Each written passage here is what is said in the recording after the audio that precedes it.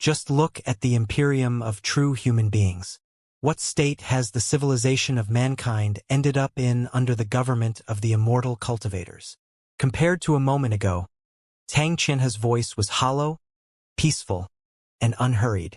It sounded both like a brook and the roaring thunder that was piercing through the sphere barrier and dwarfing the noises when Li Yao and the immortal cultivators were raining their firepower on the sphere barrier crazily. She seemed to be looking at three obstinate sinners from the high ground. With vague sadness on her face, she said, "You have all been deeply infected by chaos, and you truly believe that you are the supreme creatures in the sea of stars, qualified to do whatever you want to the entire universe. You have been damaging the environment without restraint. You have been exploiting the resources and energy from the 3,000 sectors, pushing the universe to the brink of collapse time and time again. You haven't learned your lesson from the war of ancient cultivators 40,000 years ago, and the destruction of the Star Ocean Imperium 10,000 years ago failed to awaken you. 2. Today, with the final battle between the Imperium and the Covenant Alliance drawing near, you are still putting up your futile resistance. Even though you have exploited so many resources and so much energy, your ravenousness can still not be satiated. You have conquered all living creatures in the 3,000 sectors, but then you are turning against your own kind. You are clearly the same human beings, yet you divide yourselves into all kinds of different groups. Citizens of the Curly Dragon sector and citizens of the Martial Meritocrat sector. Cultivators and immortal cultivators. Hominoids and true human beings. Men and women. 100,000 years.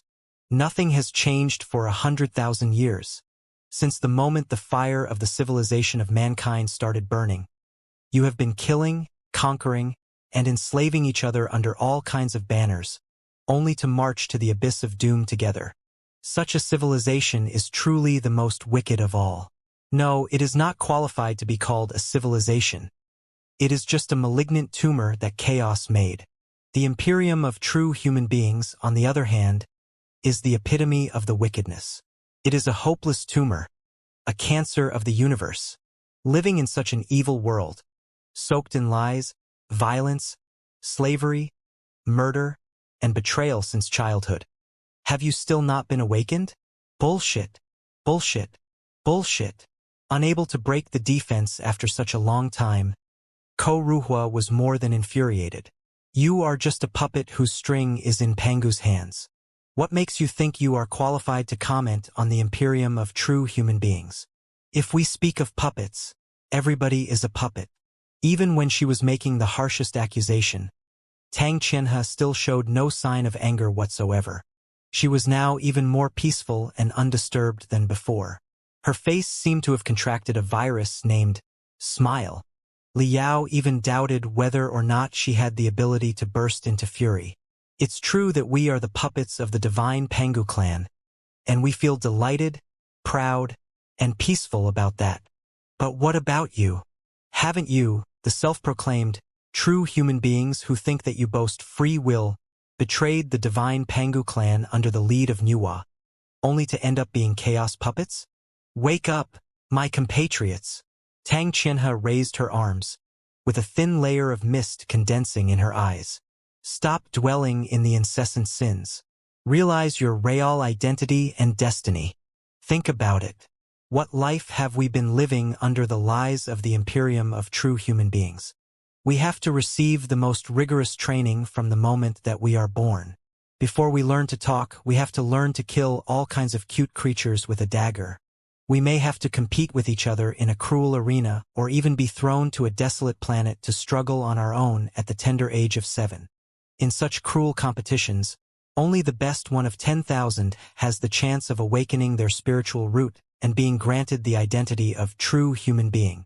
Even if you become a true human being, and you are qualified to enslave millions of hominoids, so what?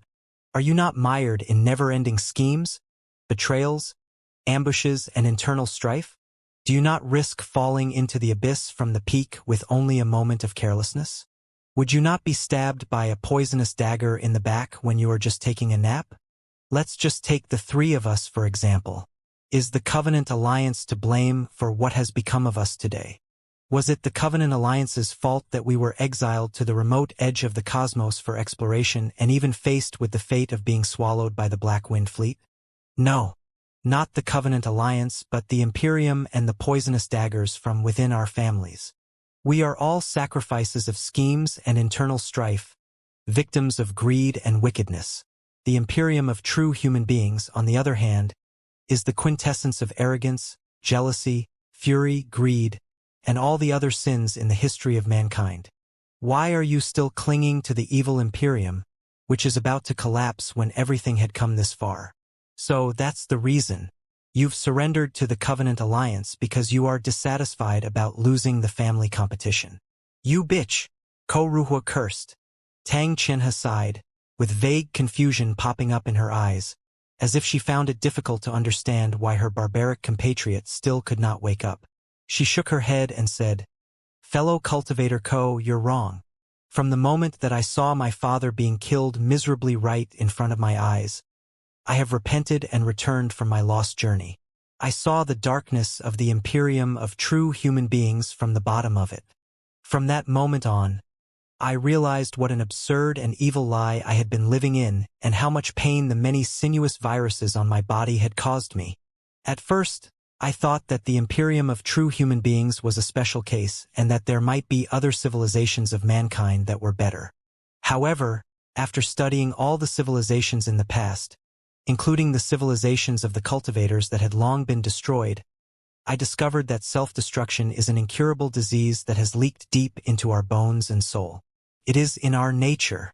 The Imperium of true human beings, the Star Ocean Imperium, the civilizations of cultivators, the civilizations of immortal cultivators, the civilizations of demons, the civilizations of ancient cultivators. There is absolutely no difference. They were created for the sole purpose of disrupting the entire universe. Have you not been touched at all after visiting the Human Being Manufacture Center in person? We are just puppets and tools.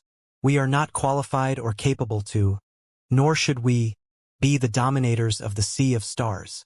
We have established our so-called civilizations by mimicking our masters clumsily when we are merely tools that are infected by viruses and have gone out of control. But we are just parrots. We can never understand the true meaning of civilization. The civilizations of human beings are like a high tower built by a 3-year-old. Splendid as they appear to be, they do not have a solid foundation, and they are doomed to completely collapse one day. The higher the tower is, the larger the damage will be when it does collapse. Even if the civilizations of mankind have been destroyed 10,000 times, it will not be destroyed again because the immortal cultivators are here. Ko Ruhua roared thunderously. The Imperium of true human beings is the ultimate form of the civilization of mankind. We will certainly march forward, until we reach the end of the sea of stars. It's impossible, Tang Qianhe said casually. Mankind is too hopeless to rescue ourselves. It's like you can never pull yourself up from the ground by snatching your hair. Our civilization was implanted with a fatal virus when it was just born. It was created for exactly the purpose of messing up the universe. How can we expect to free ourselves from the sorry fate by ourselves? Only the divine Pangu clan, our creator and the real controller of civilizations, can save us and the entire universe. Wake up, my compatriots. We've been out of control for too long. It's time we cleanse all the sins on our body and return to the true rules, true peace, and true civilization. Join me in the shelter of the path of ultimate benevolence. Let our Lord return to the universe and reestablish a glorious civilization again. That's our ultimate destiny, which will grant us peace, happiness, and true immortality. Ah! Ko Ruhua roared. The armor on his entire right arm stood up like a thorny fish that had suddenly exploded. His right arm looked almost 5 times thicker than before. Colorful mystic rays entangled his right arm for a moment before they suddenly shot out and phantomized into almost 100 whips of light in midair. In the deadliest arcs, they stabbed the same point on the sphere barrier almost at the same second. Z, Z, Z, Z, Z, Z. The sphere barrier was suddenly twisted, dimmed, and constricted. Under the bombardment from Liao, Ko Ruhua, and Su Changfa, It was about the decline and collapse. Uneasiness flashed on Tang Qianhe's face. However, her pupils suddenly narrowed, as if it were a taboo to reveal negative emotions like that, and she had been warned by something invisible deep inside her brain. Her nervousness was soon covered by hollow peacefulness again. Fellow cultivator Li. This time, Tang Qianhe turned her eyes that were full of pity and sense of purpose to Li Yao, while she smiled and said, "The two of them have been hopelessly poisoned. There's nothing we can do except dispose of them. But you are different. You have only just been fooled by the lies of the Imperium of true human beings. You are still savable." Li Yao was dazed for a moment. "No thanks. I'm feeling pretty good about myself. I don't think that I need anybody to save me." "Thank you, though." "No, you are not good at all. You have no idea how many sins have occupied your body, and you haven't realized how blatant the lies of the Imperium of true human beings are."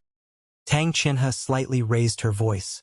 For her, it was perhaps the most violent way to express her feelings.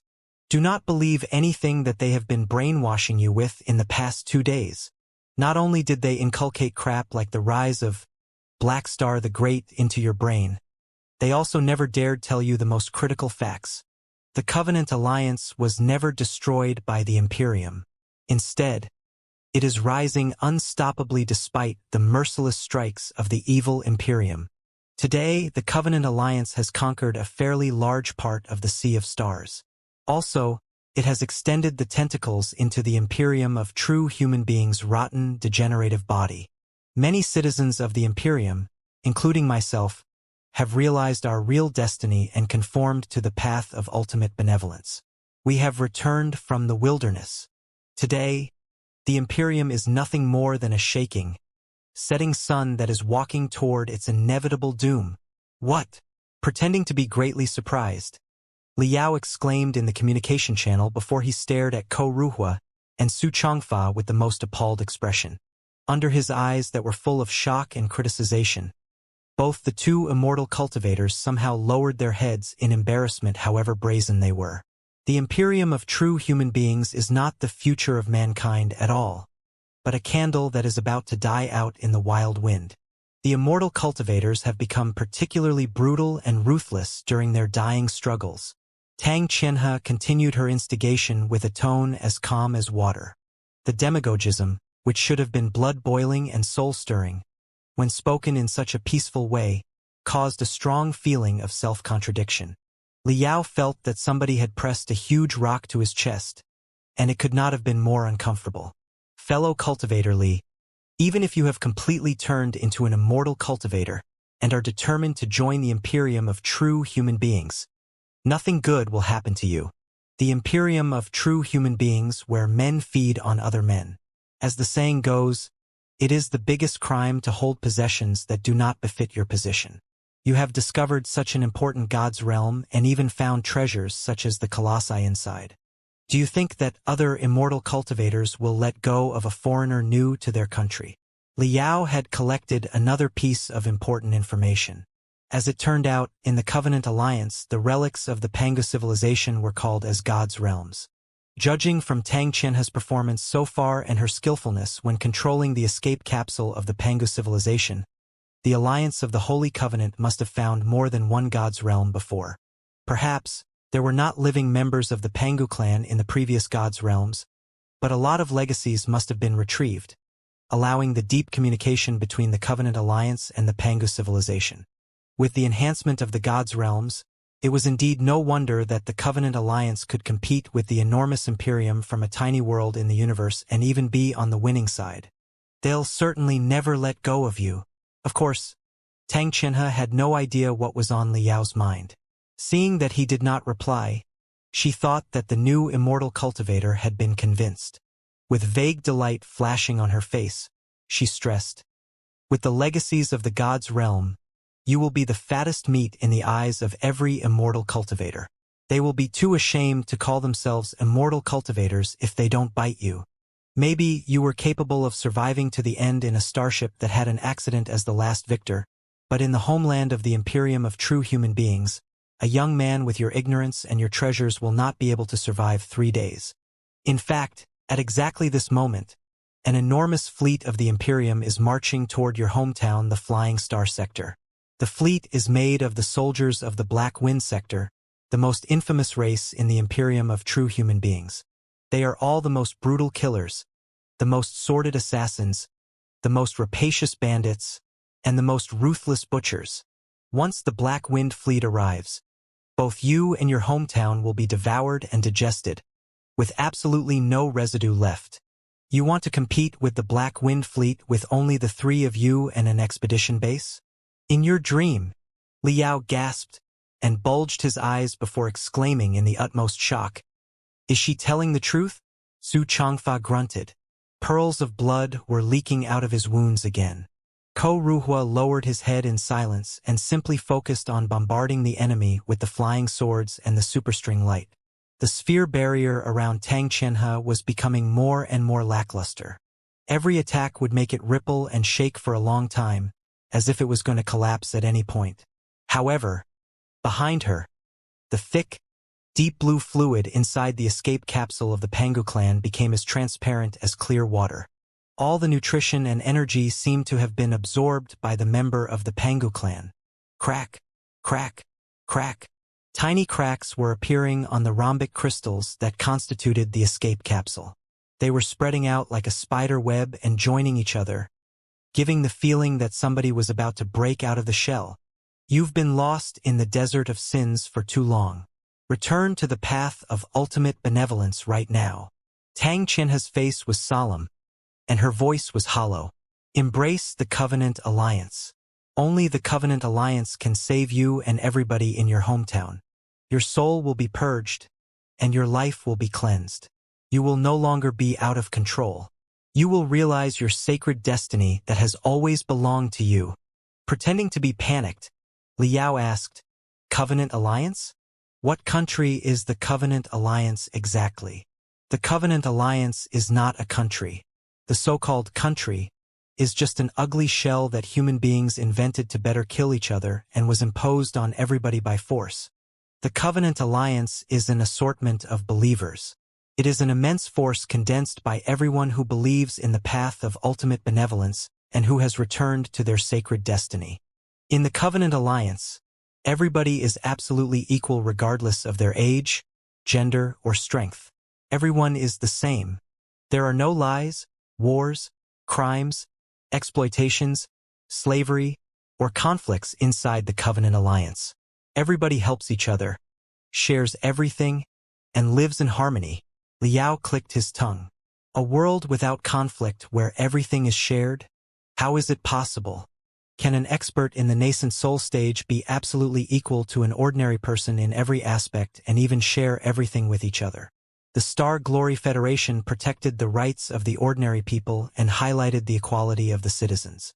However, the equality in rules instead of equality in results was paid more attention to. Generally speaking, an expert in the nascent soul stage would far exceed an ordinary person in terms of social position or wealth. That was perfectly normal. As long as they had been abiding by the constitution of cultivators while they were improving their social position and accumulating their wealth and did not violate any law, they would still be equal to other people, and everybody else would acknowledge everything that the cultivator had earned.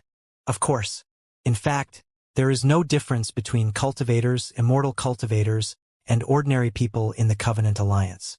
Everybody is the same. Tang Qianhe smiled. In front of our Lord, we are all the humblest dust, the most ignorant ants, and the most docile lambs. The so-called experts in the nascent soul stage are nothing more than slightly larger ants, faced with the bleak, boundless universe. What's the essential difference between larger ants and smaller ants? If you have indeed awakened your spiritual root and reached the nascent soul stage, it is still just a blessing from the Lord, and you should place the strength at the service of the Lord instead of showing off your identity, position, wealth, and even enslaving others with it. Liao was rendered speechless. What kind of bizarre theory was that? Although he could not concur to the immortal cultivator's ideology, he was at least able to understand it. But was the path of ultimate benevolence not too perverted? All conflict, deception, and slavery boils down to the sins deep down in our souls. As long as we uproot the sins, we will be able to be freed from all of them. Tang Qianhe continued speaking calmly. If there's no greed, there will be no deception. If there's no jealousy, there will be no slaughter. If there's no arrogance and anger, there will be no war. Eliminate all the negative emotions deep inside the souls of human beings, and a brand new, immaculate world of order, peace, and friendship will arrive. Liao was dazed. Greed, jealousy, arrogance, anger. We are born with negative emotions. How can we eliminate them? We are not born with them at all. Tang Qianhe waved her hands so crazily that she was almost extending her pale face out of the sphere barrier. Fellow cultivator Li, you don't know the first thing about our origin. Just think about the human being manufacture center that you visited. Do you really that the merciful Almighty Lord would pour wicked stuff such as greed, jealousy, arrogance, and anger into our souls when we were created? No, all such emotions are viruses that were condensed by chaos with life. The viruses of chaos first infected the Nuwa clan, which was responsible for creating and utilizing us. Then, through the Nuwa clan, they infected us and brought countless negative emotions to us. They are the source of all sin. The viruses corroded the three fundamental laws of the path of ultimate benevolence and made us go out of control. The brilliant civilization of the Pangu clan was destroyed. Then, the universe has been demolished time and time again in a cycle of death, with no way of getting out. But right now, we can be saved. Just like the viruses on the crystal processors can be killed by the antivirus programs, our souls should have a thorough virus-killing procedure, too, in order to slay all worries, desires, and sins.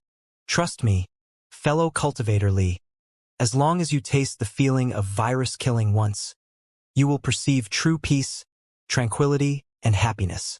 You will realize how idiotic, hilarious, and hideous your old self was, which was driven by the negative emotions and the primitive desires and caught in the abyss of sins without knowing. Li Yao's eyes were shaking, but he did not slow down attacking the sphere barrier at all. There's no need to lie to me, fellow cultivator Li. I can tell. Tang Qianhe did not care about their crazy bombardment at all. Combing her hair that had covered her eyes, she smiled casually. You have a mental devil in your heart, a very strong one that you can barely get rid of. You are trapped in the battles with the mental devil day after day, and you do not dare relax for 1 second because you may be swallowed by the mental devil with one moment of sluggishness. Liao was greatly alarmed. He did not know that Tang Qianhe would be capable of seeing through the mental devil inside his brain. The mental devil exclaimed in shock, too, before it jumped into the crown of the memory tree and hid there. Let me take a guess about the origin of your mental devil. Was it because of the countless companions you ate during the accident in the space? Perhaps there were your life and death comrades and even your dearest lovers, but eventually, you ate them all. It explains why your mental devil is so strong. Let me tell you, fellow cultivator Li, even if you do survive in the imperium of true human beings and achieve the position, wealth, power, and strength that you crave, your mental devil will not go anywhere. It will haunt you forever and grow as you get stronger, bathing you in eternal pain, fear, regret, and desperation all the time. One day, you will be completely devoured by the mental devil. All your wealth, standing, and power will be meaningless. The Imperium can offer you everything materialistic, but it cannot save your soul. Only the Covenant Alliance can grant you a grand new life. We can completely wipe out your mental devil and erase all the negative emotions in your soul. You will hate, fear, panic, regret, envy, lust, and snap no more. You will be a carefree, impeccable, and pure human being. Wow! Before Liao could reply, the mental devil extended its little neck out of the tree of memory pieces and shrieked. That's too vicious, slaying such an innocent and harmless mental devil such as myself? No wonder they say that women are the most obnoxious of all. You wouldn't listen to her jibber-jabber, would you? I beg to differ, Liao said. Although she may be overstating some parts, She does have a point in general. You have been quite an annoyance, and you try to bewilder, corrupt, and swallow me from morning to dust every day. If I am incautious for one moment, I will be mired in your abyss. It does not seem a bad offer if I can wipe you out for good. Not a bad offer? The mental devil bashed its chest and cried. Unbrotherly. So unbrotherly.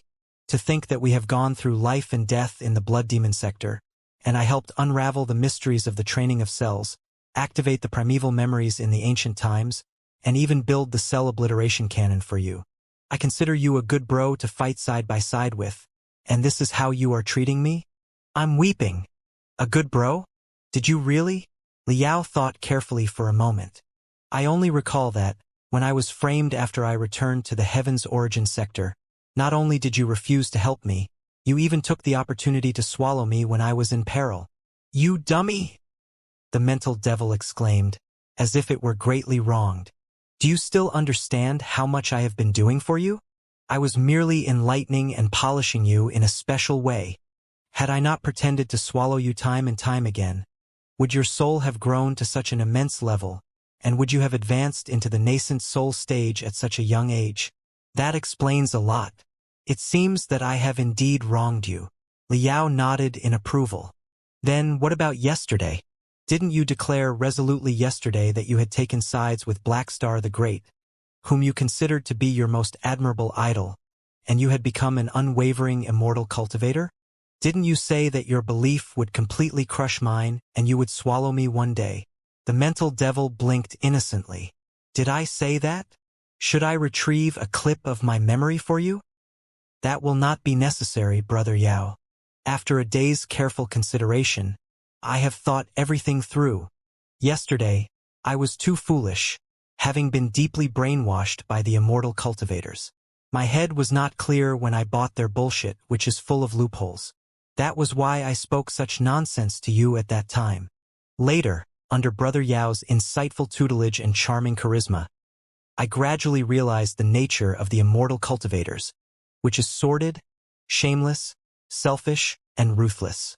The decayed imperium of true human beings is doomed to fail, while the vigorous Star Glory Federation will certainly rise unstoppably. It is the law of history and the trend of the universe. Screw Black Star the Great and the imperium of true human beings. Screw all the other immortal cultivators. I have decided.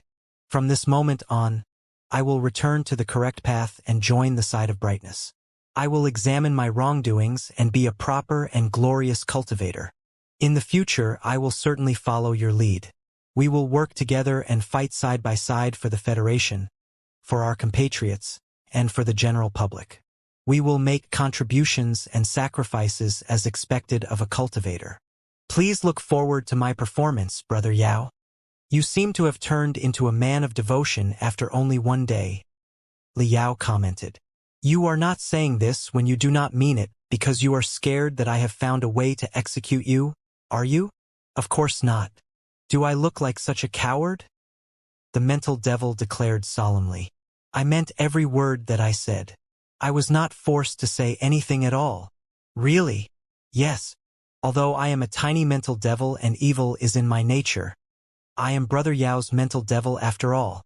As the saying goes, he who gets in contact with vermilion will become red. After following Brother Yao for such a long time and being edified by your glorious deeds from dawn till dusk, finally, as the changes in quantity lead to a change in quality, I have been completely changed by you. Isn't it very reasonable? Fine. Liao licked his dry lips. He narrowed his eyes as he gazed at Xianxia and said silently inside his brain, Then, prepare to activate the most brutal form of my left arm where you are lurking. The mental devil was suddenly alarmed. What are you trying to do? Your heart is beating more than 100 times per second. While he was grinning hideously, Liao's bloodshot eyes passed Tang Qianhe's shoulders and pierced into the escape capsule. Nothing particular. I only mean to find out something. What is it? The mental devil stammered. When I just began my career, Liao said, I once practiced saber arts in the middle of the sandstorms on the Grand Desolate Plateau. At that time, Even the tornadoes were slashed in half and perished into nothingness. The second when the tornadoes that could rip apart the sky and the ear vanished in front of my eyes was the most gratifying second in my entire life. The feeling was so enjoyable that even the competition of beliefs is no match for it. My saber is a saber that can kill a tornado. I would like to taste the feeling again, where the entire world is eclipsed by me. I want to find out whether or not my saber can kill a god. After being crazily wedded for more than 10 years, violent music was playing inside Li Yao's brain. After he advanced into the nascent soul stage from the superlative height of the core formation stage, he had already become able to control himself and restrain the sound of resonation between his abdomen and his spiritual energy to his veins, nerves, and spiritual root without letting any out. However, Li Yao had already grown fond of fighting in the middle of soul-stirring music. He was also preparing to build his special combat mode, or rather the spiritual domain, with the violent, world-shaking music as the core. It was said that when a cultivator marched into the divinity transformation stage from the nascent soul stage, their soul and their will would temporarily be freed from the confines of their body. They would construct a special, twisted force field around them. Everything within the force field would be covered by their soul and their will. They would be like a true god mastering everything in the tiny, independent world. Such a force field was also known as a spiritual domain. Within the range of the spiritual domain, a mortal could be a god. The ability to trigger a spiritual domain marked the biggest difference between the nascent soul stage and the divinity transformation stage. When a cultivator boasted a spiritual domain, they would essentially be carrying a portable home field. Whoever they were fighting against, as soon as they activated the spiritual domain, they would immediately boast mysterious home field advantages. Of course, Li Yao was still some distance away from the divinity transformation stage, but still, it would not hurt if he started making preparations right now so that he could soar into the ultimate level one day. Fellow cultivator Li, slapped by countless whips of light brutally, Tang Qianhe was shrieking in a high-pitched voice, her figure and her voice both twisted. If you persist in your ignorance, you will be plagued by worries forever. Embrace the path of ultimate benevolence, and let us eliminate all your concerns for you. Fellow cultivator Li, Su Changfa and Ko Ruhua were both summoning all their spiritual energy. They were also on the verge of exhaustion. If Li Yao jumped to the Covenant Alliance's side at that moment, everybody would be doomed. Even the old and cunning Su Changfa sounded like he was begging when he said, "Do not listen to that puppet's nonsense. One's feelings are indispensable in the first place. If you indeed kill all your negative emotions, all your positive emotions will be suppressed to the minimum, too. You will become just like her. How can you be delighted without experiencing sorrow? How can you be happy without going through fury? If there's no envy, there will be no competition or momentum to strive forward. Without greed and desire, can a human being still be called a human being? Fellow cultivator Li, you must not be swayed. You must not." "So," Li Yao said solemnly, "you are admitting the most of her words are true? Is the future of the Imperium of true human beings truly not promising? And the Covenant has risen unstoppably and overwhelmed you?" Cough, cough, cough, cough, cough, cough. Su Changfa coughed non-stop, covering his weakness by throwing up blood. "We are still at an advantage in head-on battles," Ko Ruhua shouted. "We have so many resources from so many sectors at our disposal. They are enough to even crush the Covenant Alliance with their sheer weight. However, the shameless Covenant Alliance has infiltrated us and brainwashed a number of citizens of the Imperium, especially the hominoids who are slaves, with their theory of the path of ultimate benevolence. That is why they have resurged time and time again. But rest assured, Brother Li, the Imperium has developed a technique called the Ring 2 test that can accurately tell human beings apart from such puppets.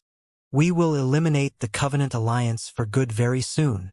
Ko Ruhua was a terrible liar after all because Tang Qianhe had obviously deceived the Ring 2 test. In the urgency, he was too anxious to care about whether or not Li Yao was laughing at him right now. However, from his unconsidered words, Li Yao was still partly able to infer why such an absurd path of ultimate benevolence was spreading on a large scale in the territory of the Imperium. Liao found the path of ultimate benevolence absurd because all his materialistic needs had been met. He was not concerned about the safety of his life, either.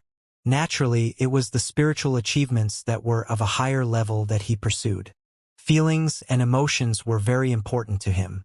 It would definitely be unacceptable if somebody wanted to take them away from him. However, Liao, and even perhaps the Star Glory Federation, were probably the special cases in the 3000 sectors.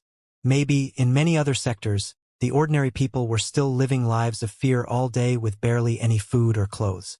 They could end up being the prey of demons, the extraterrestrial devils, or the ferocious animals of the alien species at any time. They might even become the slaves or the experimental mice of their own kind, like the hominoids of the Imperium of true human beings. Walking in their shoes, Liao realized that, if he were a remnant citizen of the Martial Meritocrat sector or the Sand Primitive sector, he would be the most miserable slave in the Imperium of true human beings. Every second after he was born might be the second when he was sent for experiments. Then, he definitely would not hesitate to embrace such a beautiful new world, which was claimed to be a place where everybody was equal without any conflict or oppression, even if he had to trade all his worries, fears, and sorrows for it. If anything, they were exactly what he hoped to get rid of. Those immortal cultivators have truly caused more problems than they solved. Liao thought to himself regretfully. If they hadn't founded such a country as the Imperium of true human beings where ordinary people are exploited cruelly, the path of ultimate benevolence would never have been spread out in the bottom level of the society so quickly, and the Covenant Alliance wouldn't have risen so fast. How can you do things like that? Liao roared toward Ko Ruhua and Su Changfa. I mean from the bottom of my heart to be an immortal cultivator. And I want to join the Imperium sincerely. But you were simply deceiving me with such terrible lies? Is there still even the slightest trust among immortal cultivators? Ko Ruhua was more embarrassed than ever. He gritted his teeth and said, Brother Li, we can talk about things between us later. The most important issue right now is to deal with the member of the Pangu clan. We have to blow up the escape capsule before he absorbs all the energy inside the escape capsule. Once he absorbs enough energy, he will return to the world in a fully awakened state. We'll be screwed if that happens. After the member of the Pangu clan is suppressed, we will have achieved an unparalleled accomplishment. You can get anything from the Imperium and even be granted the entire Flying Star sector. Liao sneered in his heart. Such an offer as the Master of the Flying Star sector had already been promised by the Star Child once in the past. The immortal cultivators were indeed of the same trade. Even the temptations that they threw out were so cliché. However, he was not wrong about one thing. While the immortal cultivators were definitely no good, the member of the Pangu clan was 10,000 times more dangerous than them and could not be allowed to be resuscitated in a fully awakened state. Liao gritted his teeth and ignored Tang Chenha's enchantment. Magma seemed to be spurting out of his shoulders as the erratic light cannons shot out streams of brilliance, raising clusters of brilliant stars on the sphere barrier that surrounded Tang Chenha and the member of the Pangu clan. Disappointment and sympathy flashed in Tang Chenha's eyes when she saw that he would not listen to her after all. She turned around to her lord and began uttering spells and worshipping, praying that the lord could wake up sooner. Boom! Perhaps her prayer did work out. Two deafening noises burst out on Liao's shoulders, while deep red fireballs rose up to the sky. As it turned out, since this was the first time that he had ever used the erratic light cannon, he must have failed to control the rhythm of pulling the triggers but simply bombarded as crazily as could. The internal temperature of the erratic light cannons was so high that the core control units had melted. Both shoulder cannons were now wasted. Crap. It's overheated. Liao looked at Ko Ruhua earnestly. As the chief of arms, Ko Ruhua was responsible for the allotment of weapons and magical equipment for the entire team. The situation was too urgent. His soul was also shaking unstably due to the many violent collisions and was about to fall apart at any moment. His computational ability had hit rock bottom. At such a time of life and death, there was no need to consider too much. After a moment's hesitation, Ko Ruhua picked out a scarlet ball the size of an egg. He tapped it to the center of his eyebrow before he threw it toward Liao and roared, I have unlocked all the barriers and given you the highest permissions of all the magical equipment. You can choose whatever magical equipment is suitable for you.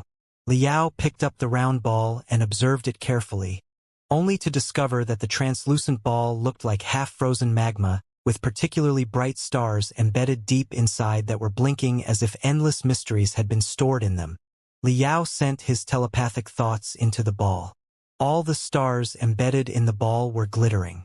Thousands of streams of information stored inside the stars were flooding into his brain unstoppably. A 3D magical equipment warehouse was immediately unfolded inside Liao's brain.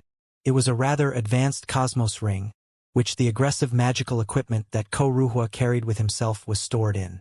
It was an out-and-out walking arsenal. Liao shrieked in his heart while he watched the projections of the different types of magical equipment from the Imperium of true human beings swirling slowly inside his brain. Every detail was clearly visible, and all the methods of utilization were demonstrated in the streams of information. He was about to burst into tears. Crack! Liao clenched the scarlet ball in his hand. His telepathic thoughts flooded into it like a tide and enveloped one of the stars. After he slightly exerted his strength, the star seemed to be crushed by him. Thousands of starry specks leaked out of the ball and spread all the way upward through the gaps of Liao's fingers, entangling his entire right arm. Very soon, a second layer of crimson armor appeared on Liao's right arm. The armor was not made of metal, and it looked as translucent as a red crystal. However, it could be turned around swiftly at the same time. It could not have been weirder. On the crystal armor, redness was flowing and expanding crazily, enhancing Liao's spiritual energy to the maximum and producing a red claw almost 10 meters long. Every finger was more than 2 meters long, the sharp aura of the talons that was vibrating at a frequency of tens of thousands of times per second. All the scraps that entered the range of the aura would be absorbed into them and torn into shreds. This is the real level of the magical equipment in the Imperium of true human beings. With the marvelous weapon in his possession, Liao was so satisfied that he almost felt like roaring. Compared with the crimson crystal armor, the 2 erratic light cannons that Ruhua installed for him were nothing more than pistols. It was obvious that they did not trust him and had only been willing to give him the cheapest weapons. Thank you for your trust, Senior Ko. I have finally felt the selfless warmth of the Imperium of true human beings. Liao kept the arsenal to himself with no intention of returning it. He roared and snatched at the sphere barrier with the red claw. Tang Qianhe thought that he was in the middle level of the core formation stage at best and would not be able to bring out the weapon's full power. Therefore, she did not care too much about his attack, but focused her attention on Ruhua's collisions and the bombardment of the remaining hundreds of spiritual puppets. However, Liao had improved his capability to the superlative height of the core formation stage easily. While he was waving the sharp talons, he was also attracting the metal debris from around, which was shattered and heated into 5 torrents of scorching particles, penetrating into the sphere barrier brutally. Z, Z, Z, Z, Z. The 5 talons pierced deep into the sphere barrier, leaving 5 holes behind. The 2 force fields completely entangled with one another. All the particles were interfering with and crashing into each other. The sphere barrier was immediately thrown into disorder and could not sustain the perfect sphere any longer. A lot of lumps bulged out on the surface, and many deep dents were appearing, too. Ruhua was overjoyed. The immortal cultivator was tough enough to leap on top of the sphere barrier while grabbing a superstring cannon that was even thicker than his thigh. Weathering through the intense radiation and interference, he pressed the barrel into a deep dent on the sphere barrier and pulled the trigger brutally. Ah! Ruhua's inhuman screams were echoing inside the communication channel. There was no telling whether it was because of the excruciating pain caused by the radiation and interference, or because he was greatly enjoying himself in the storm of bullets. Boom! The spiritual shield of the escape capsule of the Pangu clan was finally blown up into icy, thin crystals that were glittering and dispersing in all directions. Tang Qianhe shrieked and jumped onto the escape capsule. Lord, wake up now! Kill him! Liao, Su Changfa, and Ruhua opened fire at the same time. Liao's bizarre claw of spiritual energy, Ko Ruhua's giant that was made of his nascent soul, the hundreds of spiritual puppets under Su Changfa's control. Thousands of streaks of brilliance darted toward the escape capsule like thousands of vipers. The cracks on the escape capsule of the Pangu clan reached the maximum. Finally, it could not bear the bombardment of spiritual energy anymore and exploded. Voila! For a moment, Liao felt that the space around the escape capsule was broken. Waves 10,000 times stronger than tsunamis were spreading in all directions. All the magical equipment on his crystal suit was blocked. The light beam went blank, and there was nothing but ear-splitting noise in the communication channel. Even the telepathic thoughts that he unleashed were like butterflies in a storm. He felt that the whole world was swirling in front of him, and he could not perceive anything. When the dizziness gradually alleviated and his crystal suit returned to normal, the last picture that he was able to see was displayed on the twisted light beam. The escape capsule of the Pangu clan was shattered into pieces, which were floating in the zero-gravity space, mixed by transparent dews that must have been the energy liquid stored inside the escape capsule earlier. The member of the Pangu clan, however, was sitting cross-legged in midair in a solemn posture while making a seal with both hands against his chest. His 2 fingers were extended out, one pointing the sky and the other pointing at the ground. Glamorous brilliance was emanating from his armor, too, as if it was being activated. He was not woken up according to the normal procedure but forced to wake up because of the crazy attack from Liao and the rest of them. Therefore, his big, pale face was written with fatigue, and he was not willing to open his eyes for a long time. However, when his eyelids were truly opened in the end, revealing a pair of eyes that were purely black without pupils, all the 3 of them were awed by the indifference, graveness, and coldness in the eyes. Merciful and almighty Lord, welcome back to the infected universe. Please free us from all the miseries and completely purge the entire world. Tang Qinhe's voice was as calm and soft as before, with barely any inflection. Even after her true god had arrived, she was showing no sign of delight except raising her lips a few degrees. Tang Qinhe picked up a cold drug from her cosmos ring and drank all of it. Then, she made seals with her hands quickly while she muttered spells. From every pore on her body, thick, deep blue fluids that looked like the hibernation energy liquid were leaking out. The liquids seemed to be alive, drawing deep blue strokes on her elegant body. They were dissecting her quickly. Sacred brilliance and a touching smile appeared on Tang Qinhe's pretty face that was about to be melted in the blue light. Her eyes full of expectation, she murmured, "Absorb me, Lord, and refill the energy that you have lost during the protracted hibernation. Then, destroy the tyranny of human beings and establish a perfect world where there are no wars, no suffering, no oppression, and no slavery." Liao felt so creeped out that all his nerve endings seemed to be exploding. Tang Qinhe's enjoyable, hopeful smile on her face was giving him a strong feeling of nausea, too. Dismembering her body and soul and offering them to the Pangu clan? Was it really behavior that befitted a human being? However, for the Pangu civilization, it seemed to be anything but unusual. Liao had once seen the pictures in the primeval memories where the Pangu clan created flourishing lives. At that time, it was the members of the Pangu clan who drank thick, black liquids and dissected themselves, allowing their genes to fall into the ocean and evolve into all the other creatures. Since they did not even hesitate to dissect themselves, it was not hard to guess their attitude toward human beings, which were considered tools. Perhaps, in the concepts of the Pangu civilization, the dissection was not death but immortality in a different form. But for modern human beings, such immortality was simply too hilarious. No wonder his foster father had said that the Covenant Alliance was 10,000 times more wicked than the Imperium. No wonder. "Stop her!" Ko Ruhua shouted desperately. "After absorbing her, the member of the Pangu clan will become even more formidable. We are definitely going to be no match for him.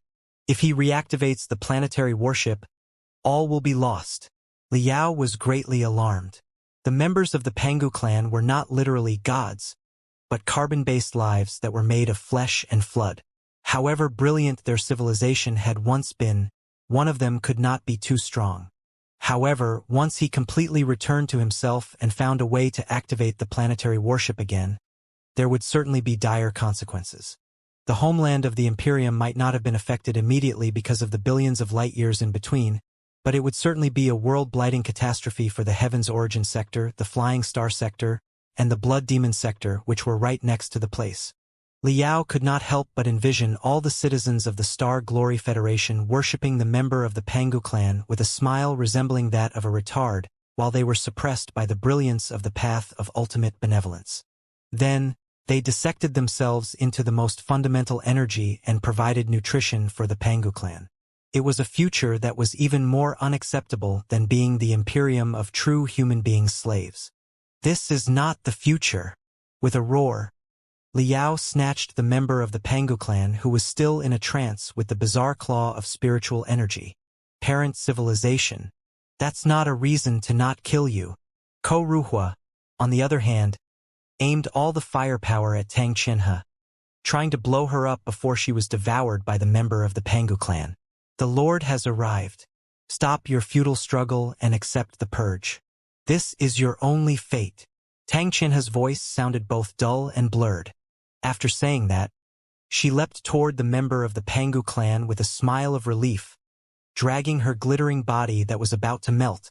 Ko Ruhua's thousands of whips of light that were flooding out were about to rip her to shreds, and Liao's bizarre claw of spiritual energy was about to grab the member of the Pangu clan's face. When the member of the Pangu clan opened his lips and uttered a series of deafening, soul-stirring primeval spells. Every word sounded like a combination of hundreds of syllables, which did not break apart again until they crawled into the heads of the listeners. They turned into golden, shining stripes and tied, confined, and suppressed the listeners' souls. His voice became louder and louder. Infinite spiritual energy was also being condensed in front of him. With every syllable that he uttered, the most complicated character would pop up in front of him. The characters were 100 times more precise than the most sophisticated calligraphy that Liao had seen in the memories about the ancient cultivators 40,000 years ago. They were all made of more than 1,000 strokes that were all square and errorless. The glittering, octagonal spells, after being spoken by the member of the Pangu clan, immediately extended and expanded, as if they were unfolded from the second dimension to the third dimension. They were upgraded from a plane into a cube of sharp edges that had dense spells on all surfaces. Boom! The cube of spells exploded, blowing out thousands of torrents of particles that pierced the bodies of all three of them. Liao felt the most excruciating pain from his bones, as if thousands of ants were gnawing his heart. The superstring shield outside of his crystal suit was shaking like a candle in a storm. A lot of units in the crystal suit had exploded during the moment. The Rockman was mottled and riddled with holes. What made him even more uncomfortable was the weird sense of depression flowing out from his cells.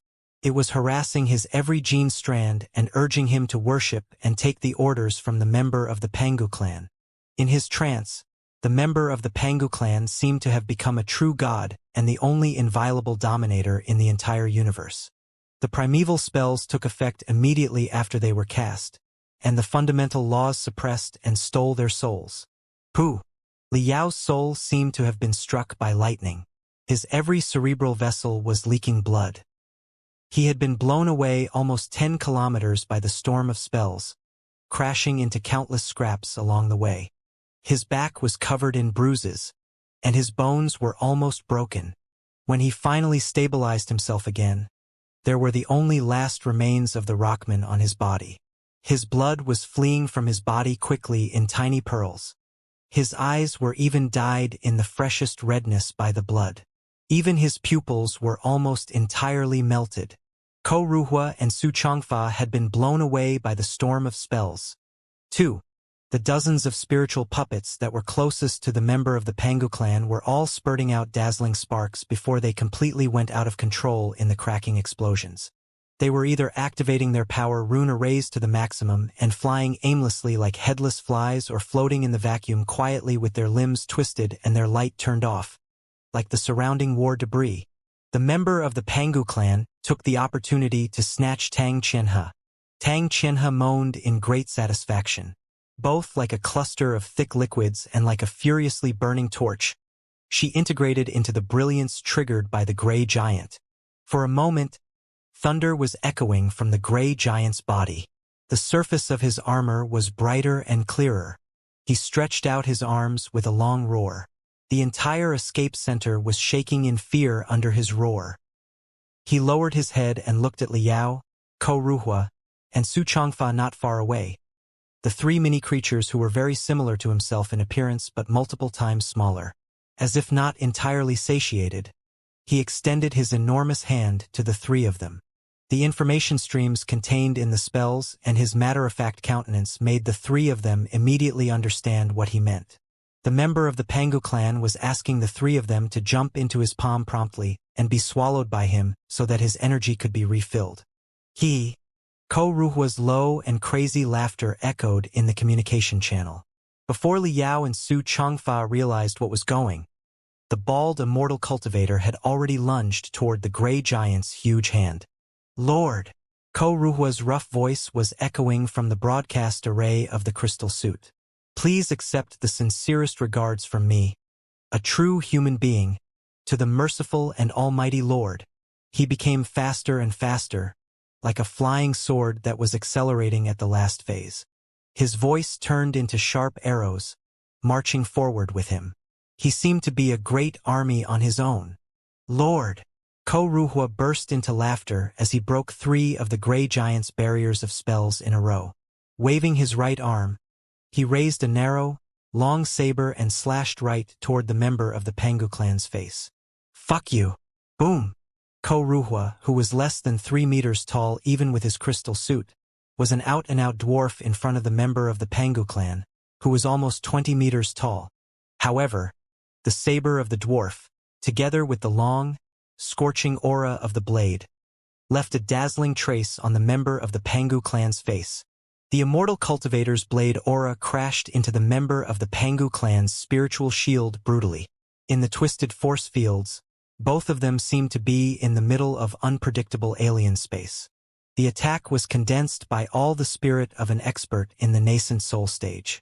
Although it did not hurt the member of the Pangu clan's body, it was a major shock for his soul that had only just woken up. With an expression of pain on his face, the member of the Pangu clan bellowed and closed his hands, trying to kill Ko Ruhua in his palm. Perhaps Ko Ruhua could have avoided the attack, but he had focused all his belief, his will, and his soul power on the unstoppable attack in front. He did not bother to evade the dominance of a god at all. Z. Ko Ruhua's superstring shield had been activated to the maximum, only to die out in the next half a second. His crystal suit became rife with cracks instantly and fell apart in the next moment. Go to hell!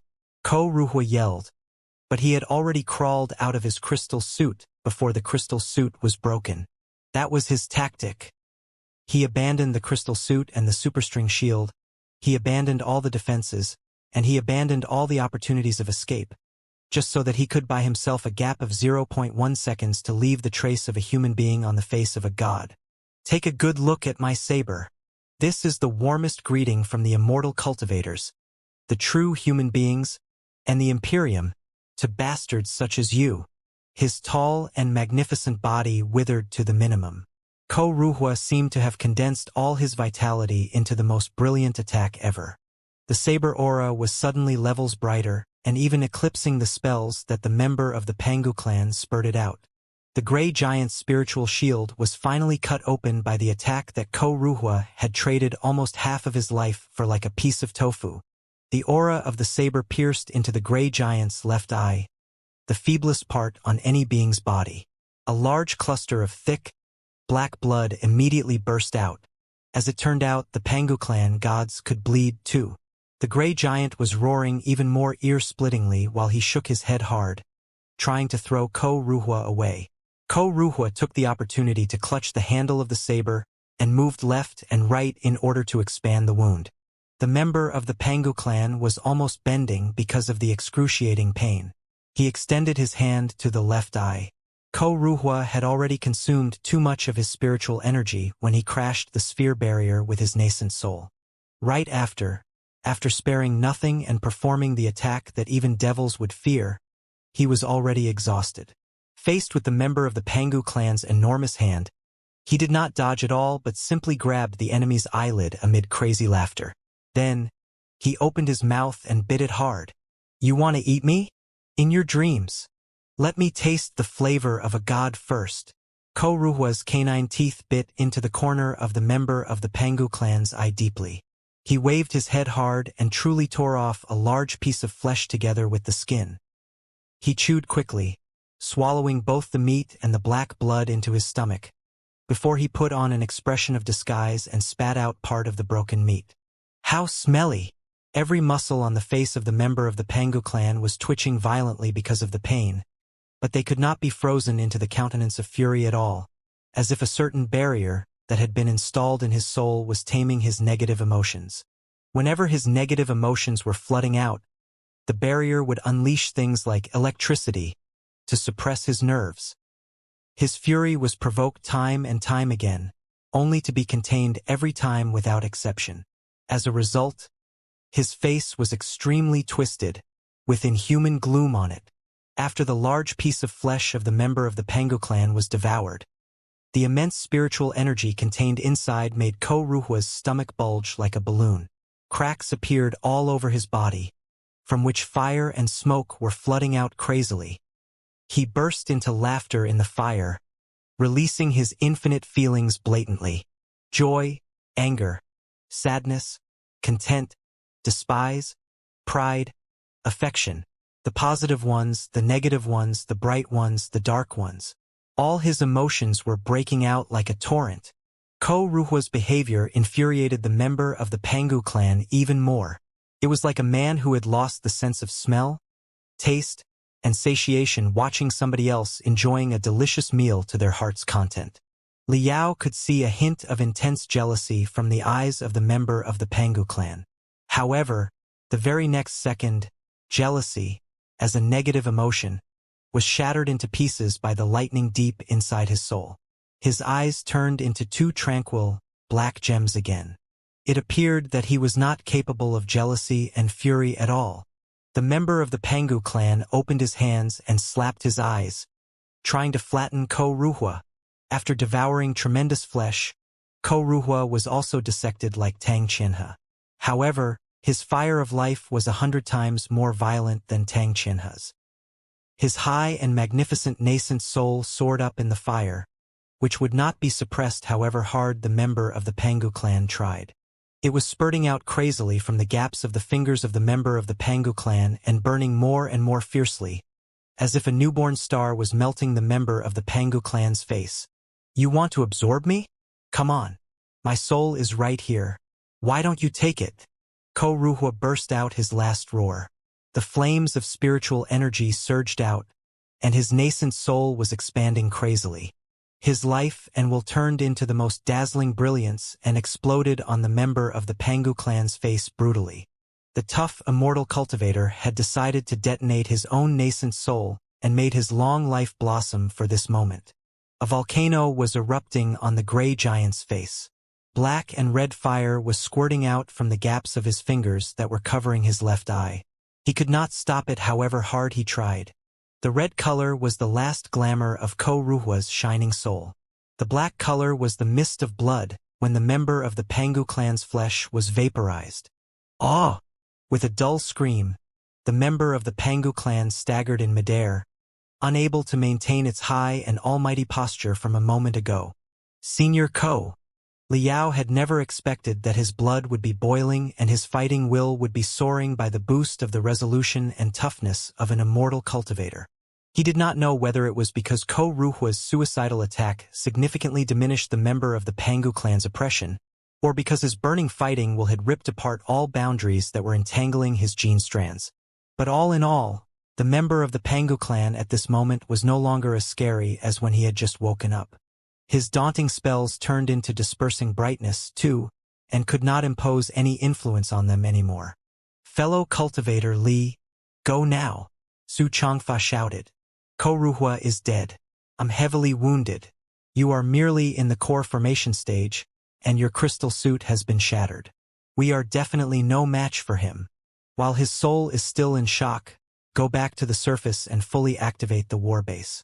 Mobilize more spiritual puppets to deal with him. We go!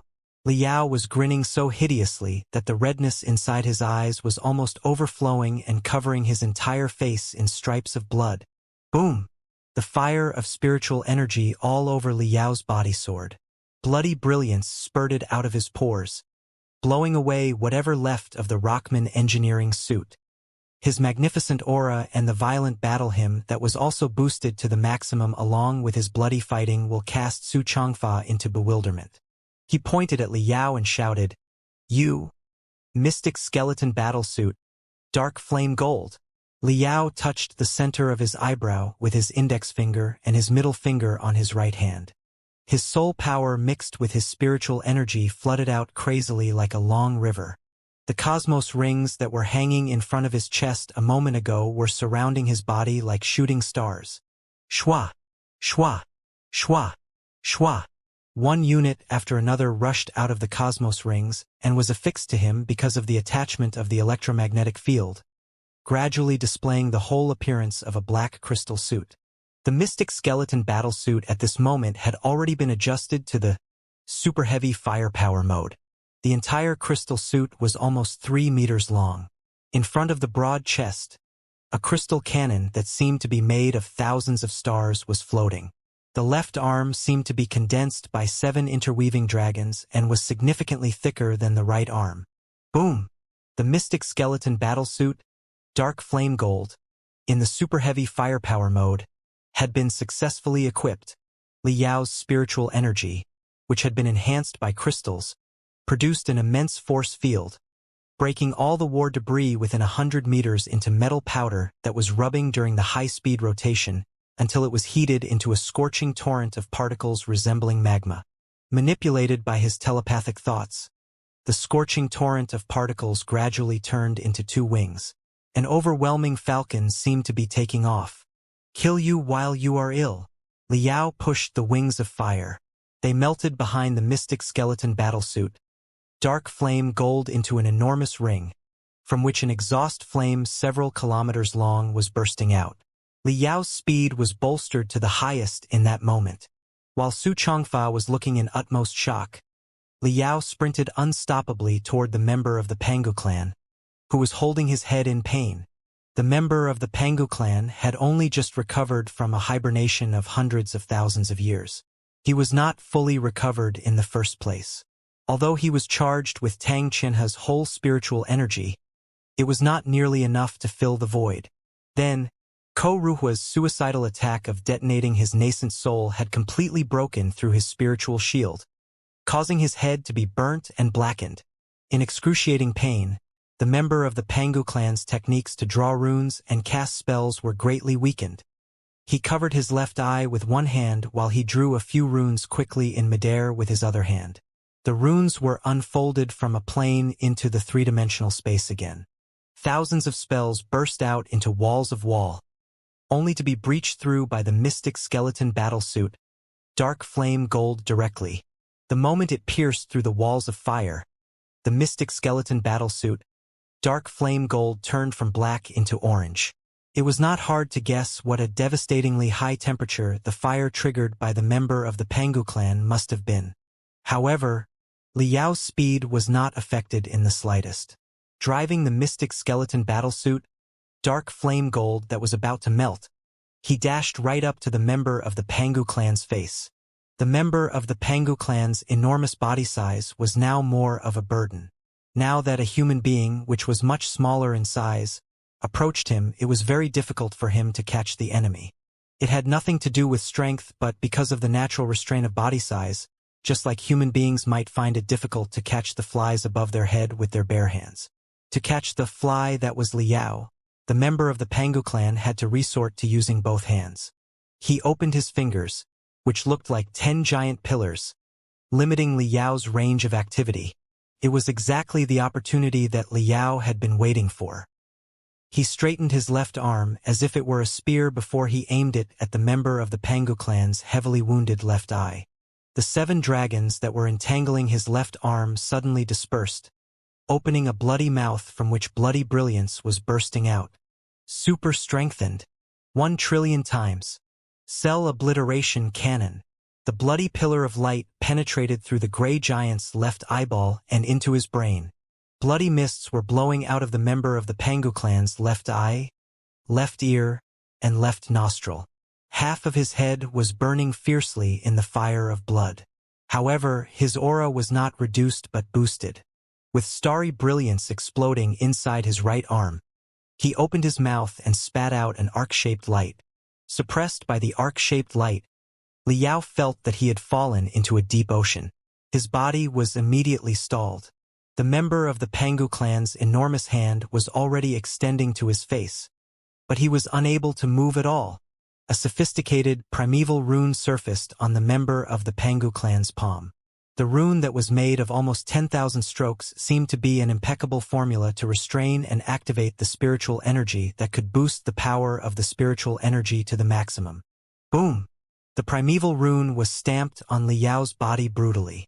The outermost layer of the plate armor on the mystic skeleton battlesuit, dark flame gold, immediately turned gray and white. All its vitality was lost, and it was crumbling like sand. The high-energy particles pierced through Liao's body and blew him more than 10 kilometers away. He seemed to have suffered excessive nuclear radiation. Tremendous cells had withered instantly, and the gene strands in the other cells were falling apart, too. If it were any other nascent soul-stage cultivator, the heavy wounds would have made them lose their combat ability entirely. He must be burning his life and soul, too. Swallowing his blood, Su Changfa shouted. He needs a good rest now that he has just woken up. Such a way of fighting will damage himself, too. He definitely wouldn't do it if he had any other choice. Understood. Liao licked his lips and grinned hideously. So, he is sparing no efforts to deal with us, right? Very well. Then let's... Who? Halfway through his sentence, the heavily wounded member of the Pangu clan roared ear-splittingly, covering half of the escape center in his soaring fire of spiritual energy. He had originally been around 16 meters tall, but the bright blue spiritual energy continued expanding and formed another giant almost 50 meters tall behind him. Boom! The giant of spiritual energy covered several kilometers in one step, absorbing all the war debris on its way into its body as bones. Let's do as Senior Su said. Liao turned around and said to Su Changfa, I think that you were quite right, Senior Su. We should make a strategic adjustment and deal with him using the war base after we return to the surface. Before he even finished his sentence, the giant of spiritual energy had already approached them. The war debris involved in the spiritual energy was built into a whip thousands of meters long and slapped Liao and Su Changfa brutally, blowing them away in different directions and separating them. Su Changfa vomited blood and was almost killed on the spot. Because of the perilous situation, he had no time to bother with Liao's eccentricity anymore. He released his telepathic thoughts and controlled all the remaining spiritual puppets to attack the member of the Pangu clan. The member of the Pangu clan, who was burning his life and soul, looked like someone totally different from a moment ago.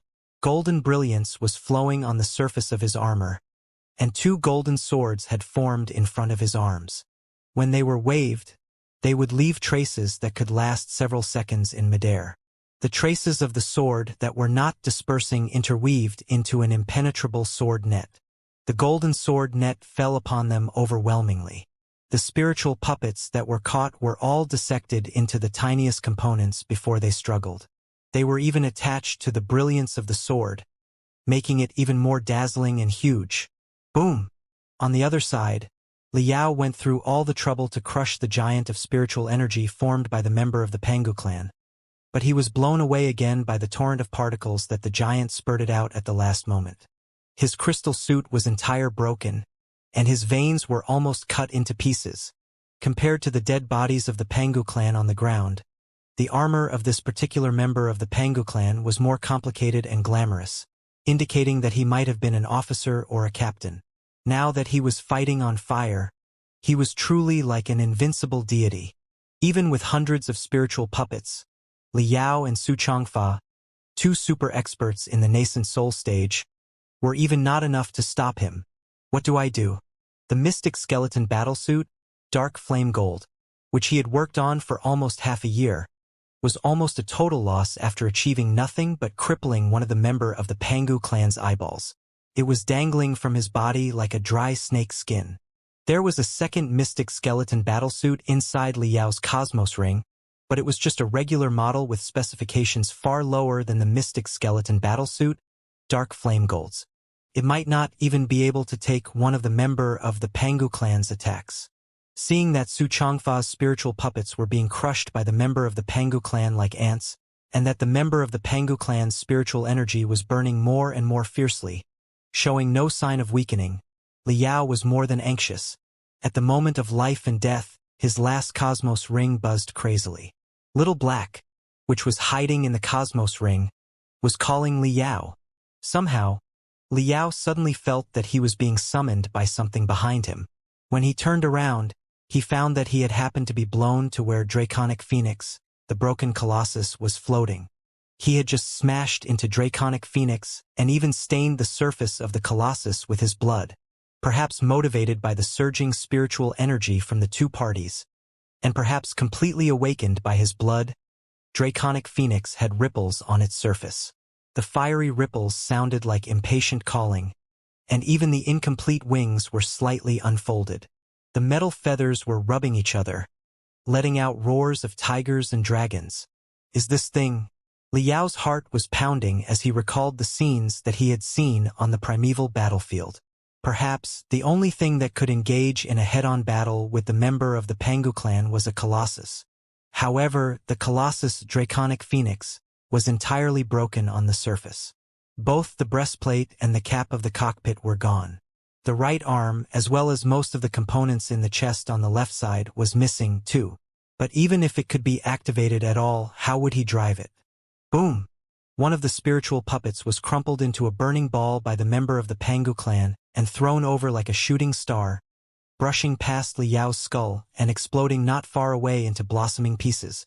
A smoldering scent was immediately spreading out from Liao's head. As if I have any other choice. Liao gritted his teeth and retrieved Little Black from the Cosmos ring before he tossed it toward Draconic Phoenix. Go now, Little Black. Let's see what kind of miracle you can create. With a cry of joy, Black Wing was tossed into the cockpit of Draconic Phoenix precisely. Liao held his breath and waited for the responses of Black Wing and Draconic Phoenix eagerly. For a moment, nothing seemed to be happening. Black Wing was simply floating at the center of the open cockpit of Draconic Phoenix quietly, revolving. However, the next moment, Black Wing suddenly expanded after a weird sound. It was originally a cluster of soft, smooth, elastic, mysterious materials. But after it expanded, it turned into a black spring that was spurting nonstop. The thick fluids soon occupied the entire cockpit and even extended dozens of black tentacles that zigzagged forward along the joints and the damage of the Colossus, entangling the three remaining limbs of the Colossus. Sharp black stripes appeared on the crimson plate of the Colossus. Even the two broken wings were now emitting blackness, which added to its aggressiveness and mysteriousness. Dumbfounded, Liao did not realize what was going on yet, when almost 10 black tentacles suddenly dashed out of the black fluids that filled the cockpit of the Colossus and dragged him into it. Liao felt that he was mired in a black swamp. He could not even see his own fingers, nor could he hear the fierce battle outside. He found himself in a black space, with lackluster runes flashing in front of his eyes and heavy breathing that sounded like a primeval beast's echoing near his ears. Little Black! Little Black! Liao shouted. However, the black fluids poured into his stomach the moment that he opened his mouth and leaked into his limbs and organs through his lungs and his stomach. What was odd was that he did not have any foreign body sensation. Instead, he felt that he was melding with the black space. However, the next second, excruciating pain leaked to every nerve ending from his pores, making him scream out loud. The black space turned into a swirl with an ultra-high attraction force, absorbing all the spiritual energy inside his body and even his soul through the pores. He felt that he was being emptied. He had experienced a similar sensation when he helped Little Black break the seal last time, but that had been far less dangerous than this time. Liao felt that all his vitality was being drained. He had not been so fatigued even when he did 20 competitions of beliefs in a row. Even his nascent soul, which condensed all his will, determination, ideology, and belief, was dashing out from his skull because of the immense attraction force. The nascent soul had left the body. Liao was greatly surprised. He did not expect that piloting a colossus would be so dangerous that even the nascent soul was forced to leave the body. For a nascent soul stage cultivator, the nascent soul was their everything. Unless they had made up their mind to perish together with the enemy, like Ko Ruhua did, they would never let their nascent soul out of their body to breathe some fresh air. Only when they had advanced into the divinity transformation stage, when the nascent soul would boast certain anti-radiation, anti-interference, and highly competitive abilities, would they dare set the nascent soul free from the body in order to absorb natural spiritual energy or build spiritual domains without concerns of being harmed. The spiritual and electromagnetic environment in the outside world was so complicated. A nascent soul without a shell was like a lantern in a storm. It would be shaking and could perish at any moment.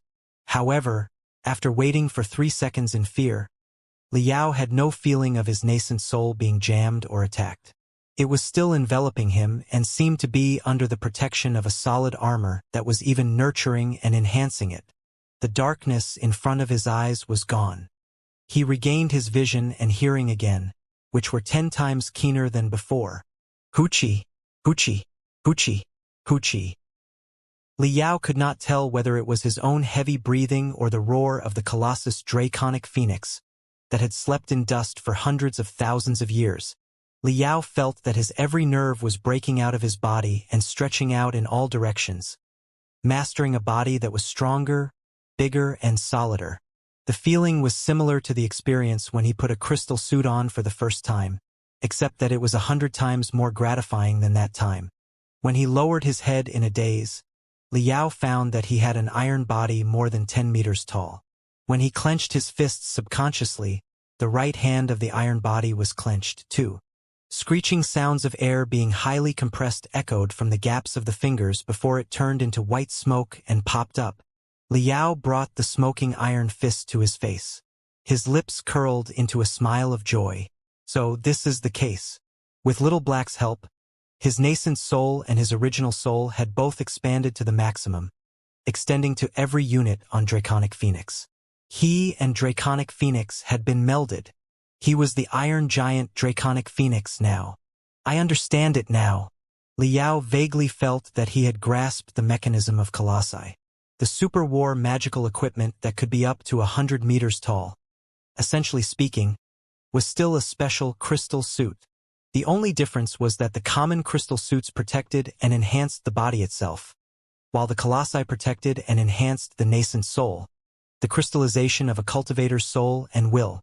A nascent soul stage cultivator could only perform the strongest strike after employing their nascent soul in battle. However, without protection, a nascent soul that was flying randomly was vulnerable to interference and attacks and could be destroyed easily. Such a way of fighting was a suicidal one. But what if the nascent soul was covered in a crystal suit?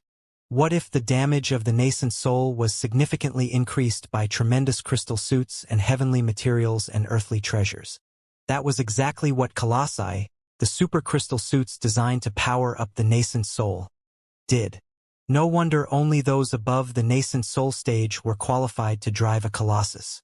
No wonder the cockpit of a colossus was also called the spiritual residence. In the cultivation terminology, the spiritual residence, also known as the purple residence, referred to the place where the original soul and the nascent soul lived inside a human body in the first place. Ah! Liao roared in great satisfaction. He stretched out his arms with Draconic Phoenix. From the metal skull that could not be more twisted, thousands of snakes of fire blew out. The world in front of his eyes became clearer and clearer until it was even clearer than the limits of his vision. Even the invisible spiritual waves and electromagnetic fields turned into the most brilliant spots of light that Liao could see directly. It was like a colorful tide that was surging unstoppably in front of him. Through the tidal waves and the changing colors, he was able to predict the trajectories and strength of the member of the Pangu clan's attacks. In the meantime, magnificent runes were popping up inside his brain. In the middle of them were the glittering words Draconic Phoenix. The thousands of runes that surrounded the ancient calligraphy, on the other hand, were lackluster and incomplete. When the sparks bouncing out of the words Draconic Phoenix, a bell seemed to toll inside Liao's head. He had a feeling that he was already perfectly melded with Draconic Phoenix.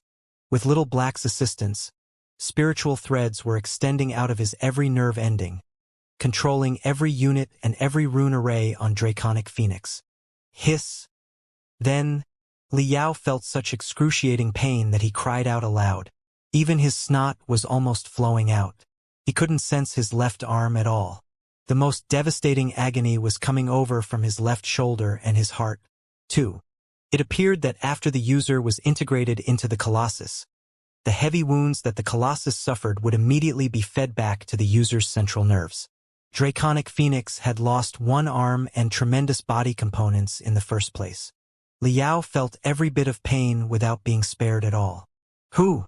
Trying to hold back the pain, Liao stood straight and gritted his teeth to warm up his hand and feet, adapting himself to the iron body that was more than 10 meters tall as quickly as possible. However, a crucial question suddenly occurred to him. Little Black, how does a Colossus fight? Not a physical fight with punches and kicks, I presume?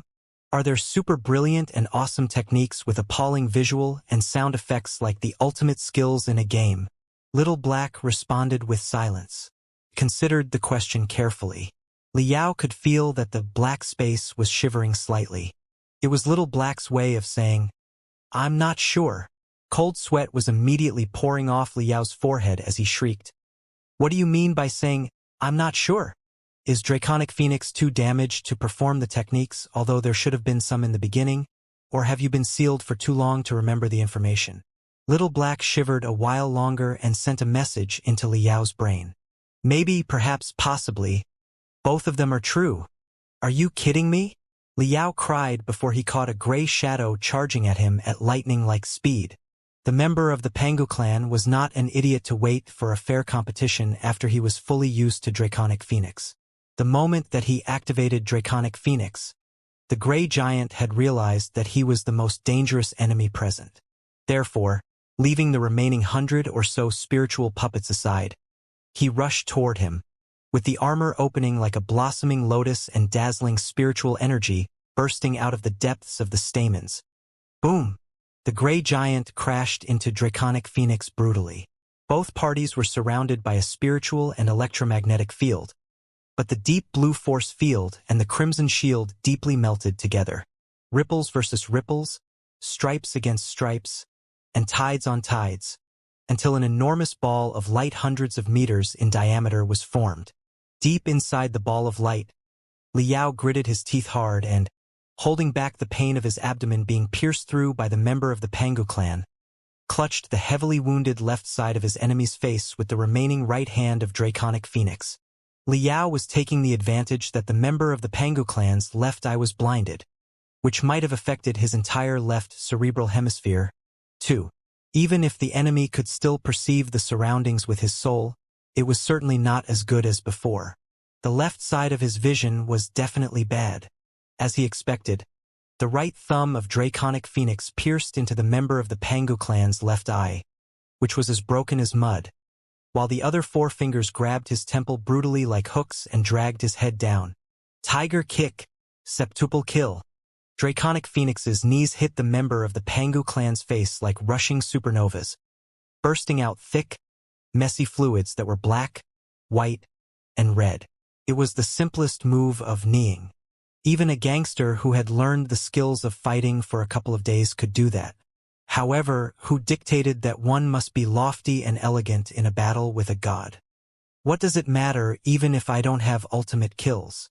I can blow you up with just punches. Exerting all his strength, Liao performed the last heavy kick. After a crack, excruciating pain came over from his left knee, and the senses below his left knee were ebbing. The Colossus was too old after all.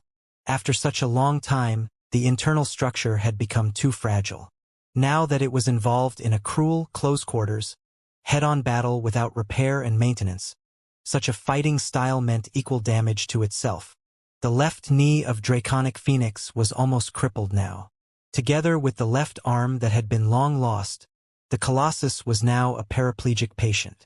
After such a huge cost was paid, the member of the Pangu clan was definitely not feeling any better. His face had already deeply collapsed because of the 7 heavy blows. It now looked like a pan, one that was filled with the guts of animals. After 4 wounds deep to the bones were left on his face, and after having a comminuted fracture on the rim of his left eye, the member of the Pangu clan finally got rid of Liao's harassment. He covered his left eye not far away, while the coldest brilliance beamed out of his right eye and leaked into Liao's every pore. Liao sneered, motivated by his fighting will. The thousands of runes that surrounded the words Draconic Phoenix inside his head were rotating slowly, too. The brightness seemed to be contagious, and more runes were illuminated. Suddenly, several runes staggered out, as if they were pulled by a mysterious force. They were listed in a row in an orderly fashion, constituting a spell. Glamorous brilliance flashed on the surface of the spell before information as vast as an ocean was transmitted to Liao. Dazzled, Liao was seeing 3 unpredictable, translucent pictures at the same time. The first picture was depicting the primeval era, when the volcanoes were erupting and the seas were simmering. A giant eagle that was surrounded by flames was flying freely in the sky. Suddenly, it closed its wings and swooped into the ocean in a swirl, catching a big fish. Liao did not know exactly how huge the eagle was, but the prey it caught from the ocean was an iron-teethed ancient shark, which was often dozens of meters long, with tusks in the mouth and heavy armor in the head. The iron-teethed ancient shark, a dominator in the deep sea, was grabbed by the head by the eagle. The fire of spiritual energy around the eagle pierced into its body through the gaps of the bone armor, boiling the iron-teethed ancient shark when it only just got out of water, with hot steam popping up. In the second picture, the intact Draconic Phoenix was mimicking the battle posture of the eagle, shattering the stars like a rainbow piercing through the sun. The third picture, on the other hand, was a translucent painting of a human being, who was sitting cross-legged with the palms aiming at the sky. Spiritual energy was flowing in a fixed pattern inside the thousands of veins in his body. This is... Liao thought of something. With Little Black's help, he immediately understood that it was the whole process of performing one of Draconic Phoenix's ultimate skills. The Colossus adopted a very advanced dual control menu. Firstly, the connection of nerves and spiritual threads allowed the user to be integrated with the Colossus. The user would be able to control it as they controlled their own arms and perform the simple battle techniques that they had grasped before easily. The thousands of ancient rune arrays that had been swirling inside Liao's brain, in the meantime, were the second control menu that was more advanced. They were designed to retrieve the ultimate skills. The thousands of ancient runes stored thousands of different rules or telepathic thoughts. By combining them according to a certain pattern and guiding them with the user's own circulation of spiritual energy, the user would be able to build a special spiritual and electromagnetic model to unleash an ultimate skill that Liao was dreaming about. This is what I'm talking about. Come on. Liao could not have been more excited. Although the circulation of spiritual energy as depicted in the third picture was rather sophisticated, and the direction, speed, and intensity of spiritual energy in thousands of veins had to be controlled simultaneously, it was more than simple for Liao, who had already entered the nascent soul stage. He entered the deep meditative state immediately. In his trance, Draconic Phoenix seemed to become transparent, and the cold units and components inside were replaced by veins and nerves. In the veins and nerves large and small, the spiritual energy was flowing and circulating prosperously, some like rivers, some like brooks, and some like vast lakes. However, when the spiritual energy in the last nerve was functioning according to the correction direction, the spell deep inside Liao's brain, which was used to summon the ultimate skill, suddenly exploded after a dazzling explosion and returned to the depths of the great array of runes. Liao was dumbfounded, as if somebody had poured a bucket of cold water on his head. What's happening now? With a string of ear-splitting buzzes, Another series of runes was snapped to him, but they did not seem like a spell to summon the ultimate skill, but some sort of direction entailed in the control menu of the Colossus. Liao looked at the calligraphic primeval handwriting in a daze for a long time before he finally asked, "Little Black, can you help me translate? Tell me what has happened exactly, in the most simple, straightforward, and understandable way possible." The black space suddenly shivered. Very soon, a line of simple modern characters popped up below the primeval text. System fault 401. The attack mode you designated cannot be applied to the current machine. No response from the corresponding technique. The retrieval command has been refused. Check your machine and make sure that the left arm and the left knee are successfully connected. Please retry after they are reconnected. As Black Wing and Draconic Phoenix became better melded, more and more runes were shivering. It appeared that Little Black's long-sealed memories were gradually awakened.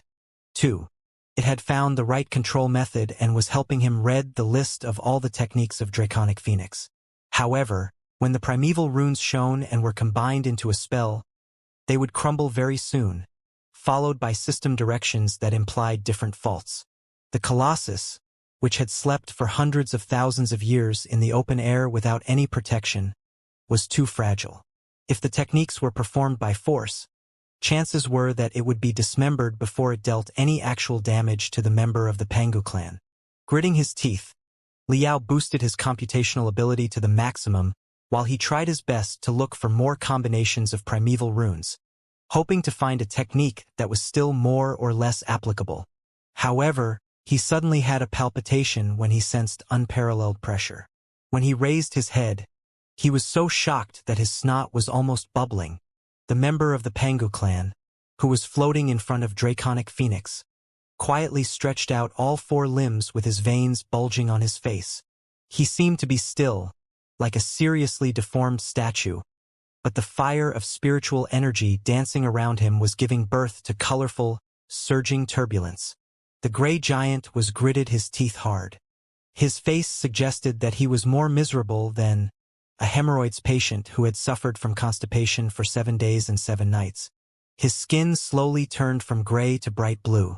Lumps were bursting out on his skin that was exposed to the air as it grew rougher. He looked like some sort of reptile. Is this a soul-igniting law? Liao was utterly dumbfounded.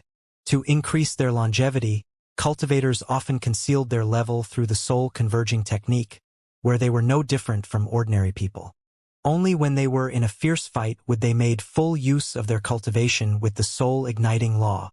A princess went quiet, and a rabbit went on the move. That was the way of life for many cultivators. Before and after they summoned all their cultivation, they would undergo tremendous changes. Therefore, many people called the process metamorphosis.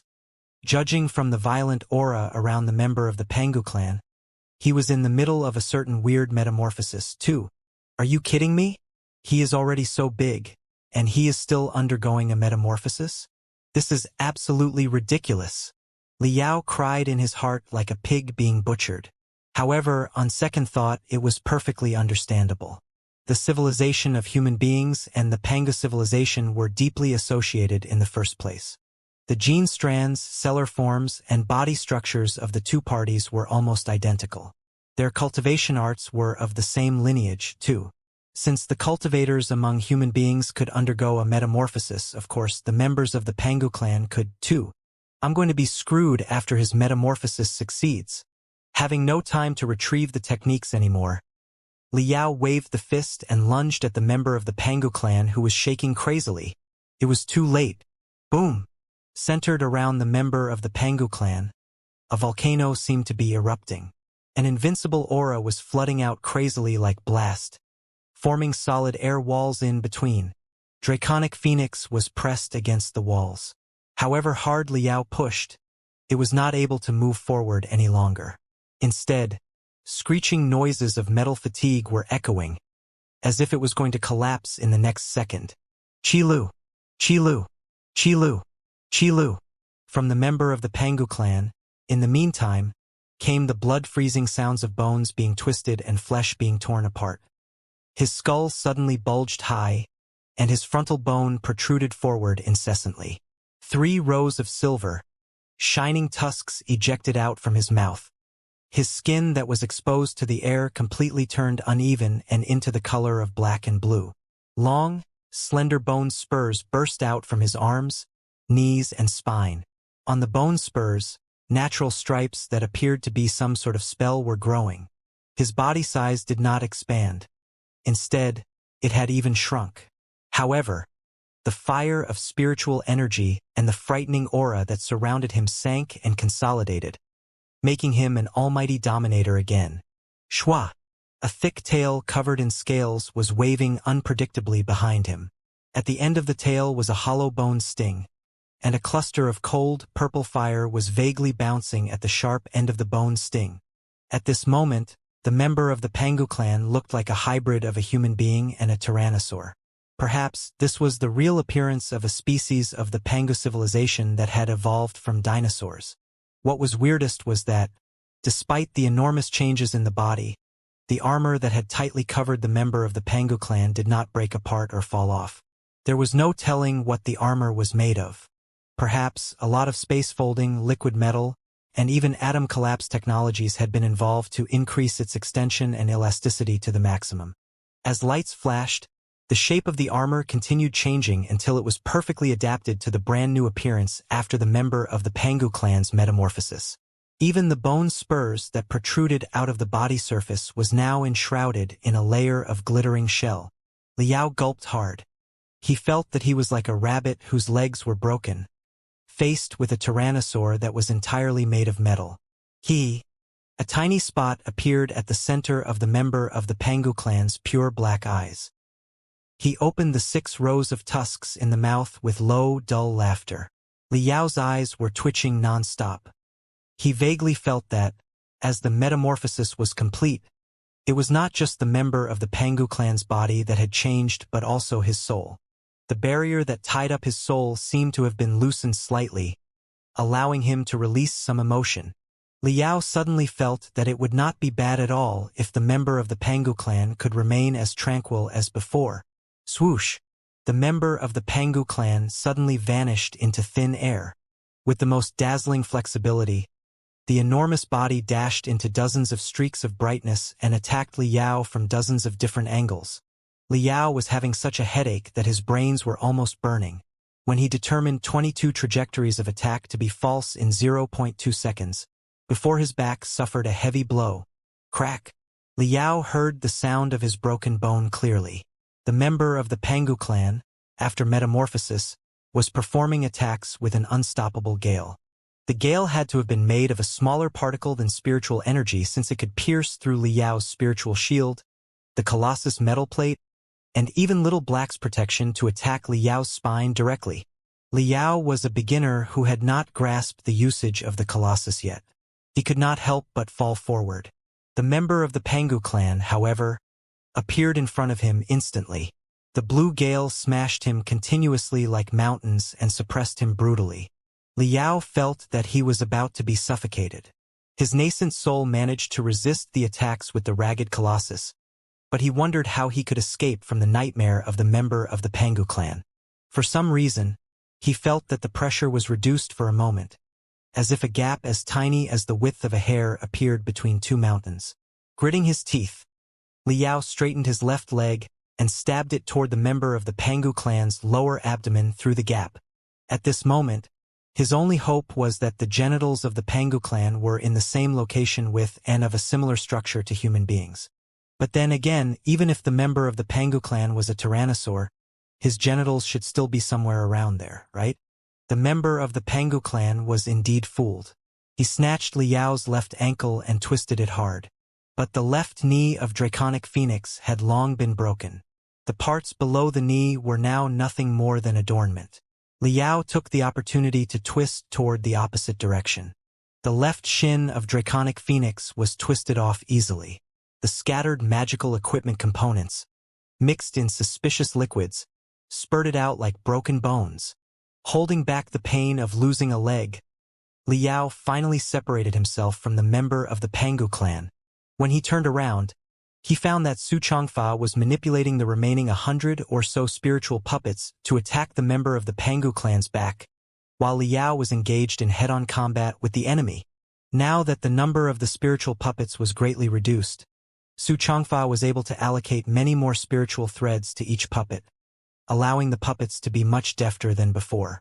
The old immortal cultivator knew the tricks of harassment quite well. He was not counting on the puppets to deal a fatal damage to the member of the Pangu clan, but hoping them to buy a few more seconds. It was like countless velociraptors had lunged to the back of a tyrannosaur to launch fearless attacks. Su Changfa took the opportunity to retreat and ran to the teleportation array quickly. Liao followed him and fled in panic. "2. Who are you exactly?" Su Changfa demanded as the two of them ran alongside each other. With everything coming so far, how could the old and cunning immortal cultivator not notice Liao's changes? Judging from your skeleton age, you can't be more than 40 years old. Yet you are in the nascent soul stage. Even in the Imperium, it is a miracle among miracles. Such a top-tier expert such as yourself is definitely not a Mr. Nobody in the Flying Star sector. How could you have been hunted by space pirates and caught in a cosmic storm? And you know how to drive a Colossus, too? Something is definitely wrong with your identity. Who are you exactly? How did you end up in this primeval battlefield? Are you a cultivator or an immortal cultivator? Liao suddenly lowered his head before a few clusters of burning spiritual puppets were thrown past him above his head. He shouted, "Don't worry about whether I'm a cultivator or an immortal cultivator. Even if I am nothing more than a bicycle mechanic, we should still work together for now." "Ha!" Su Changfa was dazed for a moment. It did make some sense, except that there was one question. "What's a bicycle?" "That's not important," Liao roared. Noticing that the member of the Pangu clan was catching up to them, he dived into the teleportation array without any hesitation. For safety reasons, the teleportation array had been kept at the half-activated state. As long as anybody stepped into it, it would be immediately awakened. Liao and Su Changfa were immediately enveloped in a cluster of ivory light before they were teleported to a corner in the black cube. Hardly had Liao recovered from the shock to his soul due to the short-distance jump when he rose up and stomped on the ground with his remaining right foot, lunging toward the dashboard of the teleportation array. Right when he was lunging at the dashboard, the member of the Pangu clan's enormous and hideous body was gradually emerging from the light ball. 2. Now is the time. Liao crushed himself into a cluster before he suddenly exploded like a spring.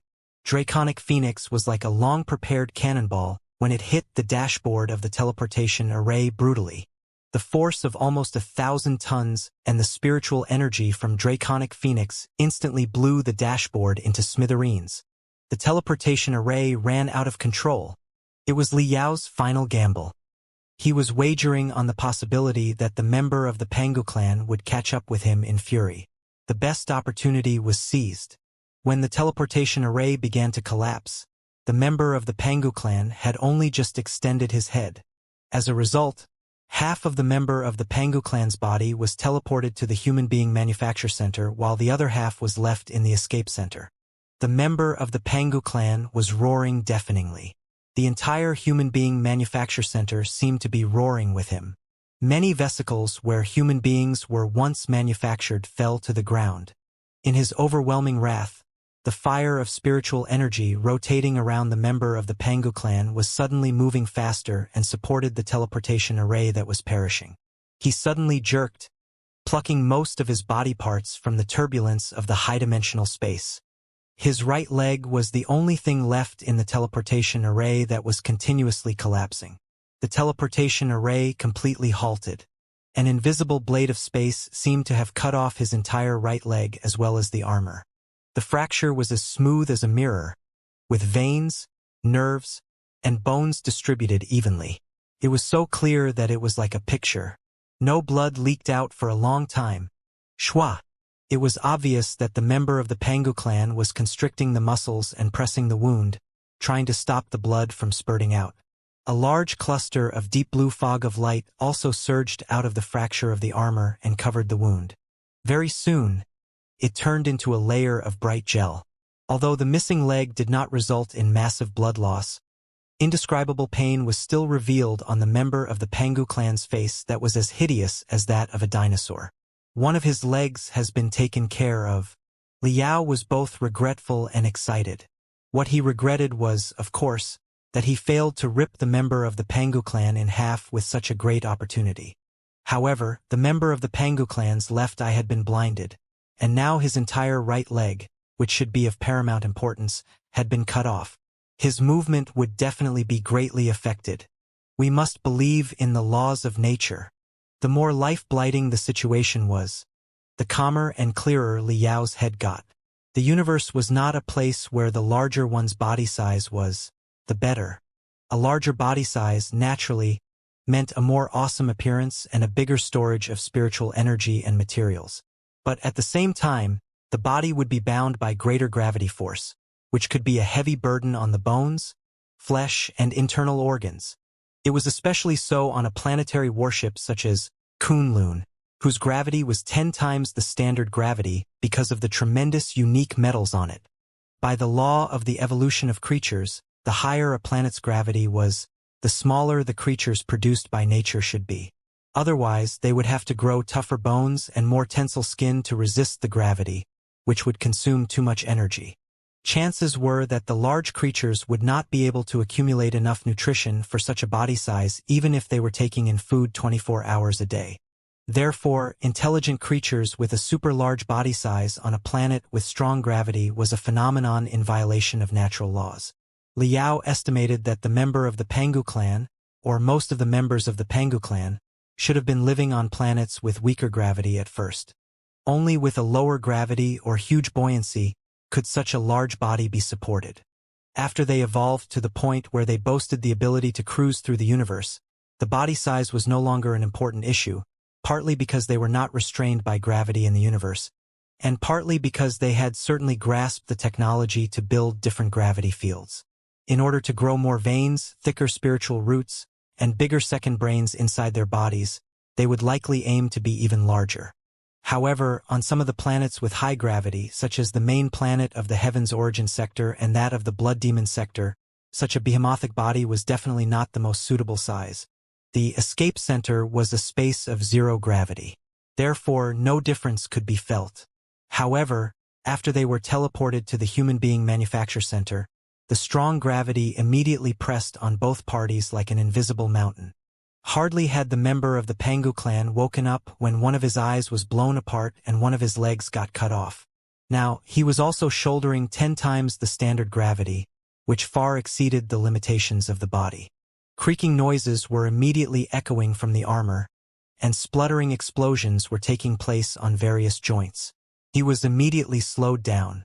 Draconic Phoenix's body size was also enormous, but it was made of super metals after all and boasted a natural advantage against the high gravity. He is indeed affected by the ultra-high gravity. Liao was overjoyed, if not somewhat puzzled. Kunlun was a planetary warship of the Pangu civilization. Why is the gravity in this place so high that it is even unsuitable for the Pangu clan to move around? He thought quickly and immediately understood the reason. I'm a fool. There must have been a certain piece of super-large magical equipment acting as a pivot to control the gravity deep inside Kunlun so that the gravity that suited the Pangu clan could be maintained. However, after hundreds of thousands of years, it must have broken down. So, the high-gravity environment in the natural state has been restored.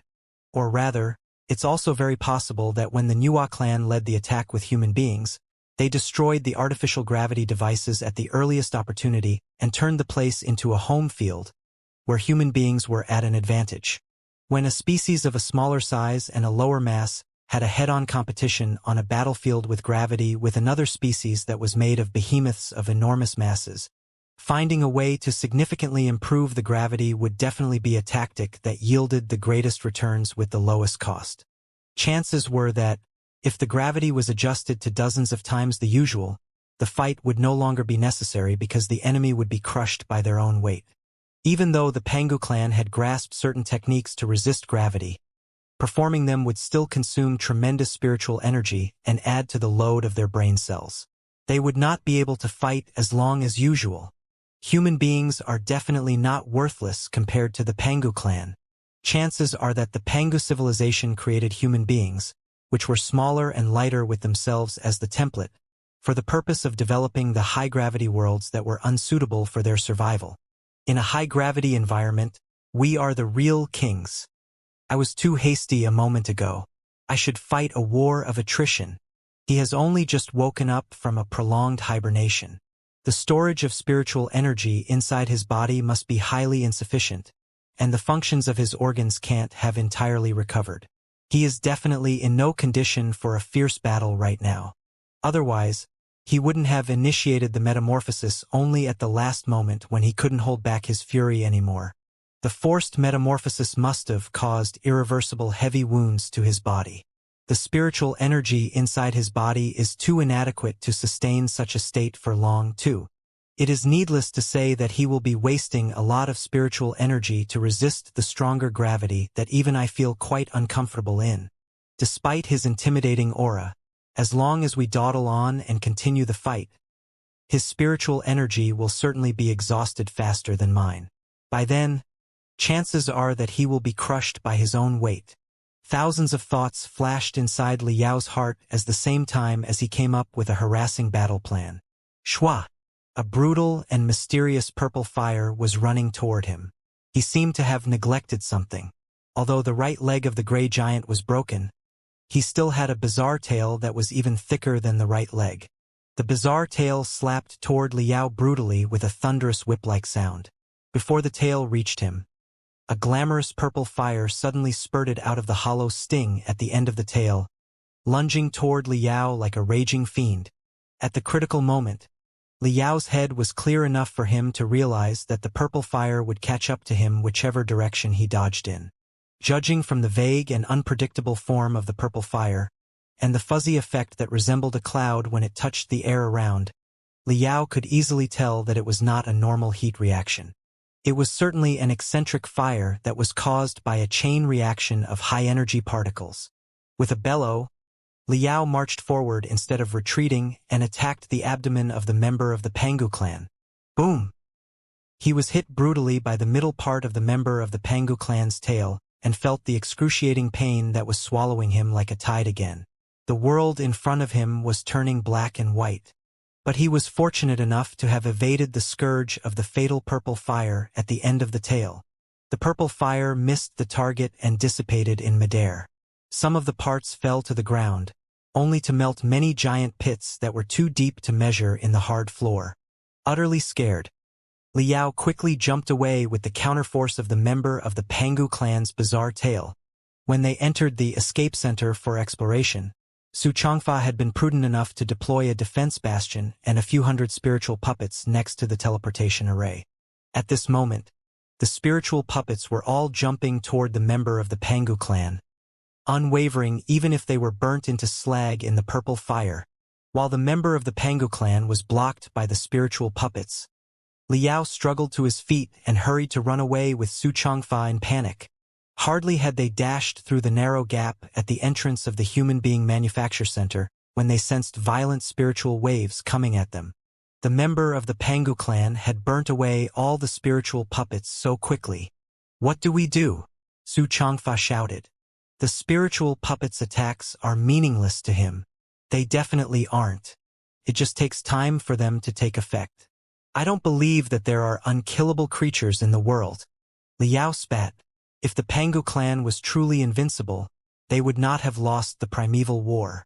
There was no reason the offspring could not achieve what their ancestors had achieved hundreds of thousands of years ago. He suddenly thought of something. "Senior Su, when we were on our way here, you mentioned that we were probably crawling in through the jet tube of a superpower rune array, and because the superpower rune array had been damaged, it was leaking spiritual energy all the time. As a result, the intensity of spiritual energy in the tube is almost 100 times greater than normal, right? You also said that we couldn't go down any further because we might trigger an explosion in the highly intense spiritual energy, right?" Xianxia was dazed for a moment. Then he realized what Liao meant. Silently, the old cultivator accelerated toward the hole in the dome of the city of the Pangu clan. It was the way they had come from. Both of them were rushing at the highest speed, with long, brilliant exhaust flames behind them. After the fierce battles, the member of the Pangu clan was tired, too, and his movement was less agile because of the heightened gravity. His several sprints and stabs were all dodged by Liao and only ripped a few pieces of plate armor on Draconic Phoenix, making the Colossus even more ragged. Liao became more and more adapted to Draconic Phoenix. Although he still failed to find a technique that could be performed with the broken body, the basic movements in the normal state were indeed more and more fluent and skilled. Swoosh! In two streaks of brightness, one thicker and the other thinner, Liao and Su Changfa crawled into the hole and returned to where they had come from. Rushing all the way back, they soon arrived at the bloody inferno that they had seen in the beginning. It was the nest of the blood tide and the hellish light butterflies ahead. The creatures that fed on spiritual energy had shockingly keen senses. Conceal all spiritual waves. Liao and Su Changfa turned off all their units at the same time and suppressed their own spiritual energy to the minimum. Because of their desperate running a moment ago, the crystal suit and the Colossus were all highly heated like burning iron blocks. Even if they were no longer heated, it was not so easy for them to cool down. But it did not matter because a target that was even more attractive was behind them. They did not need to conceal their spiritual energy to the point that the blood tide and the hellish light butterflies could not perceive them. They only needed to make themselves less obvious than the member of the Pangu clan. Although this place was the home field for the member of the Pangu clan, neither the blood tide nor the hellish light butterflies were there when he fell into hibernation hundreds of thousands of years ago. Never did he anticipate that such a trap that was not fatal but tricky nonetheless would be awaiting him. As it turned out, when Liao and Su Changfa lunged over, the bouncing spiritual energy on them immediately triggered the appetite of the blood tide and the hellish light butterflies. Then, the low-level, unintelligent creatures immediately discovered the member of the Pangu clan behind, who was like a torch on a dark night. If Liao and Su Changfa, who had concealed their spiritual energy, were appetizers, the member of the Pangu clan, who was unleashing spiritual energy blatantly, was certainly the most delicious main dish. The blood tide and the hellish light butterflies, in two greedy torrents, swept toward the member of the Pangu clan from the ground and the air. Creaking noises were immediately echoing from the dark tube. Liao and Su Changfa took the chance to run into the vast channel vertical to the ground that they had entered through in the beginning. When they looked up, there was nothing but dimness. They could not see anything but the sky. When they looked down, however, they could vaguely see fresh, glamorous brilliance. It was the high-intensity spiritual energy leaked from the superpower rune array. With the scale of the planetary warship, if it was engaged in a long-distance voyage across sectors, space jumps, instead of a journey boosted by spiritual energy, would probably be chosen as the means of transportation. The superpower rune array was unlikely to be the main power source of Kunlun. It was only a piece of ancillary magical equipment to slightly adjust the trajectory of Kunlun. Even so, to change the trajectory of such a gargantuan object, the power rune array was still unfathomably huge. For hundreds of thousands of years, the planetary warship had been absorbing and transforming the energy released by the pulsar and powering the self-sustaining system on Kunlun. Part of the spiritual energy was leaked continuously through the broken power rune array and sank inside the jet tube, turning it into a highly dangerous place. There's no time. It's impossible for the blood tide and the hellish light butterflies to stop him for half a minute. Throw all the explosive magical equipment you have brought, Su Changfa shouted. He closed his hands and then opened them. One cosmos ring swirled in front of his face, and more than 10 crystal bombs the size of goose eggs jumped out of the cosmos ring quickly. After they were triggered, they were thrown into the depths of the channel in colorful light, turning into a few sparks in the dark abyss. The crystal bombs I have brought aren't enough. They may be not enough to trigger a chain reaction of the high-intensity spiritual energy and detonate it. With a gloomy face, Su Changfa asked anxiously, "Do you have any crystal bombs with you? If you don't, there should be a few in Ko Ruhua's arsenal as I recall. They'll be better than nothing, I suppose. We don't really have any supplies now." "That will be unnecessary," Liao shrieked. "I happen to have brought a few bombs with me." Draconic Phoenix opened its mouth and spat out almost 10 cosmos rings.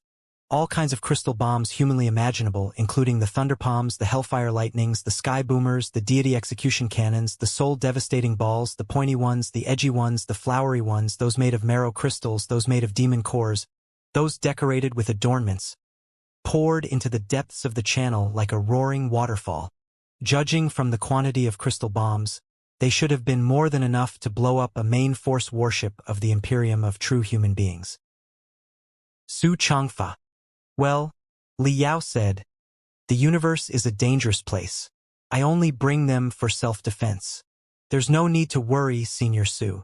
While he was talking, an Earth penetrator that was more than 3 meters in diameter and 5 meters long fell out of a cosmos ring before it charged toward the core of the planet in a dull noise.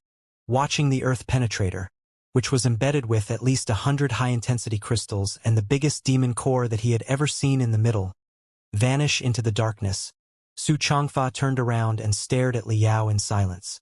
Li Yao stared back at the old immortal cultivator innocently.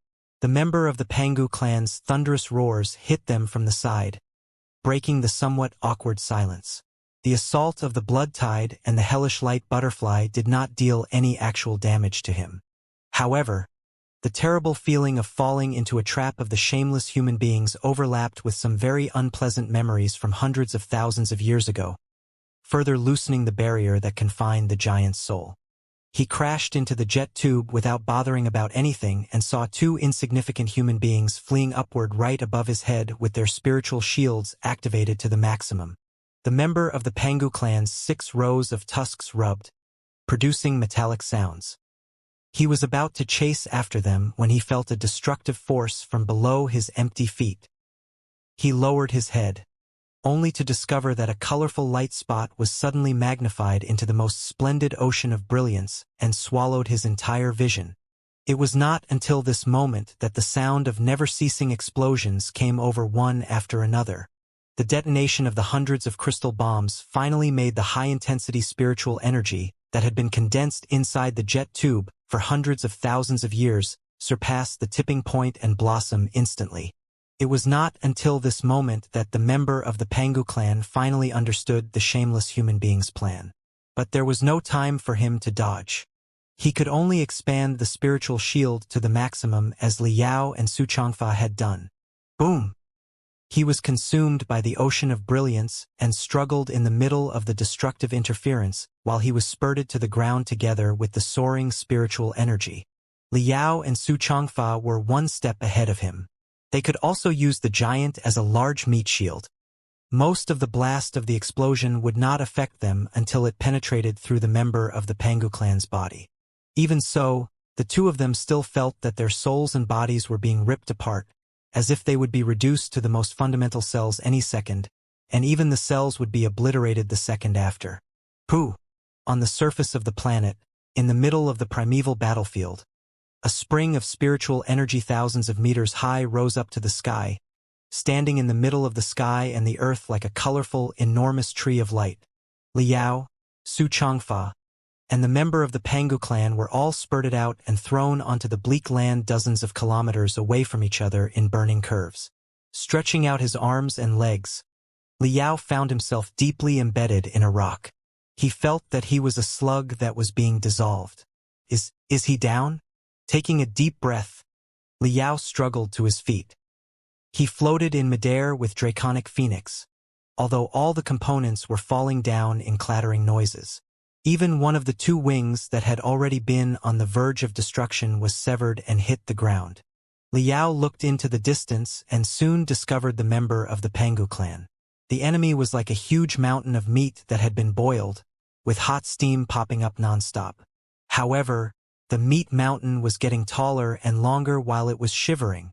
The giant was back on his feet again. The member of the Pangu clan's vitality was so tough that the instant explosion of the high-intensity spiritual energy only managed to blow up the armor on him. Although he was bleeding and burnt, and quite a few golden broken bones protruded out of his body, he could still move. The member of the Pangu clan seemed to be drunk. He was shaking, if not dancing, on the earth with his tail and his left leg. For a human being, it was a sign of severe brain concussion. It suggested that, although his body and bones had survived the instant explosion of spiritual energy, his soft brains were still oscillating at a frequency of thousands of times per second inside the tough skull. When Liao discovered the member of the Pangu clan, the enemy discovered him, too. However, the member of the Pangu clan, who had been at an advantage and suppressing Liao all the time, showed obvious hesitation. After pondering for a moment, he did not charge toward Liao. Instead, he staggered to run back to the hole at the center of the battlefield.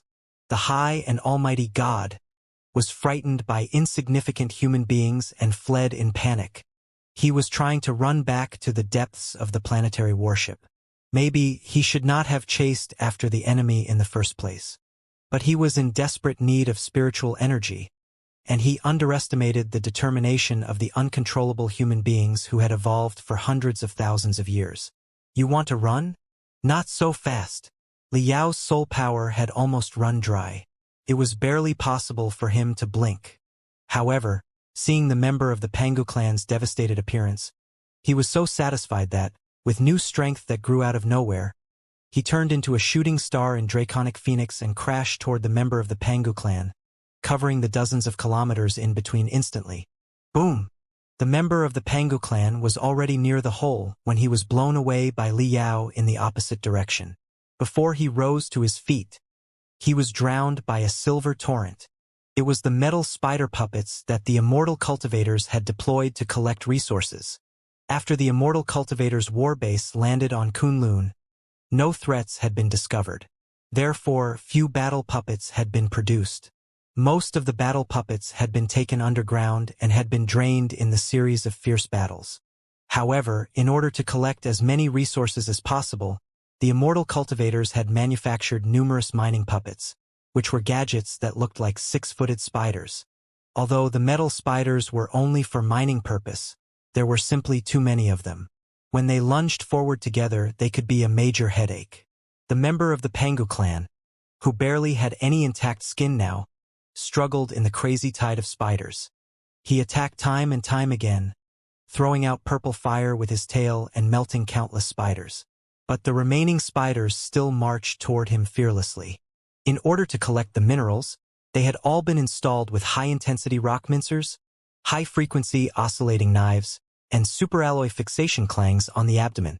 Just as the magical equipment could dig out the raw minerals that contained crystals and rare metals from deep down the rock stratums, it could also dig through the member of the Pangu clan's body of flesh and blood and grind his stomach into powder. Surrounded by thousands of metal spiders, the purple fire thrown out from the member of the Pangu clan's tail became ever dimmer, and the frequency of him ripping apart the metal spiders was greatly reduced, too. The member of the Pangu clan was apparently on the verge of collapse. Liao definitely did not mind making things worse for him. Boom! Hitting the ground with the remaining arm, Draconic Phoenix was revolving fast on the same place, and the right leg left turned into an invincible drill, aiming for the chest of the member of the Pangu clan. The member of the Pangu clan did not evade or establish a force field to interfere with the attack. He suffered the blow hard and sure, falling down into the swarm of spiders again. An enormous hole was pierced open in the giant's chest, through which one could see many feebly bouncing organs. A number of metal spiders took the opportunity to crawl into the wound. Liao was about to rise up and continue attacking when he suddenly sensed a cluster of dangerous spiritual waves behind him. When he turned around, he was greatly alarmed. The war base of the immortal cultivators had slowly risen up from the folds of the land without him noticing. The arc-shaped plate on the top of the base glided to two sides, and a grand cannon more than 50 meters long was heaved from inside. The hundreds of thousands of runes carved on the barrel were all emitting mysterious blackness. Black smoke that looked like skeletons was condensing in front of the cannon, gathering, twisting, and screaming. For a moment, a ghostly wind was blowing. The whole of Kunlun seemed to have turned into a hell. Liao vaguely sensed that it was yet another piece of vicious magical equipment that involved the unrest souls. He did not know that the immortal cultivators had kept such weapons to themselves. Judging from the scale of the Grand Cannon, Even Burning Prairie might have been damaged if it had landed without defense. Who? The skeleton-like black smoke was formed into an air mass more than 100 meters in diameter before it was abruptly shot out from the barrel. The attack was so powerful that the entire war base shivered in midair. The black smoke smashed the member of the Pangu clan overwhelmingly. The gray giant, enveloped in the super-corrosive turbulence, revealed his bright golden bones as his flesh was melted into mucus. Ah! The member of the Pangu clan uttered a devastating scream. His skin and flesh were suddenly dried, and he was as thin as a skeleton. But the fire of spiritual energy on him soared yet again to compete with the black swirl, while shattering countless metal spiders into the most fundamental components. Liao knew that it was the dying struggle that the member of the Pangu clan performed at the cost of the last bit of his soul and blood. Right then, the most pleasant music suddenly echoed inside Liao's brain, while a spell was glittering, which had been adored by a golden line at the edge outside of the already glamorous brilliance. Little Black had finally found a technique that such a broken colossus could activate. Liao was overjoyed. He focused his attention on parsing the mechanism of the technique. The illustrations that stored the essence of the technique, in the meantime, were also etched into his soul and unraveled slowly. Voila! When he adjusted the flow of spiritual energy inside his body precisely according to the guidance of the technique, the spell suddenly began burning. It rushed out of his brain and, flying around Draconic Phoenix's right arm, dived in deeply. 5 sophisticated ancient characters immediately surfaced on Draconic Phoenix's right arm. They turned into fibers of light and covered the entire arm evenly. Shwa! Draconic Phoenix's right arm dissected itself silently, revealing the delicate, interconnected components inside. Infinite spiritual energy burst out like a volcanic eruption and enveloped the right arm that had been dismembered. It then spread out, eventually turning into a furiously burning fiery falcon. The fiery falcon was flapping the wings and grunting impatiently with killing intent so vivid that it seemed as if a primeval beast had truly crossed time and space and landed on Draconic Phoenix's arm. However, when Liao observed from a different perspective, the fiery falcon became as thin as the wing of a cicada, if not a plane without thickness. It was a very weird feeling. He felt that he had torn apart three-dimensional space with Draconic Phoenix's right hand and snatched a fiery falcon that was absolutely superficial from the infinite void. Liao had no time to think. Draconic Phoenix had no power source itself and was only functioning with Liao's burning his life. Every technique was performed at the cost of Liao's sweat and blood. His soul was extremely exhausted in the first place.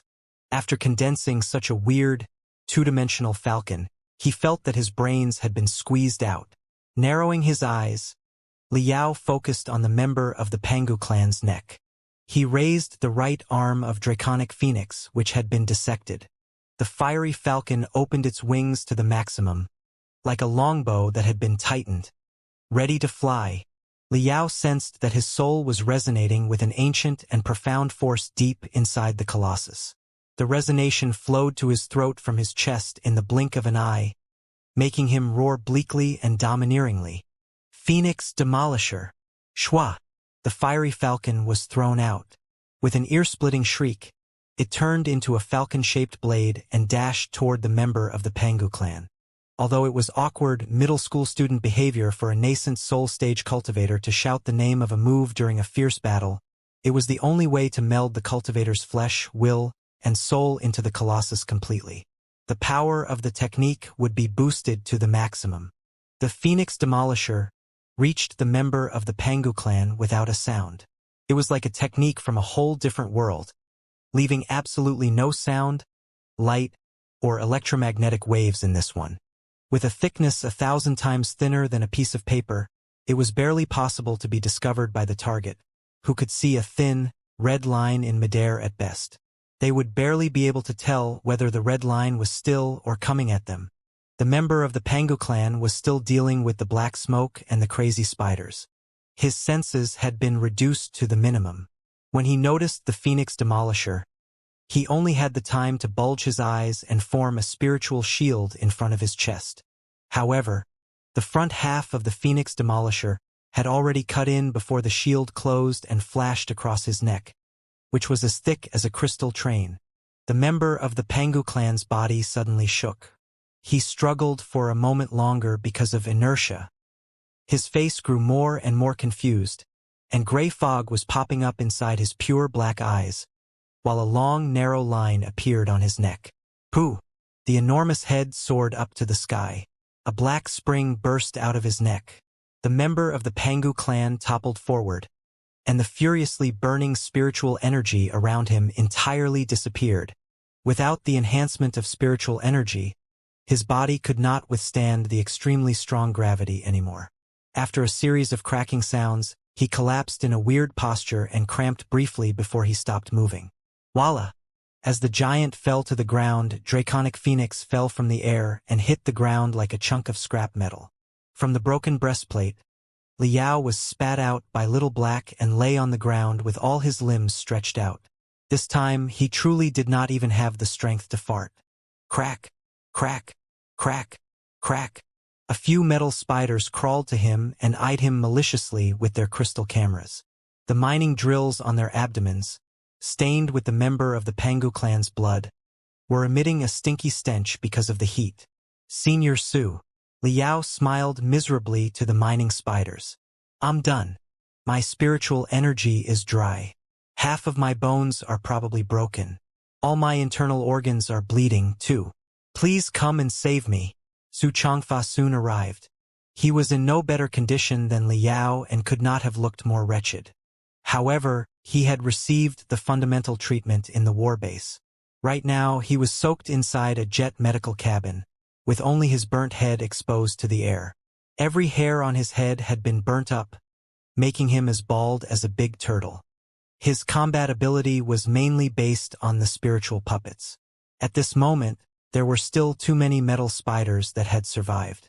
They all gathered around him and stared at Liao coldly, looking at the corpse of the member of the Pangu clan and Draconic Phoenix, which was as broken as mud next to Liao. Su Changfa put on a victor's smile. Fellow cultivator Li, you've been troubled, the old immortal cultivator said peacefully. Indeed, I have. Liao looked back at him innocently, as if he did not read the viciousness behind his iris. I didn't know that you would be so incredibly strong, Su Changfa said unhurriedly. Not only are you in the nascent soul stage, you were even able to trigger such a powerful technique with a colossus and finish the member of the Pangu clan in one attack. Thankfully, we ran into him, who forced fellow cultivator Li to play all the trump cards. Otherwise, the few of us might have been unable to stop you if you had suddenly attacked us. It appears that you hid a lot of interesting experiences from me. Why don't we adjourn to our base so that we can talk slowly? Cough, cough, cough, cough, cough, cough. Liao vomited a few mouthfuls of phlegm that were mixed with saliva before he said lethargically, There's nothing clandestine about my experiences. You can ask anything you want, Senior Su. However, I'm too heavily wounded right now, and I'm afraid that I'm incapable of talking. Can I ask the two of them to have a nice chat with you on my behalf? Su Changfa was suddenly alarmed because he discovered that two more long shadows had appeared next to his own on the ground without him noticing. One of the shadows was branchy, like an enormous tree, while the other was wry and did not have a fixed form, like a living swamp. By the time he saw the two shadows, it was too late. Dozens of demonic vines, which seemed soft and thin but were in fact dozens of times harder than iron ropes of the same diameter, tied up Su Changfa's medical cabin silently. The material that seemed like a mercury swamp, on the other hand, leaked into every gap of the medical cabin with the demonic vines as a vehicle, taking over the medical cabin instantly. Su Changfa had already suffered heavy wounds when he was ambushed by Tang Qianhe. After he luckily survived, he had been manipulating 1,000 spiritual puppets with all of his soul power. After the fierce battles, he was already on the brink of collapse and no better than a core formation stage cultivator. How could he foresee the assault of two experts in the nascent soul stage? As the vines and mercury threads crawled into the medical cabin and bound Su Changfa's body that was riddled with holes, stopping near his heart, carotid artery, and temples, the old immortal cultivator put on an expression of indescribable bewilderment. His telepathic thoughts immediately expanded, and all the mining spiders were seething impatiently, eager to attack. The vines and the mercury instantly pierced toward his eyeballs and temples. Su Changfa's pupils constricted violently. He retrieved his techniques obediently and shouted straightforwardly, "I surrender!" 3 minutes later, after setting up traps on Su Changfa's medical cabin and ensuring that the signal transmission between him and all the spiritual puppets had been cut off, Professor Emotion and the Fire Ant King finally helped Liao to his feet. What has happened exactly? Both of them were greatly surprised by the dead body of the member of the Pangu clan, which was like a hill with steam popping up, and Draconic Phoenix next to Liao, which had gone on a rampage a moment ago. Since Liao and the three immortal cultivators went deep into the underground, Professor Emotion and the Fire Ant King had been observing the war base from nearby, hoping to find an opportunity to sneak in. However, the war base was heavily guarded with a thorough defense system. There were watchtowers and electricity nets everywhere. The two of them had studied it for a long time but failed to locate any loophole. Therefore, they had given up, waiting for Liao's message.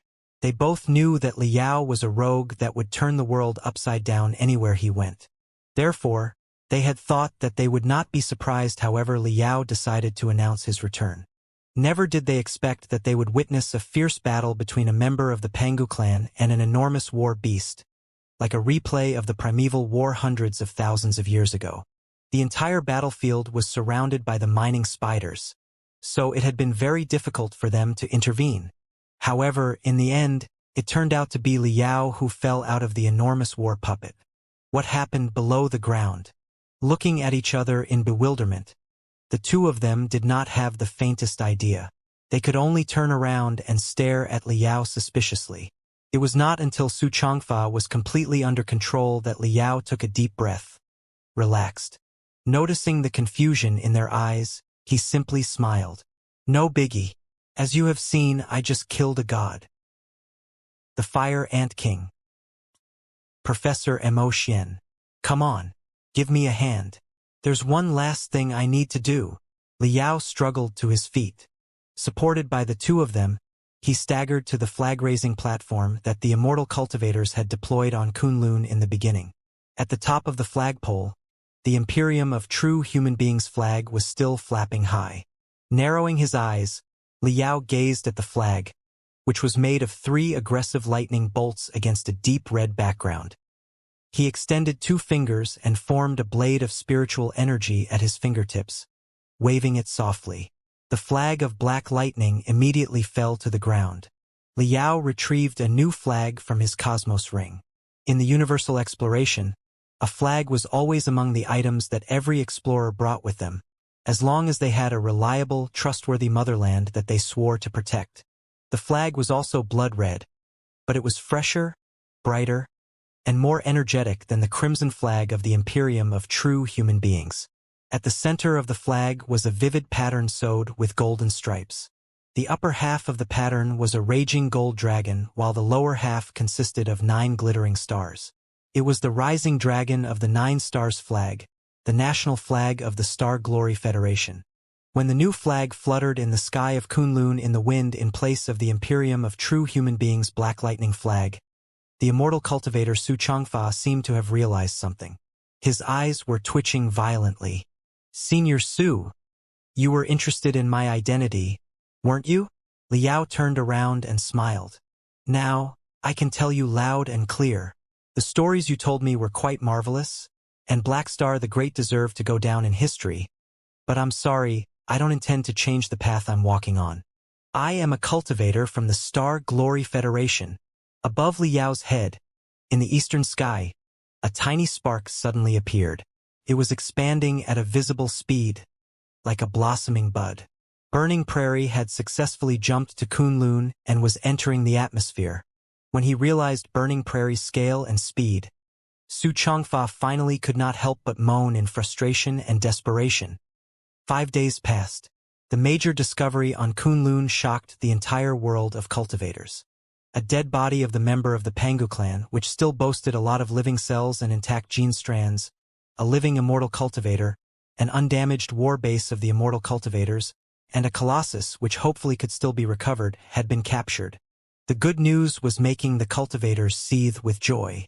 Nobody could have hoped for a bigger windfall. However, the formidability of the Imperium of true human beings, the dreadfulness of the alliance of the Holy Covenant, and the mysterious truth about the origins of human beings cast an unpredictable dark cloud over the future of the new Federation. 2. Burning Prairie brought a lot of star beacons. A space gate made of more than 300 star beacons was slowly unfolded above Kunlun. When the 300 star beacons broadcast waves of special frequencies toward the Heaven's Origin sector, the Blood Demon sector, and the Flying Star sector at the same time, a broad, unhindered gate was opened. A lot of starships jumped to Kunlun from the three sectors, projecting a large batch of mobile camps and laboratories to Kunlun. Right near the primeval battlefield that Liao and his fellows discovered, a base that belonged to the Star Glory Federation had been rooted and was expanding on a daily basis. In the near future, the Federation would extend their hands to the deepest parts of Kunlun, chewing and absorbing every component and even every screw on the planetary warship for their own use. Due to the heavy wounds and his dry soul, Liao was not able to shoulder the side effects of a space jump yet. Moreover, he could not bear to leave such a paradise. Kunlun was indeed a place of fortune. He could dig out the debris of a few pieces of magical equipment anywhere randomly. Even though he was not healthy enough to study them yet, he could always satisfy himself for the time being by looking at the sophisticated ancient runes. Therefore, Liao simply decided to treat his wounds on Kunlun. After all, Ding Lingdang had come over on Burning Prairie. With her company, this place was no different from home. After 5 days of rest, his wounds were more or less recovered. Having had enough rest, Liao almost could not wait to explore the depths of Kunlun again. However, before that, another mission that was more urgent was awaiting him. Su Changfa wants to talk to me?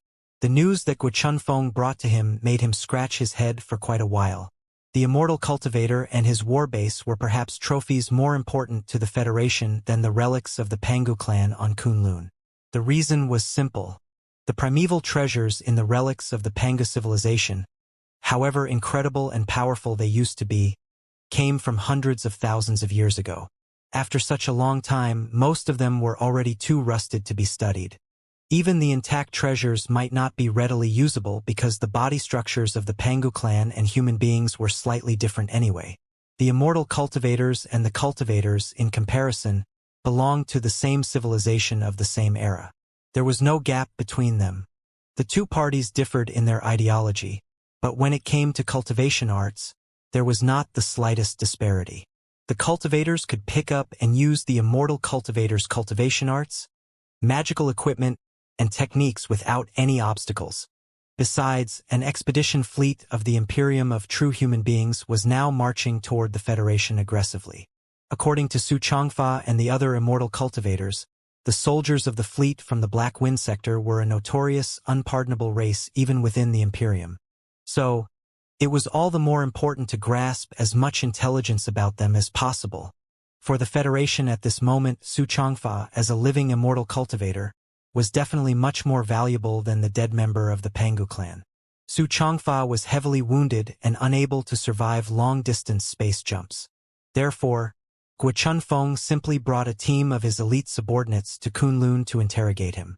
But naturally, the old and cunning fox's mouth would not be opened so easily. Liao found it more or less understandable that the guy wanted to meet him.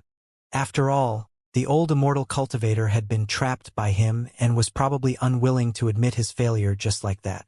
Liao intended to find out more about the world of the immortal cultivators.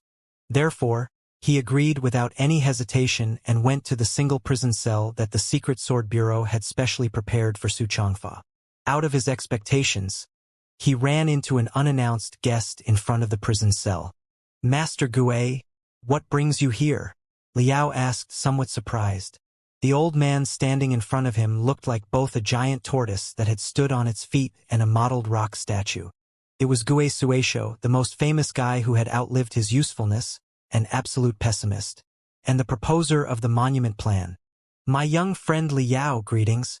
Gue Suesho seemed to be quite unused to the high gravity on Kunlun because his tortoise shell was apparently much heavier than before. Yet, his face was as delighted as ever when he said with a smile, "As you know, I am a historian, and it is my responsibility to record every groundbreaking event while our civilization is walking toward its doom. The discovery of Kunlun is certainly a groundbreaking event. Of course, I had to come to this place and witness everything our legendary parent civilization once created in person. I'm told that you, my young friend, even killed a member of our parent civilization with your own hands. That was indeed incredibly courageous of you, Master Gue. Having just killed a member of the Pangu clan in personal, it would have been too hypocritical for Liao to say that he did not feel particularly good about it. Do you still insist that a son will be dead if his father wants him dead?" Gue Suesho smiled causally. "Of course I still do. After hearing the history of the Imperium of true human beings' rise and the truth about the path of ultimate benevolence, I am even more convinced. I believe that the Pangu civilization might have implemented their version of the monument plan when they were coming to their doom. However, it was not monuments that they sprayed into the sea of stars but seeds. Now, after hundreds of thousands of years of growing, the seeds are sprouting, blossoming, and yielding fruit again. Liao, my young friend, you are truly worth complimenting for killing a member of the Pangu clan. But the greater enlightenment of the incident should be that a living member of the Pangu clan can survive hundreds of thousands of years or even longer through hibernation. The universe is a boundless place with infinite worlds. You don't think that there is just this one member of the Pangu civilization in the hibernation state in entire universe whom you have accidentally encountered and killed, do you? What if other members of the Pangu civilization wake up from their hibernation elsewhere? Not to be killed by heroes like you, but to be embraced by the people of the Covenant Alliance dominated by the path of ultimate benevolence. Clear, innocent brilliance beamed out of Gue Suesho's dirty eyes. Liao was so angry that his teeth were itching. It was what the old tortoise did all the time. He always liked to propose theories that would extinguish other people's delight but were irrefutable. Then, you are free to study the relics of the Pangu clan carefully, Master Gue. What are you doing here? Liao snapped with a gloomy face. I'm here specifically for you, my young friend, Gue Suesho said unhurriedly. I wonder, can we talk more after you finish your conversation with the immortal cultivator? Liao scratched his head. Is it for the monument plan? We can talk about it later. Most of the resources of the Glorious Sunlight Group will still be focused on the development of Kunlun for the time being. Yes and no, Gue Suesho said. It's true that the monument plan is in dire need of funding, but it is not a project that can be rushed. I'm simply curious about you, Liao, and I'm hoping to record your words and actions, as many as possible. This time, Liao was truly puzzled. Why? I am a historian. I want to keep the marks of the last glory of our civilization as best as I can. But the so-called civilization is not just about cities and relics but, more importantly, about people. Cities are not a civilization, and magical equipment is not a civilization. Only people are what makes a civilization. I feel that you are a very interesting example of our civilization. Your life experience, your quotes, and your anecdotes should be built into a vivid monument to tell the brand new civilizations in billions of years what a cultivator really is. Therefore, I'm planning to write a biography for you to add to the monuments in the future, which will be passed on for millions if not billions of years. To some extent, you will be sort of immortalized in such a way, my young friend Liao. Gue Suesho spoke delightedly with a now come on and thank me face. However, Liao had goosebumps all over his body as he put on an extremely weird expression. He had never thought that his tales would be passed on to others millions of years in the future, not even in his wildest dreams. It was too creepy. The old tortoise's head was indeed abnormal.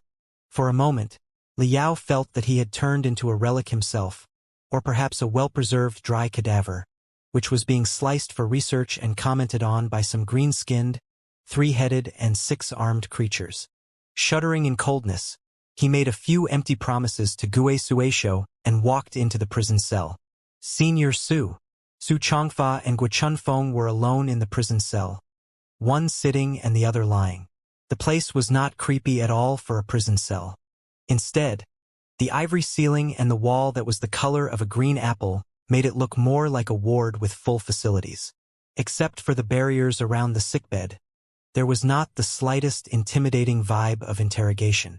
Compared to 5 days ago, Su Changfa looked much better. It seemed that he had adapted to the lifestyle in the world of cultivators. At this moment, he was sitting cross-legged on the bed with a crystal processor in his hands, reading a jade chip carefully. The 5 days did not prove to be entirely futile. Su Changfa had traded some valuable intelligence for a crystal processor and a brief introduction to the Star Glory Federation. Right now, the two parties both had a basic understanding about each other. Fellow cultivator Li, we meet again. Seeing Liao walk in, the old immortal cultivator put down the crystal processor and smiled calmly. I didn't know that you have achieved so many astonishing accomplishments despite your young age. You are truly a pillar in the world of the cultivators of the Heaven's Origin sector. How blind I was! Liao's lips curled up. He did not find Su Changfa too distasteful. Perhaps it was because the two of them had once fought side by side. Or perhaps it was because Su Changfa had not committed any inhuman crimes in his presence. Is there anything you want to say to me, Senior Su? Liao directly got to the matter at hand. Yes. In the past few days, I have exchanged some intelligence for your files. The more I read, the more I was surprised. Such a young hero like you is a rarely seen talent even in the Imperium. Su Changfa glanced at Guo Chunfeng and sneered. If I must confess, I would rather communicate with a frank and forthright cultivator, such as you, than fall into those who are willing to do anything to achieve their goal. Guo Chunfeng scratched his nose.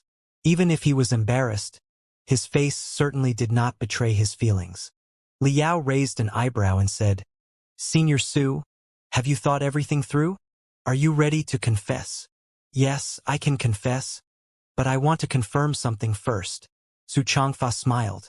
Fellow cultivator Li, if you consider yourself to be the most standard cultivator, you will definitely persevere in your bright and righteous belief and will not waver easily, right? Liao nodded. Of course. I'm aware that there is a constitution of cultivators in the Star Glory Federation. The law is the lowest criterion of the cultivator's belief. Therefore, you will certainly abide by the law. Correct. Yes. If somebody else is violating the law, a true cultivator such as yourself will absolutely not idle by but help serve justice. Right? Naturally. If you watch and do nothing, your belief will be sullied, and you will not stop questioning yourself. In the worst-case scenario, your belief will collapse, and your level will plummet, right? So what? What are you trying to say, Senior Su? Su Changfa nodded quickly. Then, I'm truly confused now. Fellow cultivator Li, you and I have fought a bloody battle together. We should be acquaintances even if we are not friends. Why are you doing nothing while I'm in prison? Fellow cultivator Li. If I may ask, what law of your country have I violated exactly, and why do I deserve to be confined and even interrogated by the agent organization of your country without good reason? This is a heinous action that is seriously in violation of human rights. Are you not going to stand out and serve justice, fellow cultivator Li? Where's your belief? Liao was dazed for a moment before he blurted out, Are you not an immortal cultivator? So what? Su Changfa replied frankly. Is it a crime to be an immortal cultivator in your country? Dumbfounded for a long time, Liao turned around and asked Guo Chunfeng, Brother Guo, is it a crime to be an immortal cultivator? Guo Chunfeng frowned. It doesn't seem to be a crime to be an immortal cultivator. That's it. Whatever the law does not forbid, you are free to do. Now that being an immortal cultivator is not a crime in your country, for exactly what reason have you captured me? Su Changfa leaned against the wall and said like a rascal, Even if being an immortal cultivator is truly a crime, how do you determine that I am an immortal cultivator? Are there any unique physiological features about the immortal cultivators? Are the two words immortal cultivator on my forehead? Or is it simply because I said I was one? Yes, I'm indeed from the Imperium of true human beings, and I mentioned that I was an immortal cultivator, but is it really evidence? Tang Qianhe was from the Imperium of True Human Beings, too. She claimed to be an immortal cultivator, too. What happened later? You are convicting me based on just a few words and tales that I told fellow cultivator Li. I don't think it is appropriate, is it? Liao blinked. Indeed, it is not. There must be a misunderstanding, Senior Su. Guo Chunfeng coughed and said, We did not capture you because you are an immortal cultivator. Part of your freedom is only limited because you are believed to be a threat to the national security of the Federation. That's why we are investigating you. What a joke! Su Changfa snapped. I had not heard the name Star Glory Federation before I jumped to this area. Also, my original destination was not the Heaven's Origin sector, either. We were merely using this place as a platform because we were attracted by the waves caused by the integration of the Heaven's Origin sector and the Blood Demon sector. How could I be a threat to your national security when I didn't even know the name of the Star Glory Federation? Liao frowned. But you were planning to launch an invasion to us. As far as I know, the Imperium of True Human Beings has never declared war on the Star Glory Federation or any other political entity in the universe. Su Changfa replied innocently. What's invasion all about? Even if a war between the two nations does break out, does it have anything to do with small folk such as myself? I'm just a traveler in the sea of stars who enjoys the ecstasy of discovering more sectors. Small folk? Liao sneered. Anyone who is not blind can see the huge war base outside. Besides, are you not an official of the Immigration Bureau of the Imperium? Liao took out the green card that Su Changfa had issued him. I'm just a regular civil official. Su Changfa did not even bat an eye when he was lying. I can't see how an official of the Immigration Bureau is a threat to the national security of your country. As for the war base, the universe is a vast and perilous place. Everybody brings some self-defense magical equipment with them. Are the carriers of your country not armed at all? Most importantly of all, even if I was indeed armed to my teeth, I didn't land on the territory of your country. Your territory is the Heaven's Origin sector. Is this place Heaven's Origin sector? This is not your jurisdiction. On what basis are you arresting me? Fellow cultivator Li, you are a kind, noble cultivator. How can you do nothing about such absurd actions? Can the law be overlooked and the innocent such as me be sacrificed easily just because a groundless indictment of national security? How is it different from the immortal cultivator's actions? Liao and Guo Chunfeng were both dumbfounded. It was not because Su Changfa's brazenness was beyond their expectations, nor because they had no rebuttals, but because they were shocked by Su Changfa's childishness. Did the guy think that they would set him free after he won a game of words? Liao's eyelids were twitching. He believed that Su Changfa was definitely not such a boring man. The man was the soul of the three immortal cultivators. Thinking for a moment, Liao immediately understood Su Changfa's intention. He also sensed the vague thorn inside his heart. Brother Guo, can we talk in private? Liao called Guo Chunfeng to go out of the cell. Is there something wrong with the immortal cultivator's head? Guo Chunfeng found it unbelievably.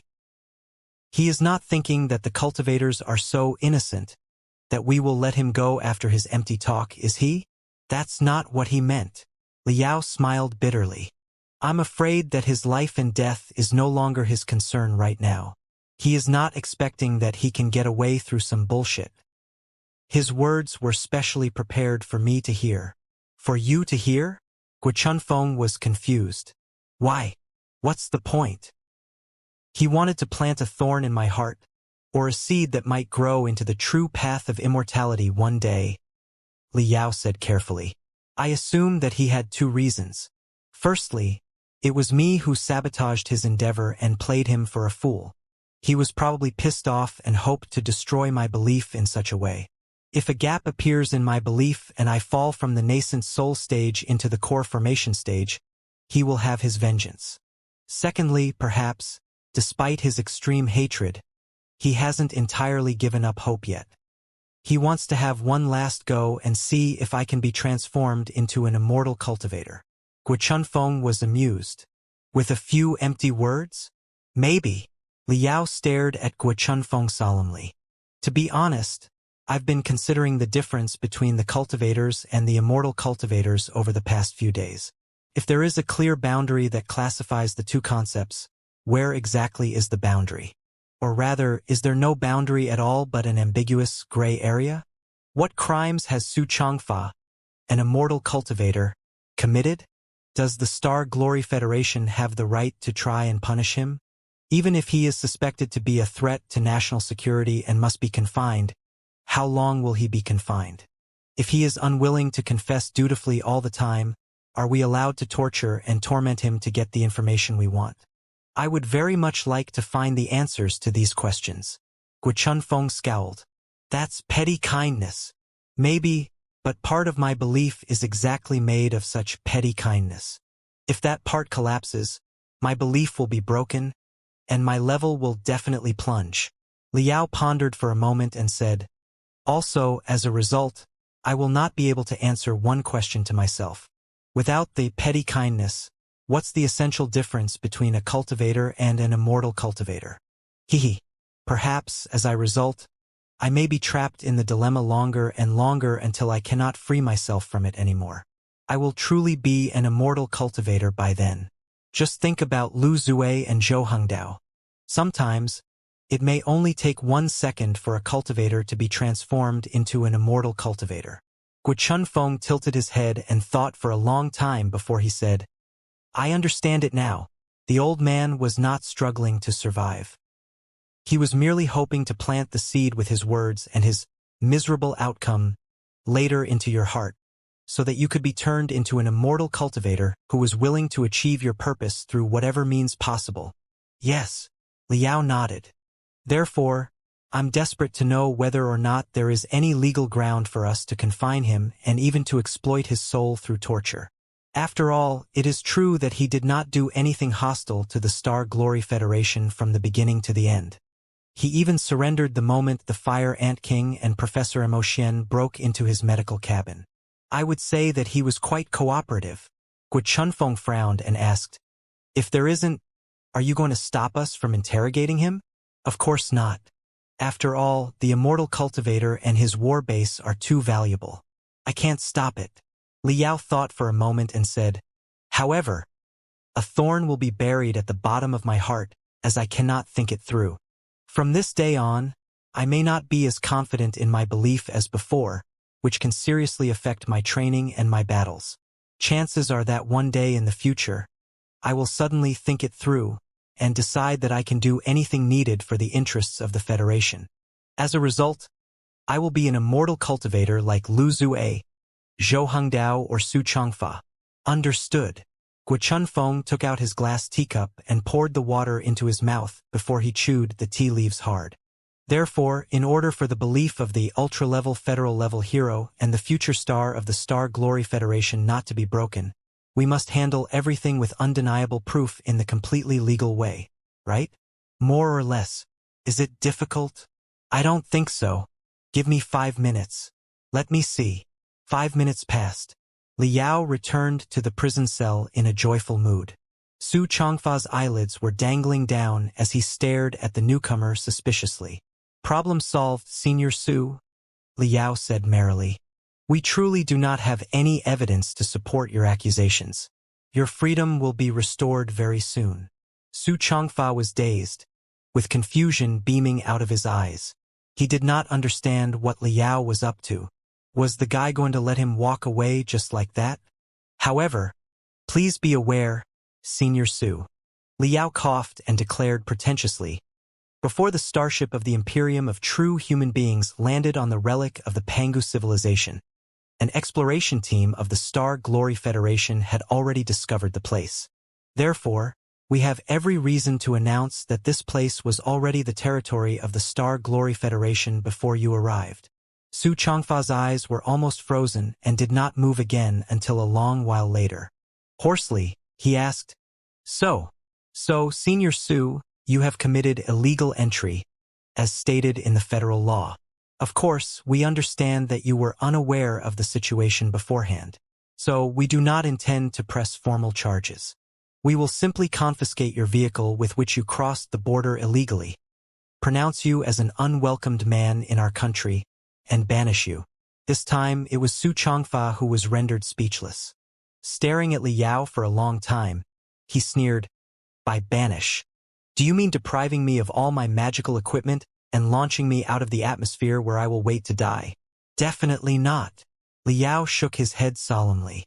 "It's true that we will launch you outside of the atmosphere, but we will certainly make sure that you have enough food and water.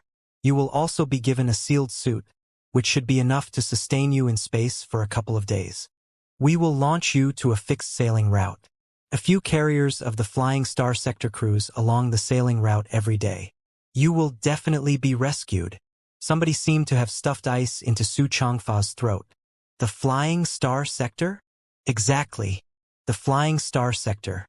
The Flying Star sector where the immortal cultivators raised a riot a few years back and killed countless ordinary people." Su Changfa glared at Li Yao. "I have carefully considered every detail for you, Senior Su. Such a decision is definitely in the spirit of law and humanitarianism. Even the pickiest person cannot find anything wrong with it." With his hand on his chest, Li Yao said, "I feel quite relieved to have fought for such a privilege for you, Senior Su. I think that my belief has just been refreshed." Staring at Li Yao without blinking, Su Changfa said, one word after another, "I have never seen a cultivator as shameless as you." Li Yao scratched his chin. "Perhaps the cultivators not as shameless as me have been eliminated by the cruel universe." "So," Su Changfa said, "you are saying that if I don't confess the intelligence about the Imperium of true human beings and the secrets of the war base, you will hand me over to the citizens of the Flying Star sector, who hate the immortal cultivators' guts. Technically speaking, we are merely banishing you, Senior Su. Moreover, you came such a long way for the purpose of conquering the Flying Star sector in the first place. I don't feel at all ill at ease to hand you over to the people of the Flying Star sector. But I'm confused about one thing. Now that you have chosen to surrender, why are you not willing to confess everything promptly? How can they be the same?" Su Changfa replied toughly. "Surrender is my personal choice. Surrender when the enemy is too invincible to keep myself alive, and chances are that I can rise up again later. It is a tactical choice, not immoral at all. But the crucial information, should I confess it, is very likely to jeopardize the overall interests of the civilization of mankind. I am a crappy old man, more than 200 years old after all. However scared of death I am, it is not enough for me to sell out mankind in exchange for my survival." Li Yao was surprised. "Does it have anything to do with the overall interests of the civilization of mankind?" "Of course it does," Su Changfa said. "After a few days of getting to know each other, I have realized that, although the Star Glory Federation is remote at the edge of the universe and all by yourself, you are as ambitious as a rising sun, which reminds me of the Covenant Alliance in the past. Now that you are integrating the forces of all three sectors and you have discovered such a large relic from the Pangu civilization, your potential will be further boosted if you have the tremendous intelligence about the Imperium. Once the Federation rises, the Imperium will have enemies both in front and behind. If we have to waste too many resources and forces on you, we may not be capable enough to deal with the Covenant Alliance. Should the Covenant Alliance defeat the Imperium, the civilization of mankind will be suppressed by the path of ultimate benevolence and cursed forever. Tell me, is it not against the overall interests of the civilization of mankind?" Hehe. The reckless man Ko Ruhua burnt his life and soul to show the member of the Pangu clan the valor and valiance of mankind. If I betray everything just in order to live a few more decades when I'm an old man in the first place, I will be too ashamed to meet Ko Ruhua in the afterworld. Li Yao was greatly enlightened. So to speak, in your eyes, the overall interests of the civilization of mankind are more important than anything, even including the Imperium of true human beings, your motherland? Su Changfa hesitated for a moment but still said, "Of course, the overall interests of the civilization of mankind are more important than anything. However, the Imperium of true human beings represents the greatest interests of mankind. The two concepts are indispensable from each other. There's no need to trick me on that." "I hardly think so," Liao sneered. Senior Su, have you never given it any thought? The path of ultimate benevolence is truly a creepy ideology. The human beings under its control have lost all their normal emotions and become lifeless puppets. But why is such a ridiculous theory, which should be freezing the blood of any normal human, so popular in the Imperium of true human beings?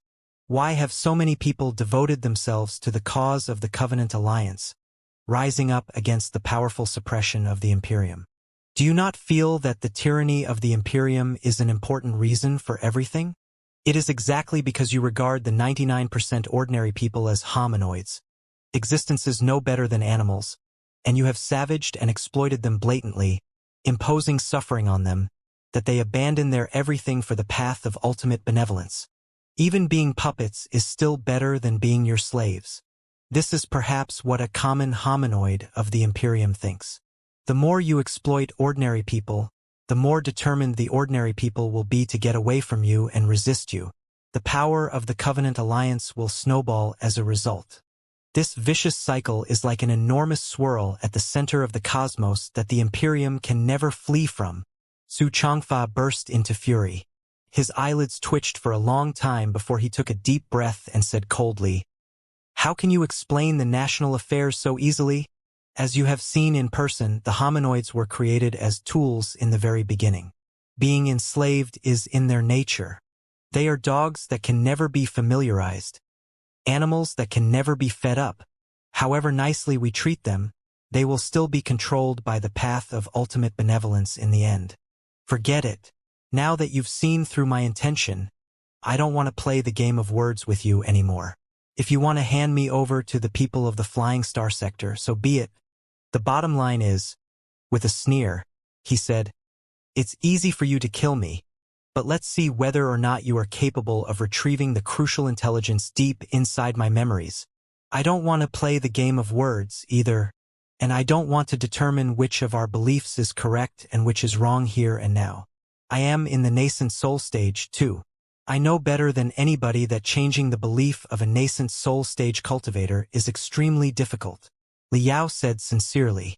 "However, if I may suggest that you consider the question from a different perspective, does it really hurt to buy insurance for your belief?" "Insurance?" Su Changfa was dazed. "What do you mean?" "This is how it goes," Liao explained patiently. "According to your belief, you have absolutely no doubt that the true path of immortality is the only correct path for mankind to march forward, and that the Imperium of true human beings will certainly defeat the Covenant Alliance and defend the civilization of mankind, right?" "Of course." Su Changfa nodded solemnly. "I will implement the true path of immortality with my life to make everything reality. Let's say that your belief is 99.99% likely to be correct, but what if things go wrong? What if the 0.01% possibility turns out to be true, and you have been walking down the wrong path further and further? What if the Imperium of true human beings can never defeat the Covenant Alliance? There's no need to brag now, Senior Su. Other than you, we have other sources of intelligence. We are aware that the future of the Imperium of true human beings is not very promising. Although your country may not be in danger for now, nobody can say how long it will take for you to completely defeat the Covenant Alliance. The Imperium of true human beings has been mired in the swamp of war. You should know the crisis within the Imperium. Are you really confident enough to swear with your belief that there is absolutely nothing wrong with the true path of immortality? Not even in the odds of 1/10,000th. Su Changfa was lost for words for a moment. Of course, he could lie to Liao or anybody else, but he could not lie to his own heart. You have other sources of intelligence? For a moment, Su Changfa seemed to become 10 years older. He mumbled to himself, "Is it possible that you have met other immortal cultivators before?" "It's impossible. Absolutely impossible. I can't tell you anything about that," Liao said honestly. "I simply want you to consider carefully. Should the Imperium of true human beings truly fail and be swallowed by the Covenant Alliance, the Star Glory Federation, which believes in the path of the cultivators with protecting the ordinary people as the core principle, might be the last hope for the civilization of mankind.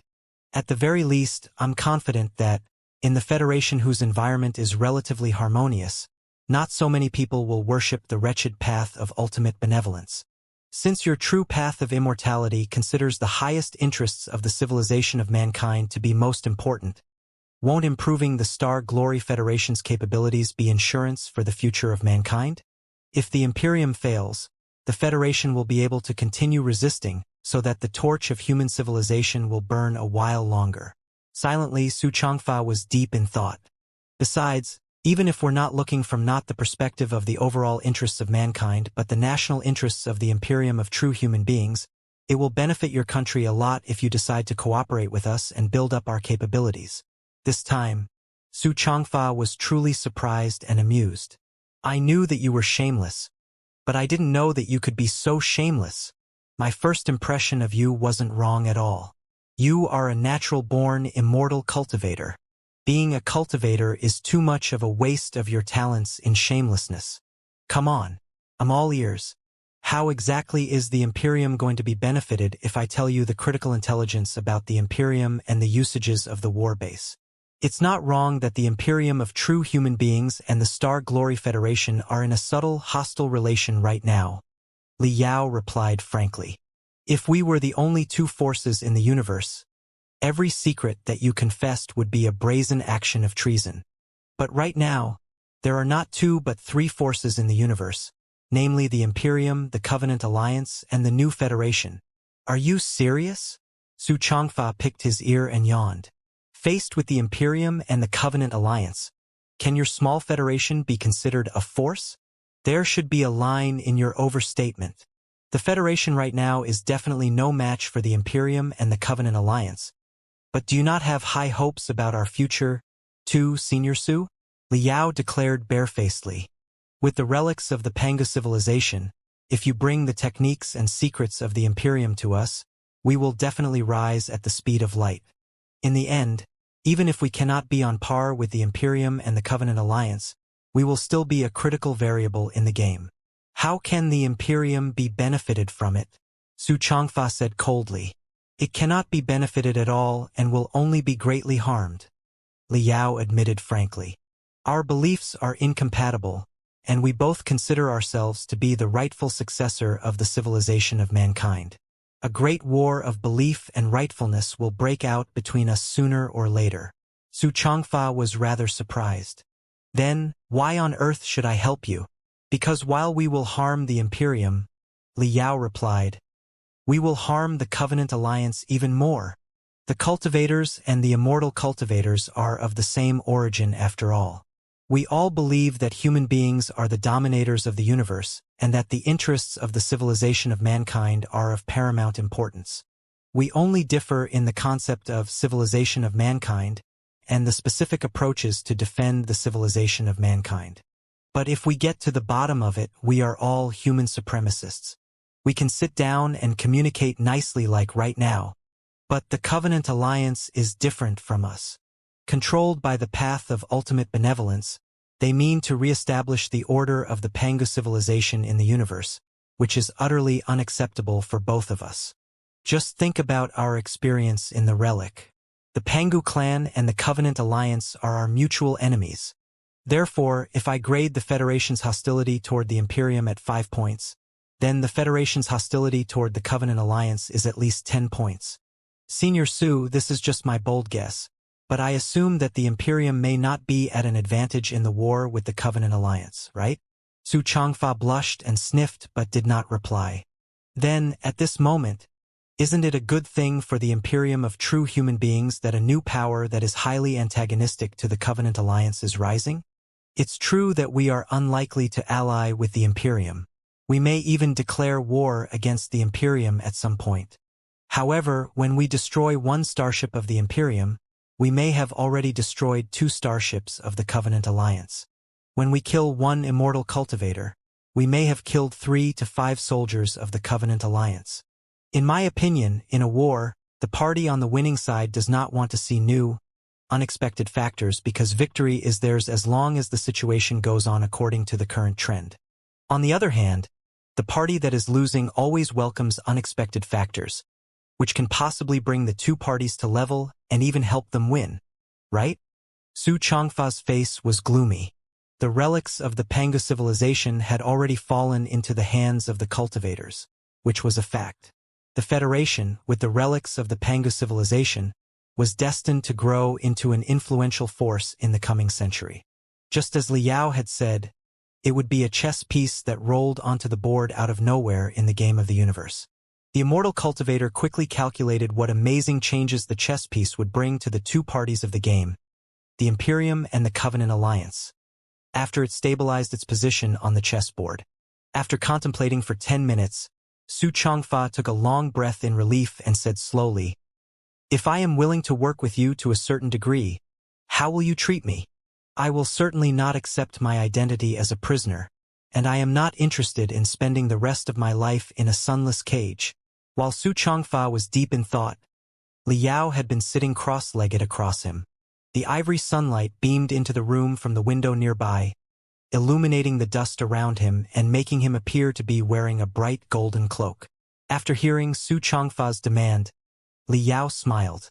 "As I have said just now, legally speaking, you are not guilty of anything requiring imprisonment. Now that you are even willing to cooperate with us, of course, I will fight for the best privileges for you. You will certainly not be regarded as a prisoner, a captive, or a hostile agent while you are in the Star Glory Federation. You can rest assured about that. Maybe, Senior Su, you think that the so-called law and morals only apply to one's own country, and that two countries at war should resort to whatever means possible without any restraint. But I don't think so. Both the Imperium of true human beings and the Star Glory Federation originate from the Star Ocean Imperium, the greatest nation of human beings 10,000 years ago. Also, we are both ambitious enough to inherit the last will of the Star Ocean Imperium, restore the former glory of mankind, and make it shine even more brilliantly. I think that, even if a war truly breaks out between us, it will only be a civil war of the civilization of mankind, one about our rightfulness, belief, and direction. Such a civil war is vastly different from a racial war against alien species in the universe. What I'm defending is not a planet, a land, or a city of the Star Glory Federation, but the spirit of the Federation, cultivators, and humanity.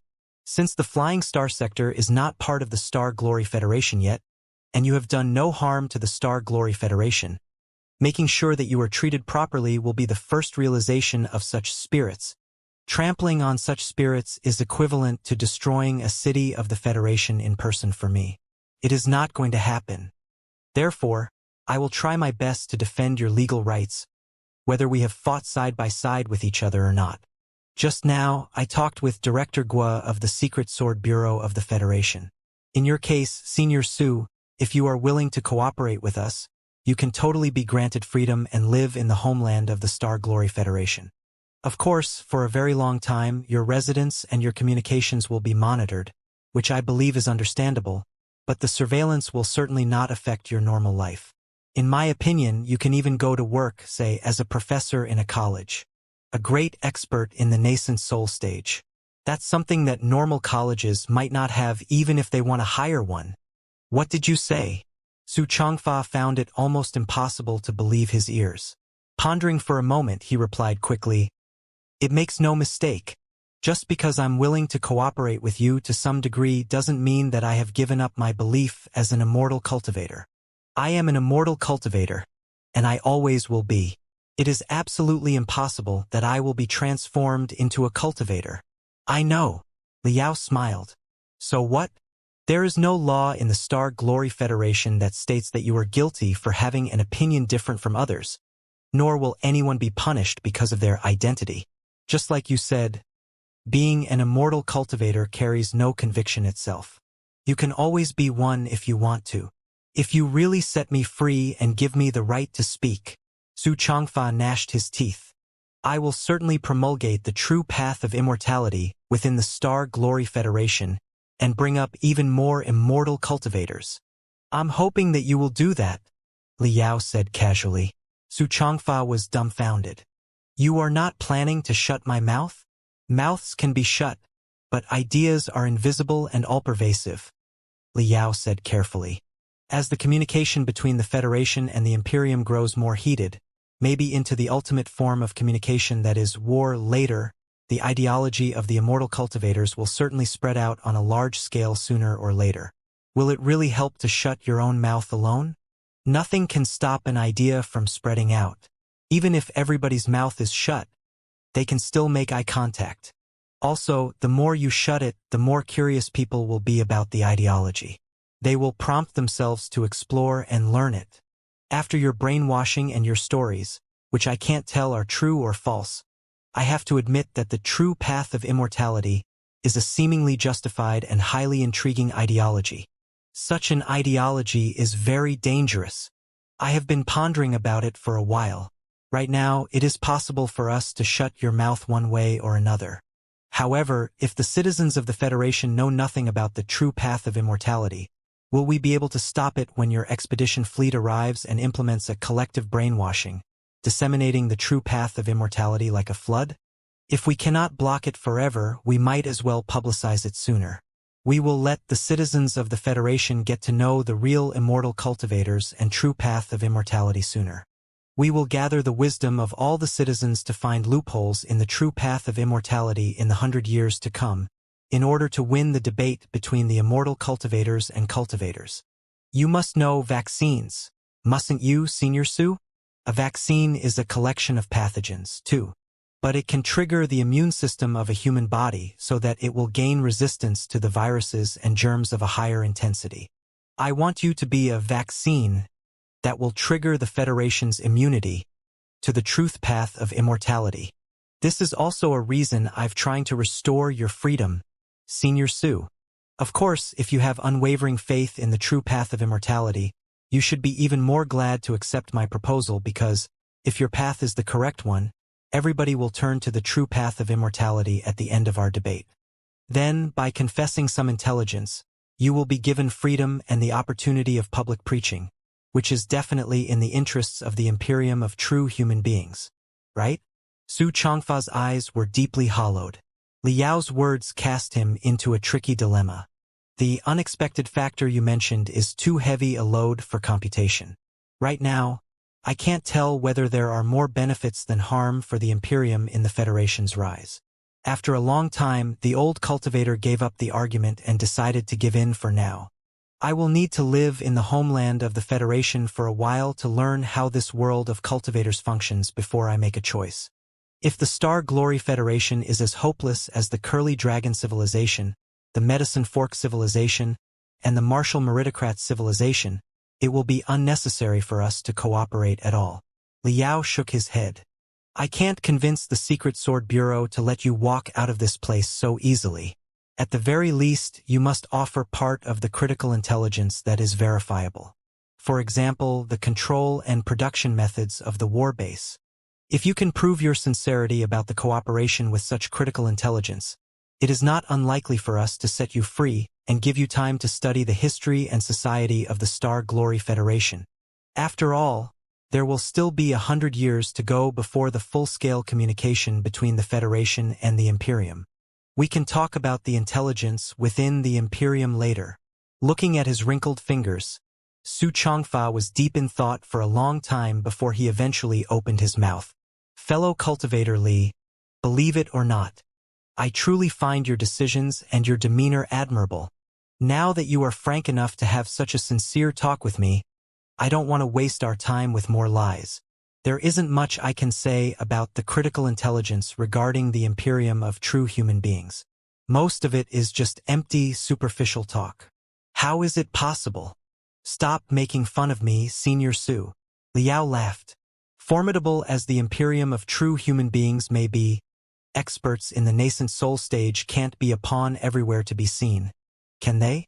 Considering that you are in the nascent soul stage and you have been given the responsibility of exploring with such a war base, you must be a man of high social status in the Imperium. How can you not know any secrets? Su Changfa tapped his head and said, Pay attention to my choice of words. I didn't say that I don't know. I said that I can't tell. It's not that I'm unwilling to talk. I'm simply incapable of doing that. Liao blinked. What do you mean by incapable? I mean that the critical intelligence inside my head was locked through secret arts before I set off. Su Changfa said casually. You may consider me as a patient of selective amnesia, and I have forgotten part of the things in my past. If somebody else tries to activate the memory cells about that part, the barriers may be triggered and cause my brain to die instantly. Why? This time it was Liao who was dumbfounded. Isn't the reason obvious? To prevent the situation that I am in right now, of course. Su Changfa said matter-of-factly. The universe is dark and full of terror. Even the best expert in the Imperium might be caught in a desperate situation in an exploration mission through thousands of space zones. Should he be captured by the hostile forces and confess top confidential information from the Imperium, wouldn't the Imperium suffer great losses without gaining anything? It is not about the loyalty of the immortal cultivators. The soul-searching techniques nowadays are too advanced. Even the most loyal immortal cultivators cannot weather through them. Therefore, before we set off for a mission, we examine our souls carefully and seal the important memories unrelated to the mission. When the mission is completed and we return to the homeland of the Imperium, we unlock the memories with special magical equipment. That way, there will be absolutely no losses. Liao scratched his head hard. He finally understood why Professor Emotian and his fellows had failed to retrieve much valuable intelligence after swallowing the Star Child in the Flying Star sector last time. The Star Child must have sealed a lot of critical memories before he left like Su Changfa did. Right now, my knowledge about the Imperium of true human beings won't be much more than what a college student in the Imperium knows. Most of it is about the basic concepts and the general picture. Regarding the distribution of armed forces, the coordinates for space jumps in different sectors, the sailing routes in the universe, the detailed refinement procedures of various kinds of magical equipment. All the specific, professional stuff has been sealed. Su Changfa looked at Liao as earnestly as Liao had looked at him a moment ago. That should be enough for now. Liao gnashed his teeth. What about the war base? You are the captain of Flourishing Sunday. You won't tell me that you have forgotten how to use or build it, will you? Su Changfa smiled. The war base is not as useful as it appears to be. Do not be intimidated by the super high efficiency. Since you are a refiner, you should know that nothing can be produced without the necessary ingredients. The war base has simply achieved high-level automation, but the rest of the requirements are the same as any other magical equipment factory. A lot of water, air, spiritual energy, raw materials, and various other resources must be consumed on a large scale. Only in a place full of assets such as the relics of the Pangu civilization can it function at such a high efficiency and produce as many spiritual puppets so shortly. If the war base had landed on a regular planet that had insufficient resources, we might have had to hibernate for another 20 years before it produced a troop of the minimal scale for our exploration. That's not a problem. Liao stared at him, his eyes shining. You only need to tell me how to operate, dismantle, and maintain it. Pondering for a moment, Su Changfa said, I can tell you the operations of the war base slowly. But as for dismantling and maintenance, I will have to say sorry. Even I don't know how to dismantle and maintenance a lot of units inside the war base, much less figuring out their mechanism and duplicating them. Senior Su, you are the captain of Flourishing Sunday, shouldn't you know everything about it? Liao found it strange.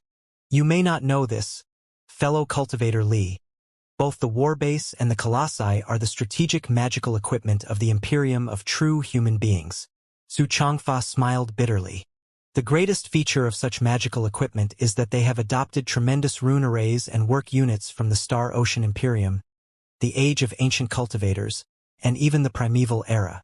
The ancient magical equipment was all excavated from different relics. We only came to understand their performance, functions, power, and operations after thousands of experiments. For us, all the units are black boxes. Do you know what black boxes are? It means that we know that inputting a certain command into the unit will lead to a certain result. However, as for exactly how the command is translated into the output and what the specific process and mechanism are, we don't have the slightest clue. Even if we dismantle the black boxes, we still can't figure out what exactly is going on inside. Also, it's possible that we will never be able to assemble the parts again after we dismantle them. If so, a precious unit of ancient magical equipment will be wasted. Therefore, even if you have received one war base, it will be almost impossible for you to duplicate it because even in the Imperium of true human beings, such national treasures are also manually made and cannot be manufactured on a large scale. Their total number is limited. Liao was dumbfounded. How so? In the Imperium of true human beings, we like to explain the phenomenon with a metaphor named monkey and gun, Xianxia explained. Let's assume that the civilization of mankind has been extinct for tens of thousands of years and monkeys have taken over the world. At this moment, a particularly smart monkey accidentally discovers a storm bolter that was deeply buried underground but is still of use. Because the monkey is very smart, or maybe because he is especially lucky, he accidentally pulls the trigger and shoots out a bullet. When the bullet blows a giant tree up, he learns the usage of the gun.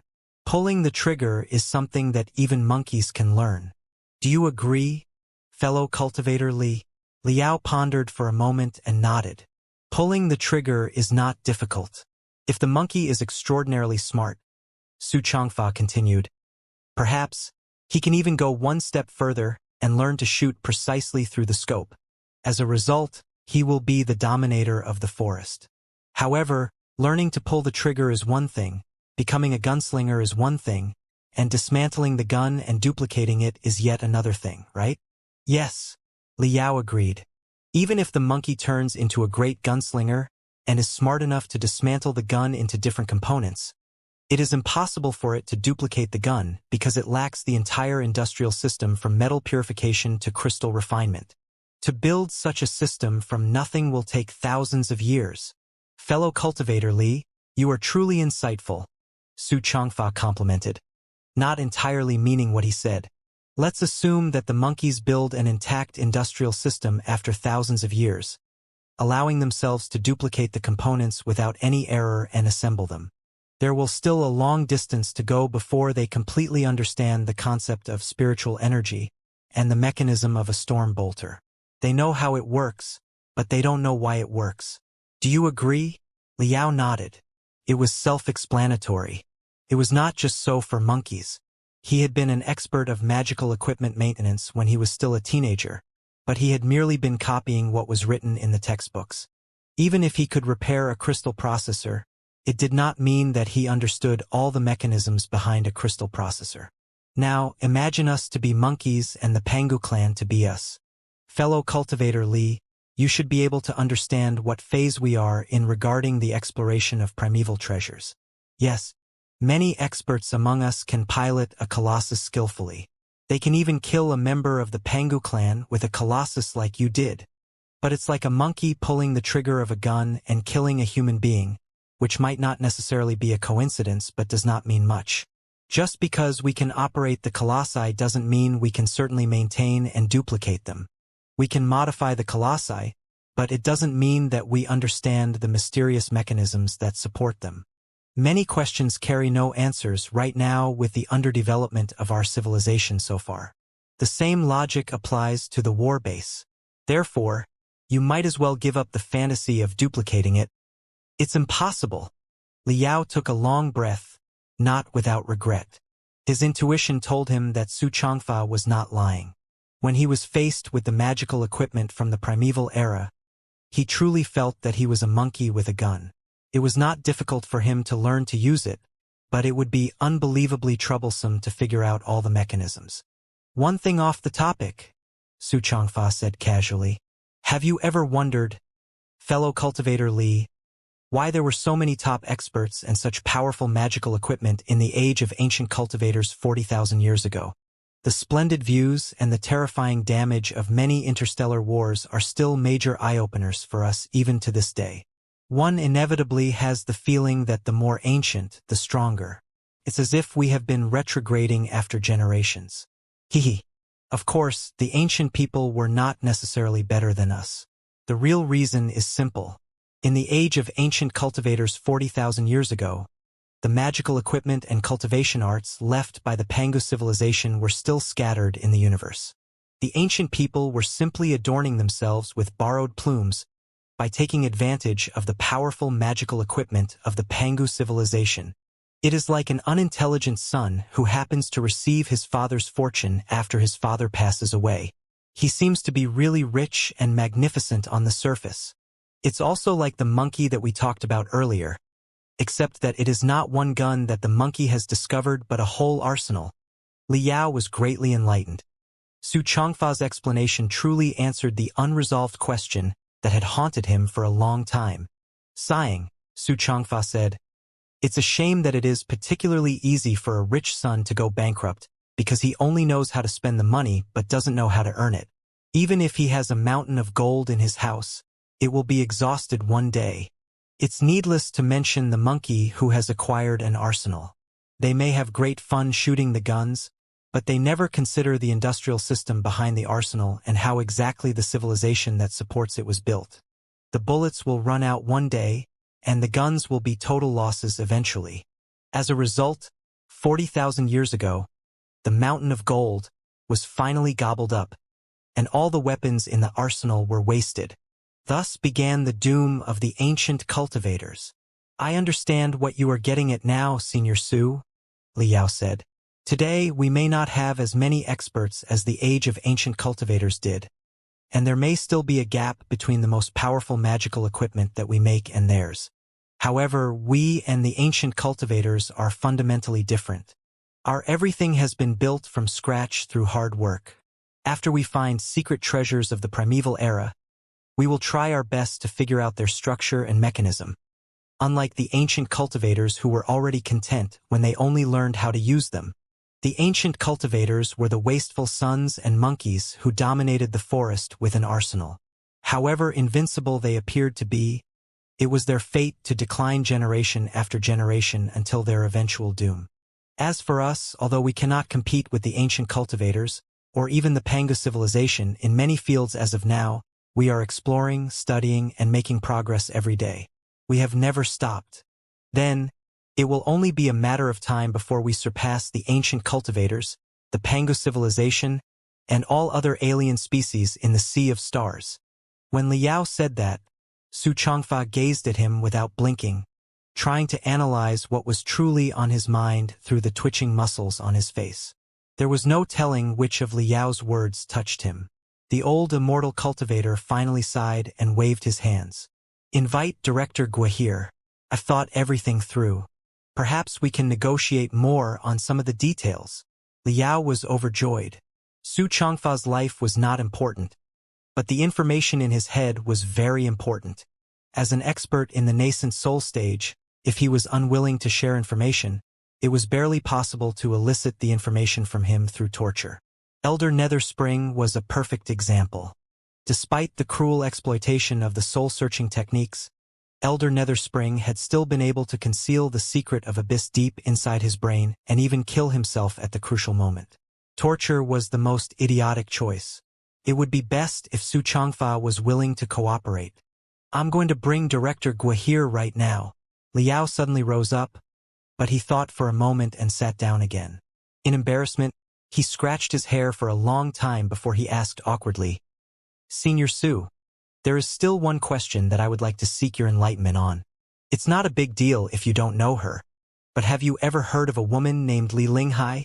In his last words, Liao's foster father wanted Liao to surrender to the Imperium of true human beings when the Alliance of the Holy Covenant attacked them.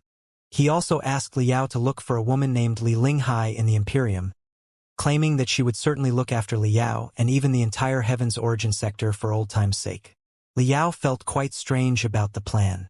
First of all, his foster father was from the Covenant Alliance, while Li Linghai was from the Imperium. What exactly was the relationship between them that made his foster father unable to forget her when he was about to die and believe that she would certainly take care of his offspring? Secondly, who was Li Linghai in the Imperium exactly? Was she powerful enough to decide the fate of an entire sector? His foster father had mentioned that Li Linghai's identity was not a secret. If Liao ever had the chance to go to the homeland of the Imperium, he could ask any random guy to learn where she was. Since Su Changfa was an expert in the nascent soul stage, and certainly not any random guy, it was all the more likely that he knew who she was. After all, it was hardly likely that he would ever return to the Imperium in the rest of his life. Therefore, Liao decided to ask him right now. The secret would not be leaked anyway. Her surname is Li? Scratching his bald eyebrow, Su Changfa pondered for a moment and then said, "Since you are asking me without a context, it is obvious that this Li Linghai should be someone famous. In the Imperium, there is indeed a powerful Li family, which is sort of the most influential noble family, only second to the royal family. The Li family of Long Wind was a great house whose influence spanned quite a few sectors early in the age of the Star Ocean Republic. The history of the family can be dated back to thousands of years ago. Even long before the Star Ocean Republic was established, the ancestors of the family had already begun their activities. They are probably one of the most ancient families that have survived on to this day from the collapse of the Star Ocean Imperium. After Wu Yingqi ascended to the throne, the Li family of Long Wind was among the first batch of noble families to pledge loyalty to him. A lot of members of the Li family joined the Imperial Army and participated in the war to annihilate the rightful government of the Star Ocean Republic. They accumulated their battle credits, increased their influence in the army, and swallowed countless sectors who disobeyed the Imperium along the way. At present, there are 7 sectors whose sector masters are from the Li family. The other members of the Li family, in the army and in the capital, hold the positions relating to economy, politics, military, and media both on the surface and below the table. Understood. Liao nodded. Wu Yingqi was an outsider after all. He couldn't have ascended to the throne without the support of the local magnates such as the Li family of Long Wind. One may even say that it was the local magnates such as the Li family of Long Wind who took the opportunity to eliminate their dissidents and competitors and to gain more benefits with Black Star the Great as their cover. After all, in either the Star Ocean Republic or the Imperium of true human beings, no matter how dynasties and eras change, the Li family of Long Wind stands as stably as ever. This is about the case, right? With everything coming to this point, everybody already knew each other's intelligence. Su Changfa was no longer bold enough to embroider the Imperium anymore. After a cough, he said, "You can say that." Liao pondered for a moment. If she was a descendant of an ancient family that had a heritage of thousands of years and was one of the earliest contributors to the Imperium's cause, it was quite possible that she could potentially decide the fate of a remote world, such as the Heaven's Origin sector. Li Linghai, Li Linghai. Su Changfa curled his fingers and tapped his head softly. The Li family has tens of thousands of members. Even the most excellent of them are too many to count. It seems difficult to find her. Wait. Odd. The name does ring a bell. There must have been shocking news about her. Let me see. Li Linghai, a member of the Li family. A woman. Got it. Su Changfa narrowed his eyes. He suddenly eyed Liao up and down for a long time with a queer expression. Liao felt so creeped out that he had goosebumps all over his body. It was not the hostile and malicious look that an immortal cultivator cast toward a cultivator. Instead, it was a look mixed with certain affection. Affection? Liao was dumbfounded. He rubbed the goosebumps on his arms hard while he asked awkwardly, "Why are you looking at me in such a way, Senior Su? Is the woman a taboo?" "She is indeed a minor taboo. The crown princess of the Imperium of true human beings happens to be Li Linghai." The vague affection inside Su Changfa's eyes turned into deep suspicion. Few people dare address the crown princess directly by her name. That's why I didn't realize it was her in the beginning. Where did you learn the name? And why are you suddenly asking about our crown princess? Liao was truly dumbfounded. His mind in a mess. He stared at Su Changfa for almost 10 seconds before he struggled to say, "If I say that I asked about her because I truly admire the charm of your crown princess and don't mean anything, will you believe it, Senior Su?" Su Changfa shook his head slowly. Liao's teeth were aching again, as if somebody had put pepper into his mouth.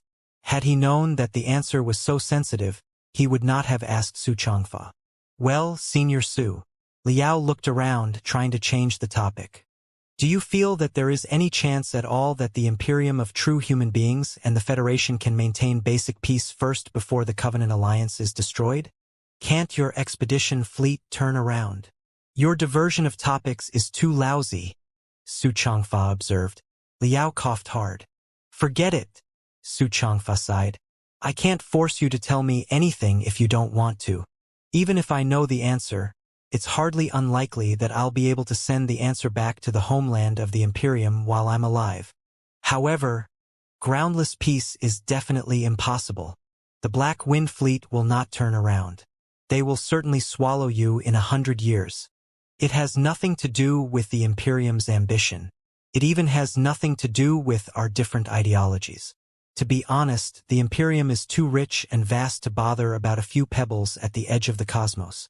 The crucial question is that there is still the Covenant Alliance other than the Imperium. Any sector that is not occupied by the Imperium will be occupied by the Covenant Alliance. Any resource that is not owned by the Imperium will be exploited by the Covenant Alliance and turned against the Imperium later. Any human being will be fighting for the Covenant Alliance after they are brainwashed by the path of ultimate benevolence into emotionless puppets if they are not fighting for the Imperium. Do you understand now? Because of this, the Imperium will never abandon any sectors or the creatures living in it. I understand. Now that the Imperium will not give up its ambition to conquer us, it seems that a war between us is unavoidable before we work together to deal with the Covenant Alliance. I only hope that the failure of the war will clear the heads of the big shots in the Imperium and make them understand what exactly the opponent they are trying to conquer is. That's right. Xianxia smiled. Power is the only thing that matters in the universe. The fittest will survive, and the winners will be kings. If you want to participate in the game between the Imperium and the Covenant Alliance as a player and sit on par with the dominators of the universe, you will have to demonstrate your power to the Imperium first. Although he had left the prison cell and the soft, comfortable breeze was brushing his face, Liao still felt that he was confused, and his head was in a mess. Even the large excavation magical equipment far away, which was letting out deafening noises, and the buildings that were rising higher and higher could not calm him down. Pop, this must be the greatest joke that you have ever played.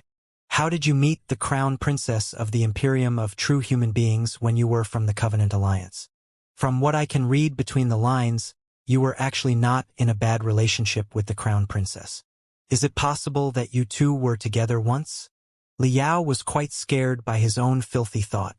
However, on second thought, it did make a lot of sense. After his foster father ended up in the Heaven's Origin sector, he would quench his sorrow with liquor every day. He had even wept at night and sometimes gazed at the sky in the distance while mumbling to himself. His mind had seemed to be drifting somewhere far, far away. Liao had experienced the same things himself. They were obvious signs that a man was missing someone. Besides, what reason could make a man and a woman who were not related absolutely trust one another other than love? This is too dreadful. What exactly are the intriguing, clandestine secrets between my foster father, a guy from the Covenant Alliance, and the crown princess of the Imperium of true human beings, the queen-to-be? Was my foster father suggesting that I should seek help from his former mistress one day? Also, since my foster father was from the Covenant Alliance, theoretically speaking, he should have been bound by the path of ultimate benevolence and shouldn't have revealed any negative emotions. But the foster father I saw had perfectly normal feelings, the same as everybody else. Also, when he was dying, he was still asking me to be wary of the Covenant Alliance. It's obvious that he had freed himself from the control of the path of ultimate benevolence and awakened the real consciousness as a human being. He betrayed the Covenant Alliance completely. How did he achieve it? Did it have anything to do with the mysterious woman Li Linghai? Also, what is Little Black exactly?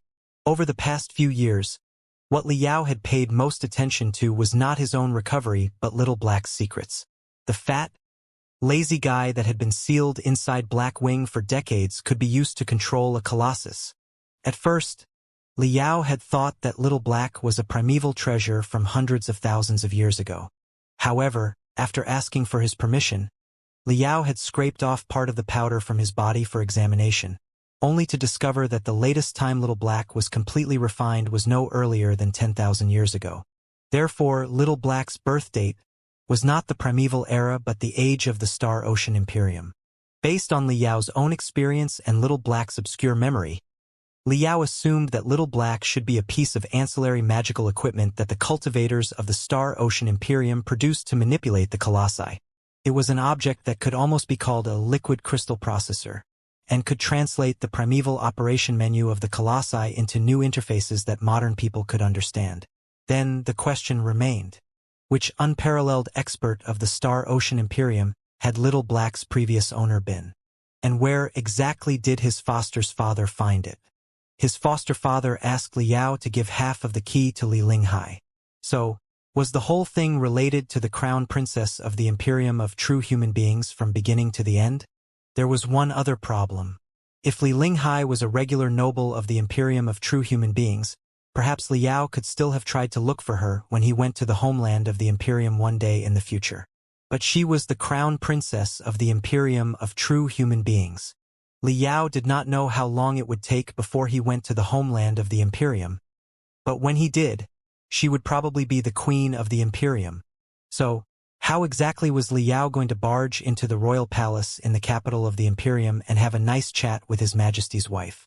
The picture was so beautiful that Liao shuddered in coldness. While he was upset, the old tortoise Gui Suisho appeared out of nowhere again and said with a smile, "My young friend Liao, you seem worried. What's troubling you?" Liao frowned and snapped, "A lot of things are troubling me, but nothing that you can take care of, Master Gui." Gui Suisho blinked his bean-sized eyes and said, "Why? I may be not intelligent enough, but I am a few years older than my young friend after all. I can certainly share some of my life experience with my young friend. It can perhaps solve the puzzles in my young friend's heart. Isn't it obvious?" Liao said, "Master Gui, you are an absolute pessimist who believes in the unavoidable doom of our civilization. If so, in your eyes, all our struggles and endeavors right now should be futile. What can I gain by telling you things that are upsetting me? It seems that you have somewhat misunderstood absolute pessimism." Gui Suisho was good-tempered enough to not react when Liao was lambasting him so straightforwardly. "Let me ask you something, my young friend Liao. Do you believe that everybody is destined to die?" "What kind of question is that?" Liao was dazed. He blurted out, "Of course. It is the law of nature to age and die. I am not that kind of guy who blindly pursues an eternal life." Gui Suisho sighed. "No matter how brilliant and glorious one's life is, they will end up as a pile of dry bones eventually. In hundreds of years, even those bones will be entirely gone. Right?" Liao nodded and did not think that it was a big deal. It is enough as long as their life shined brilliantly once. What's the big deal even if there's nothing left in the end? Therefore, I can call you a person who believes in the unavoidable doom of life," Gui Suisho said unhurriedly. "You believe that you cannot escape from your death no matter how hard you try, right?" Liao was rendered speechless for a moment. "If you believe that a living creature is destined to die one day, and that you are not an exception, why are you striving and struggling so hard right now?" Gui Suisho said carefully, "For you, does the short life before death mean anything?" "Of course." Liao felt that a pot of boiling oil was poured into his messy head. "Isn't it nonsense? We are not living our lives just because we are going to die sooner or later." Gui Suisho smiled casually. "Right now, my young friend Liao, you should understand the essence of the absolute pessimism better now, right? You believe that everybody is destined to die, but you won't deny the value of their hard work when they are alive, will you? On the contrary, it is exactly because death awaits everybody that life is full of precious significance. If an eternal life does exist, everything that the undying person does will be truly meaningless. This is just like a race. Only if there is a finish line will a race be meaningful. If everybody has to run incessantly without a finish line, who will be ever persistent enough to run on? By the same logic, I believe in the inevitable doom of the human civilization, but I do not deny the value of human civilization just because of that, nor am I disapproving of the efforts that everybody, including you, is making while trying to save the civilization. It is exactly because I believe that our civilization will eventually perish that I have been given the privilege to observe our civilization from a more transcendental perspective and record every shining point of our civilization on the great monument of civilization. This is the essence of the monument scholars. Have you got it, my young friend Liao?" Li Yao's eyes were blinking faster than the flapping wings of a butterfly. More or less. Then, would you like to tell me what is bothering you? Gui Suisho asked very kindly. Li Yao scratched his hair for a long time. He suddenly felt that all the crappy old men were sophisticated enough to muddle his head with only a few words. Thinking for a moment, Li Yao said, Master Gui, there is indeed a question that has confused me for quite a few days. In fact, it is not exactly one question but a whole bunch of questions. Gui Suisho pointed at the uneven ground and said, I'd like to know the details. Not caring about whether the ground was clean or not, Li Yao sat down and started discussing his questions with Gui Suisho. Before the Imperium of true human beings and the alliance of the Holy Covenant revealed their true faces, I was an avid believer of the ideology I used to believe in, Li Yao said honestly. However, after I engaged with the immortal cultivators and someone from the Covenant Alliance on Kunlun and learned part of their ideologies from different perspectives, and especially after I got a clear understanding about the origins of the immortal cultivators, I grew confused again. My belief is very firm. Of course, it is not the core principle that ordinary people must be protected that is wavering. However, the history of the decline of the cultivator civilizations that the immortal cultivators showed me seemed rather plausible. There are indeed certain internal contradictions within the cultivator civilizations that are barely resolvable. The Curly Dragon civilization, the Medicine Fork civilization, the Martial Meritocrat civilization, and dozens more civilizations of cultivators have declined for various reasons. The diseases that caused them to decline are not entirely unseen in the Star Glory Federation. The so-called true path of immortality is certainly not a treatment to cure the diseases. It is just a dose of violent drugs that can stimulate the potential of the body for a short time, making them appear energetic, but will in fact hide the real causes of the diseases. When the effect of the drugs is over, the diseases will get worse and kill the patient. However, it appears to me that the path of the cultivators cannot address the problems completely either. It can't create a perfect world. Perfect world. Gui Suisho was amused. My young friend Li Yao, you've been too obstinate. Is there really such a thing as perfect world? Civilization is too large and complicated a concept. We can't make everything clear for the time being. So, let's take human beings as an example. For every person in the world, even if they are born in a rich family, always pay attention to their health, and work hard to maintain it, it is always possible that they may be ill every once in a while, right? Which mortal in the mundane world can guarantee that they will be free of illnesses and worries forever? Only those in the tombs, I'm afraid. Deep in thought, Li Yao asked, what should they do if they have worries? Anything that suits them, Gui Suisho said casually. When you are ill, you go to a physician. When you are anxious, you go to a therapist.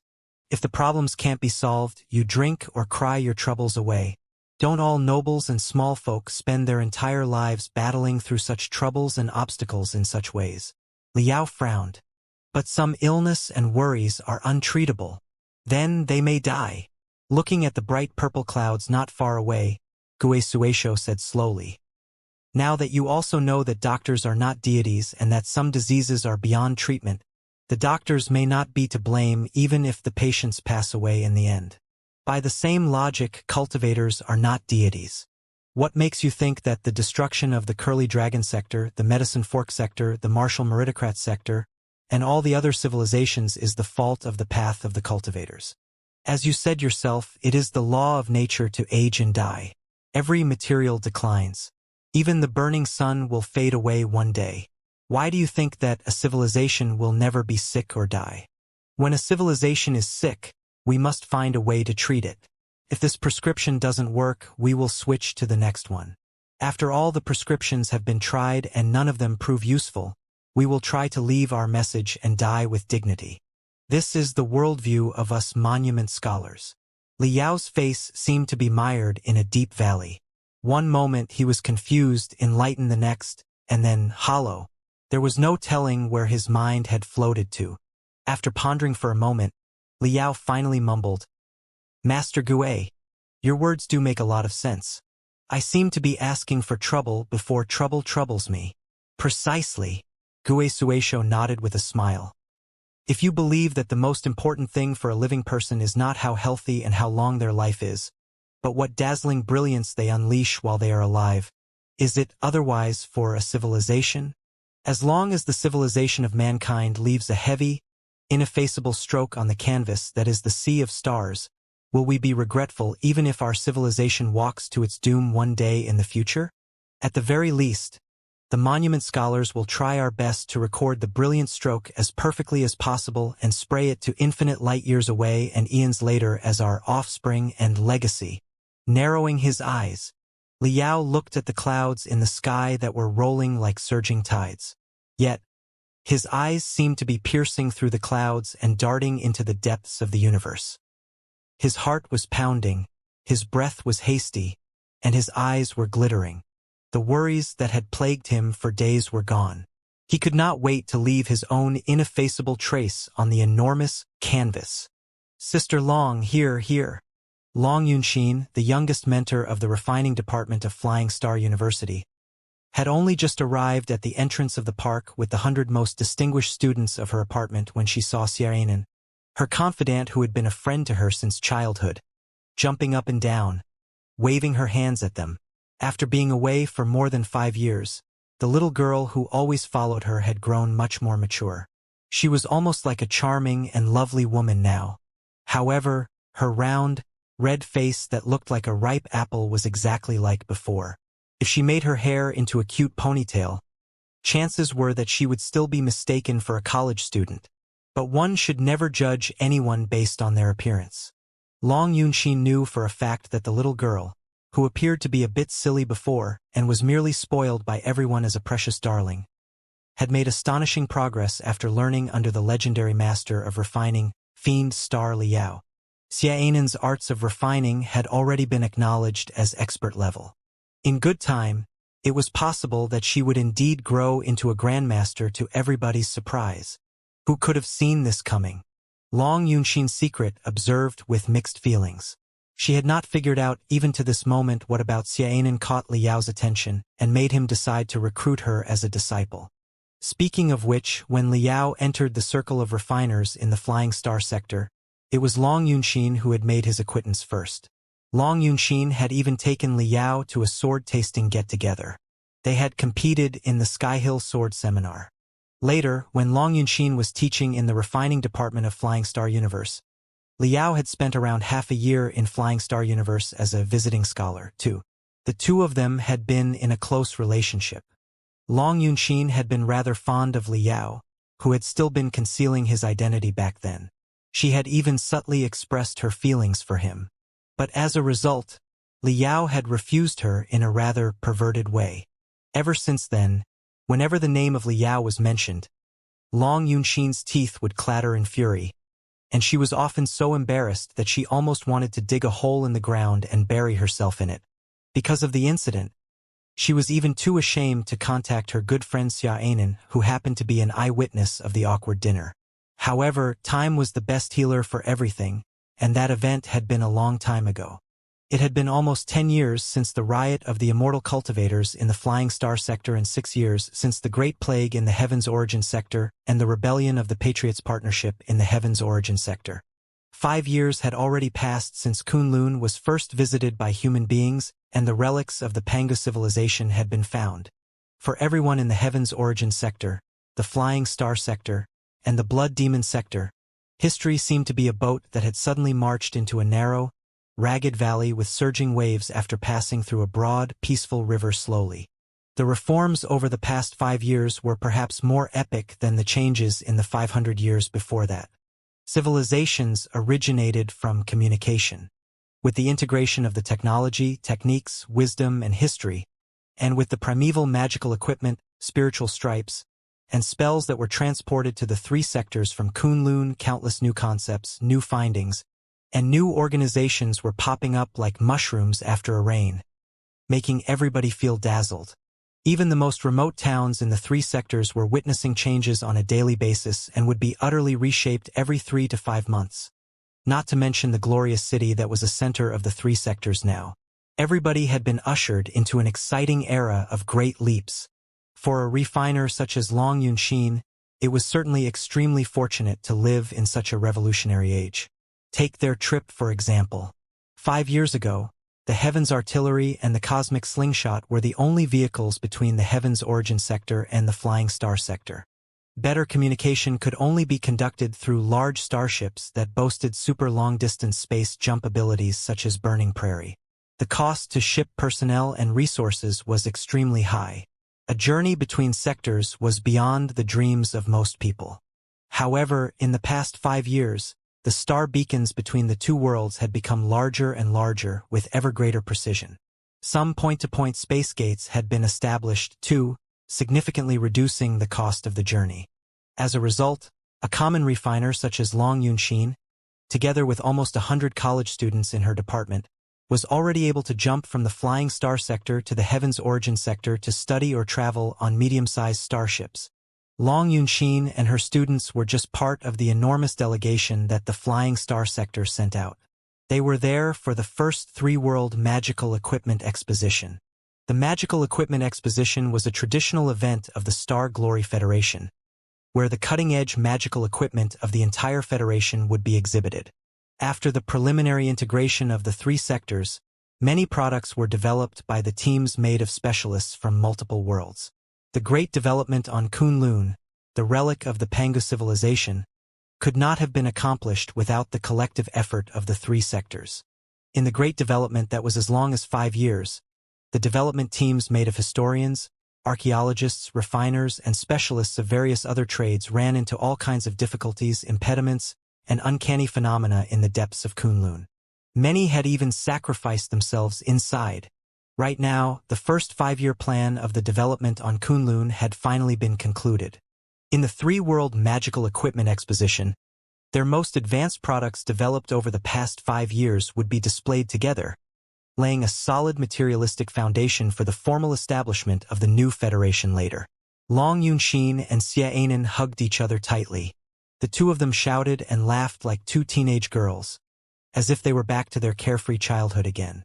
Long Yunxin was a refiner after all.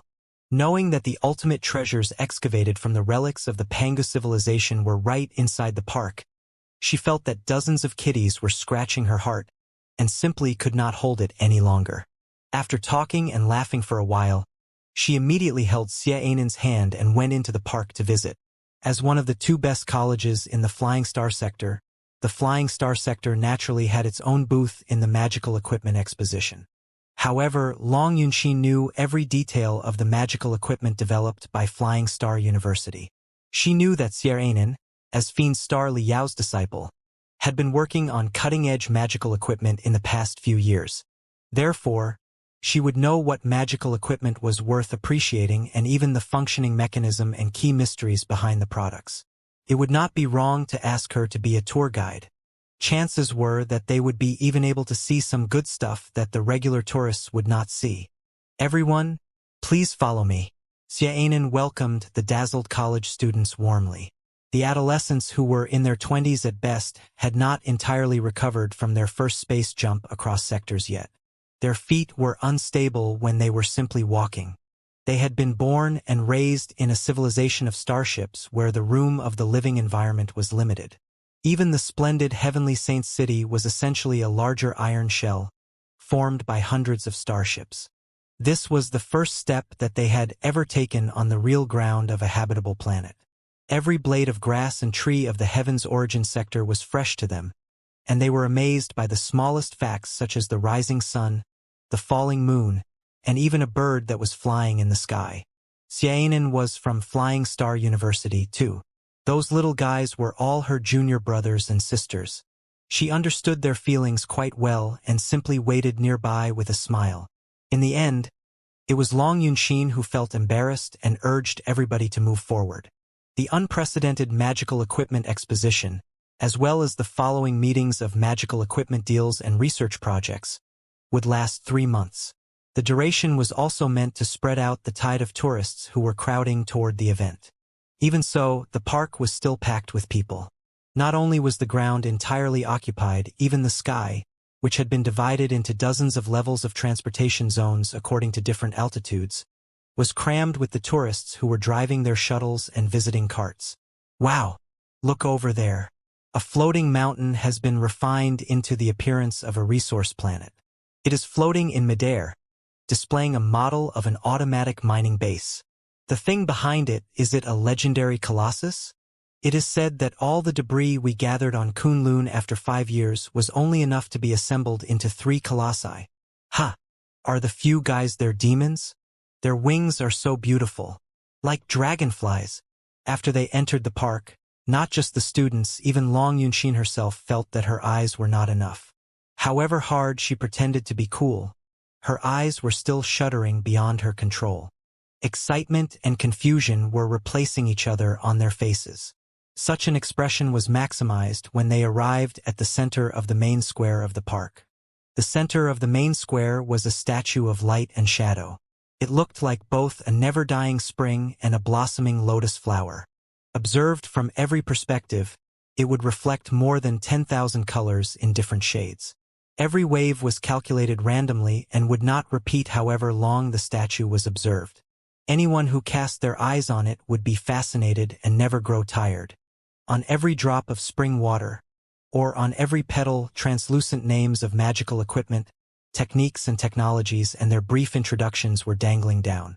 As long as the visitors touched them softly, they would be able to read detailed introductions. The colossi and related techniques and technologies. Star Fortress and related techniques and technologies. Magical equipment related to superconductivity. Magical equipment related to the super heat-proof metal materials. It was an intricate list of all the items exhibited in the magical equipment exposition. It was sort of a special tour map. If the visitors were interested in any particular magical equipment, they could go to the corresponding zone to appreciate it according to the map. What Long Yunxin was interested in, however, was the spectacular statue itself. She extended her finger and touched the petal softly. The warm feeling and the elastic feedback told her that the colorful statue was not illusionary light and shadow but made of spiritual energy. You have made such breakthroughs in the superstring theory that you can cover the spiritual energy with light membrane and twist it into such a delicate form through the force field? Long Yunxin exclaimed in disbelief. As a refiner, Long Yunxin clearly understood that, although it was not difficult to condense spiritual energy, there were too many theoretical and technological obstacles to conquer to control the intensity, form, and every other detail of spiritual energy to morph it into a vivid appearance. Only with a profound understanding in the superstring theory and even the membrane theory could everything have become reality. Although it was just a beautiful and yet harmless spring that was exhibited here and now, Long Yunxin was quite clear how amazing a role such technology could play in the industrial field and the wars. In short, when cultivators were able to reshape spiritual energy freely, they would be able to trigger superstring shields that were more apt for their body figure and had a higher defensibility. They would also be allowed to fold and knit spiritual threads into circuits through which tremendous information could be instantly transmitted. Also, minimal spiritual energy could be used to construct a super-large spiritual shield that could protect a starship or even a city. It was definitely a groundbreaking breakthrough. Long Yunxin did not expect that it could be completed in only 5 years. If such a technique was applied on a large scale to every crystal suit and every starship, the capability of the 3 sectors would definitely soar. Sister Long, your eyes are indeed keen. Xianxia smiled and said, since we received the immortal cultivators' crystal suits 5 years ago, we have been studying their superstring shield generators. Based on that, we have established our own superstring theory and membrane theory systems. However, our reserve in that regard is insufficient after all. For now, we are only able to make simple duplications. The fundamental mechanisms are still a mystery to us. But it doesn't matter. We still have 100 years to catch up with the Imperium and the Covenant Alliance. In these 100 years, you, me, and all the junior brothers and sisters here must work hard and try our best. Xianxia's words, as well as the list of magical equipment and techniques dangling on the spring of spiritual energy, ignited the eyes of the college students from the Flying Star sector like sparks. All of them felt that their mouths were dry and their blood was boiling. Time was waiting for nobody. Every second had to be seized. Xianxia and Long Yunxin tapped on the spring of spiritual energy softly and selected the route for the first day. What they paid most attention to was, of course, the magical equipment related to the mining industry on the resource planets. As a world with multiple space zones, the flying star sector boasted a vast territory and many planets that were resourceful but had a harsh environment. How to develop the resources on the planets in the most cost-efficient and the safest way was the greatest problem haunting every cultivator of the flying star sector.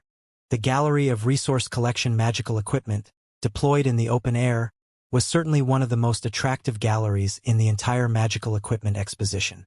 The organizer had made a resource planet model, which was more than 3 meters in diameter, float in midair with anti-gravity rune arrays. On the resource planet, there were all kinds of mini-mines, wells, and mining bases. Mining magical equipment that looked like ants and could only be seen clearly with magnifying lens was busy working, too.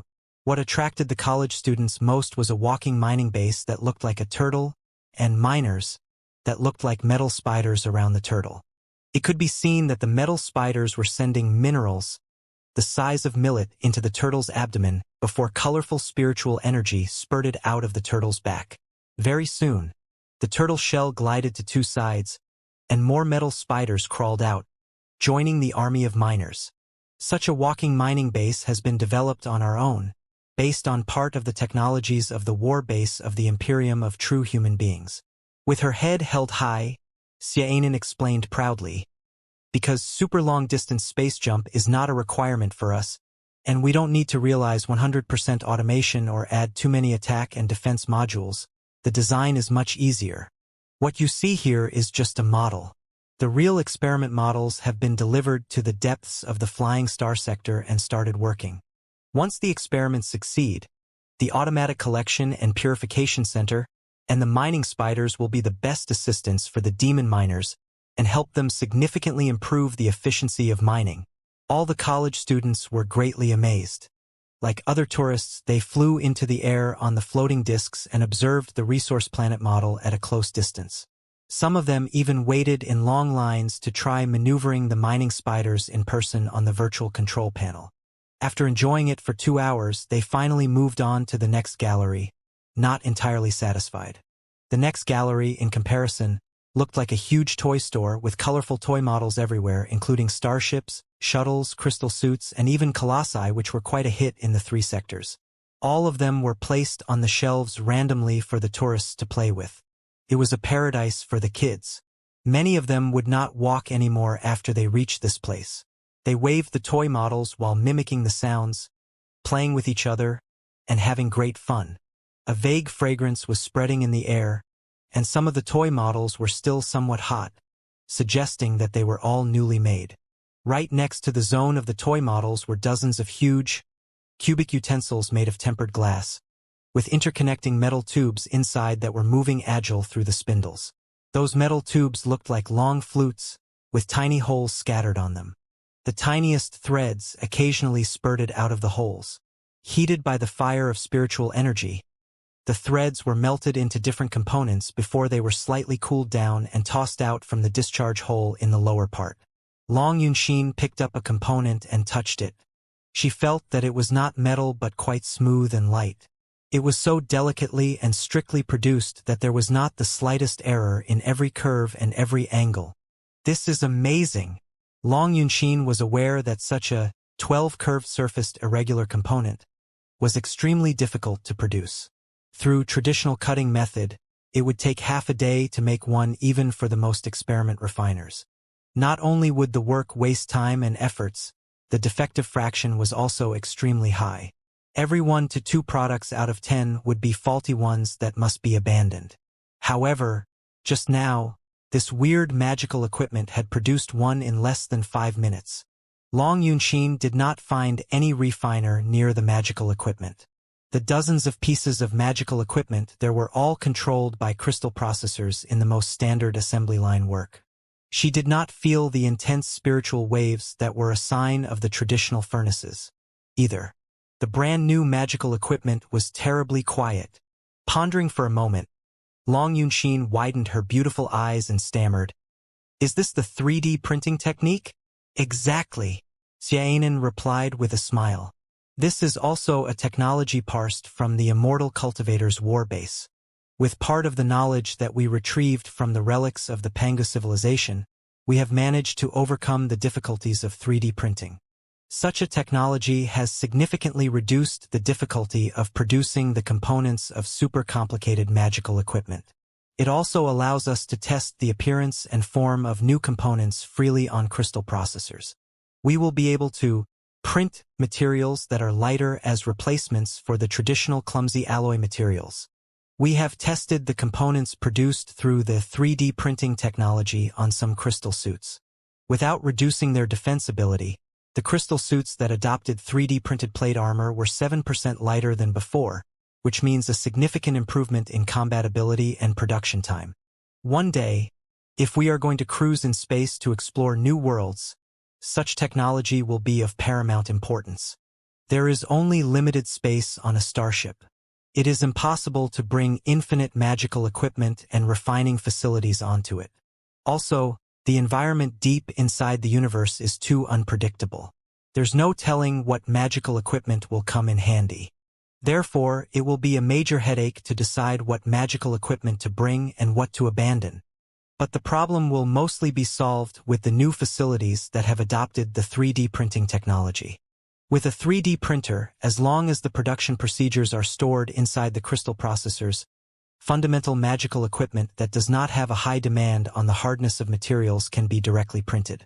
When complicated magical equipment is damaged, it will also be possible to print the components to deal with the urgency first until better replacements are found. When the technology is upgraded in the future, chances are that we will be able to directly print the super-large, super-complicated magical equipment such as star beacons. If so, we will be saved the trouble of carrying the clumsy star beacons into space every time. The room spared in the cosmos rings can be used to carry more food, water, and crystals, and the survival abilities and the working duration will be significantly enhanced. After hearing Xianxia's interpretation, the college students could not help but feel amazed again. Some of them who were too curious even picked up a few crystal suit models and played with them in their own hands. Long Yunxin took a model, too.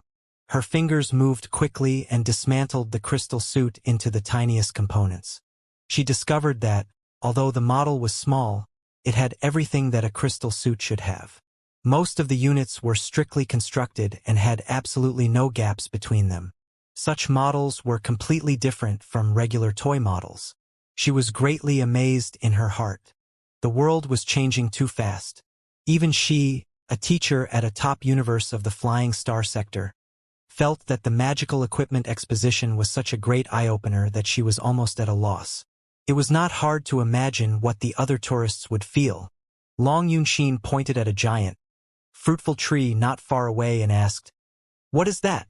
For some reason, she felt that such a scarlet tree was rather out of context to be planted here. Was this place not a zone where new materials were exhibited? About that, it is a brand new demonic plant that my master and the Fire Ant King, a botanist of the Blood Demon sector, created together. Xianxia brought everybody to the mysterious tree. It looked like both an ancient tree that had grown for millions of years and an animal that was deeply rooted underground. Translucent burrs were everywhere on the rough trunk, beating like hearts. The branches that were flapping in the wind looked somewhat like thousands of tentacles, too.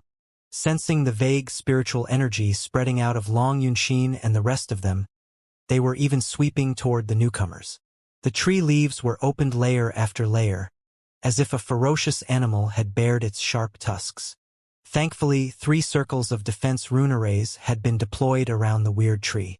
When the clattering twigs were still almost 20 meters from everybody, they were suddenly struck by a few electric arcs that appeared out of nowhere and retreated unwillingly. It looks rather dangerous. Is it a carnivorous plant? Long Yunxin clicked her tongue. No wonder no tourists were allowed to approach the giant tree. Some cultivators were even safeguarding nearby. Yes, most of the demonic planets feed on meat. This one's appetite is even larger. It is a very violent existence. Xianxia smiled. However, it can be very useful too. Look, Xianxia pointed at a few fully armed cultivators. They were all fully armed, with the most advanced superstring shield unfolded around themselves, while they drew close the trunk of the giant tree, carrying their chainswords. The giant tree waved the branches and whipped them hard, only to be blocked by the superstring shields time and time again. They took the opportunity to cut into the trunk and left a few shallow wounds on it with their chainswords. Colorful sap that looked like liquid metal immediately flowed out of the wounds. Injured, the giant tree was waving the branches at an even faster speed amid spluttering noises. It was not until the staff nearby tossed a few goats and cows that had been butchered toward the tree that the branches enshrouded all the food and chewed in great satisfaction. The cultivators took the opportunity to collect the liquid metal that was being secreted by its body. The whole process was somewhat similar to the harvest of natural rubber. The cultivators also seemed to be herding the weird tree. This tree has been specially refined and boasts an extremely deep root. In a natural environment, it can grow to thousands of meters below the ground. Also, with the unique sucking ability, it can absorb the essence of the underground mother lodes into the roots, purify the resources, and transmit them into the trunk incessantly. One might say that it is a piece of purely natural mining magical equipment, but it is much more advanced than the mining facilities we are using right now. The liquid metal secreted from the trunk is itself a kind of heavenly material and earthly treasure with a high purity. It can be directly used to produce magical equipment without any further processing or be sent into the 3D printers to be built into other products. Of the 180 common metals and crystals that we are aware of and 500 or so rare metals and crystals, 90% can be collected and purified by such trees. In some of mining areas whose environment is harsh and whose tectonic structure is complicated, the traditional ways of mining may pose severe safety threats. It will be best to collect the resources with such trees. Naturally, Xianxia knew everything about her master's work. In fact, such a weird plant was not of Li Yao's own invention. Li Yao was not a botanist in the first place, and he did not know the first thing about the refinement of demonic plants. It was impossible for him to study such things, which were in a completely different category from what he was familiar with. But back when he was on Iron Plateau, the apocalyptic beasts produced by the Eggs of Apocalypse had been major problems for Li Yao. The Eggs of Apocalypse were weird beings between creatures and non-creatures that were driven by a mysterious microorganism. The Eggs of Apocalypse looked like hills on the surface. However, the parts revealed above the ground were just the tip of the iceberg. Most of them were hidden deep underground. They were also able to extend their roots deep down to absorb the mother lodes, metal minerals, and other nutrients, which would be used to produce apocalyptic beasts with various metal structures in their body. Despite the trouble that they had caused Li Yao, the Eggs of Apocalypse were indeed highly efficient in collecting and utilizing resources. They were particularly suitable for the areas where the resources on the shallow surface had been exhausted and those deep underground were extremely difficult and costly to collect. After Li Yao advanced into the nascent soul stage, and especially after he experienced many unbelievable ideologies, civilizations, and worlds on the trip to Kunlun, he had changed his previous mindset more or less. All the techniques and technologies were double-edged swords. Whether they were righteous or evil depended on how they were applied. Before, he had been too scared by the techniques of the bloodstripe virus and kept all the evil arts deep inside his brain, unwilling to take them out for his own use. Right now, he was willing to experiment on a small scale to see whether or not the seemingly evil techniques could benefit people. Li Yao did not dare produce an Egg of Apocalypse recklessly, but he invited the Fire Ant King to a project where the techniques to build the Eggs of Apocalypse and the technologies to refine demonic plants were combined. After a few years of testing, such a weird plant that could suck resources from the ground was finally invented. Naturally, Long Yunxin was unaware of the backstory. She simply felt that Li Yao was truly a monster. Not only was he a great warrior and an expert in the arts of refining, he was even able to work on demonic plants. He was truly omnipotent. When she thought of Li Yao, Long Yunxin felt that her mind was disturbed again. She sniffed and asked, "Right?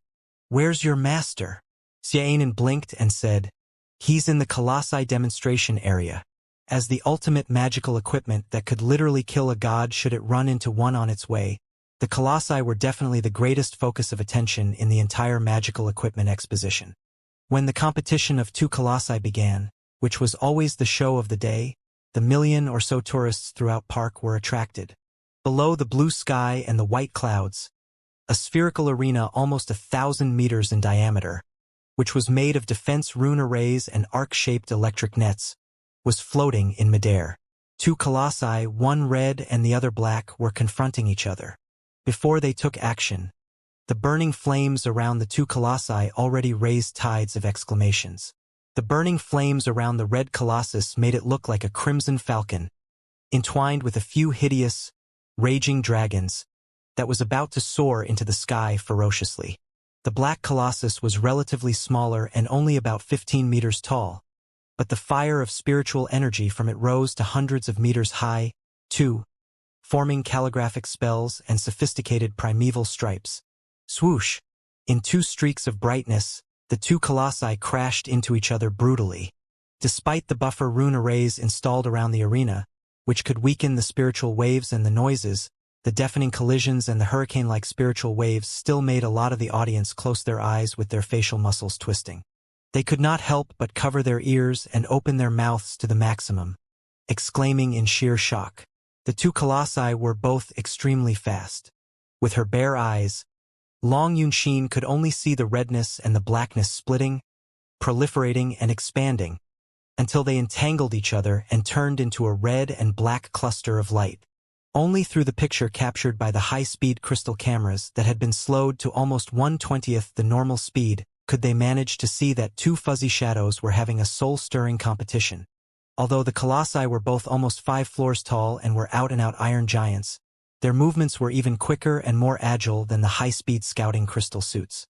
The plate armor of the two colossi had many keen sensors installed, recording the damage of their every attack and displaying the parameters on the light beam in midair.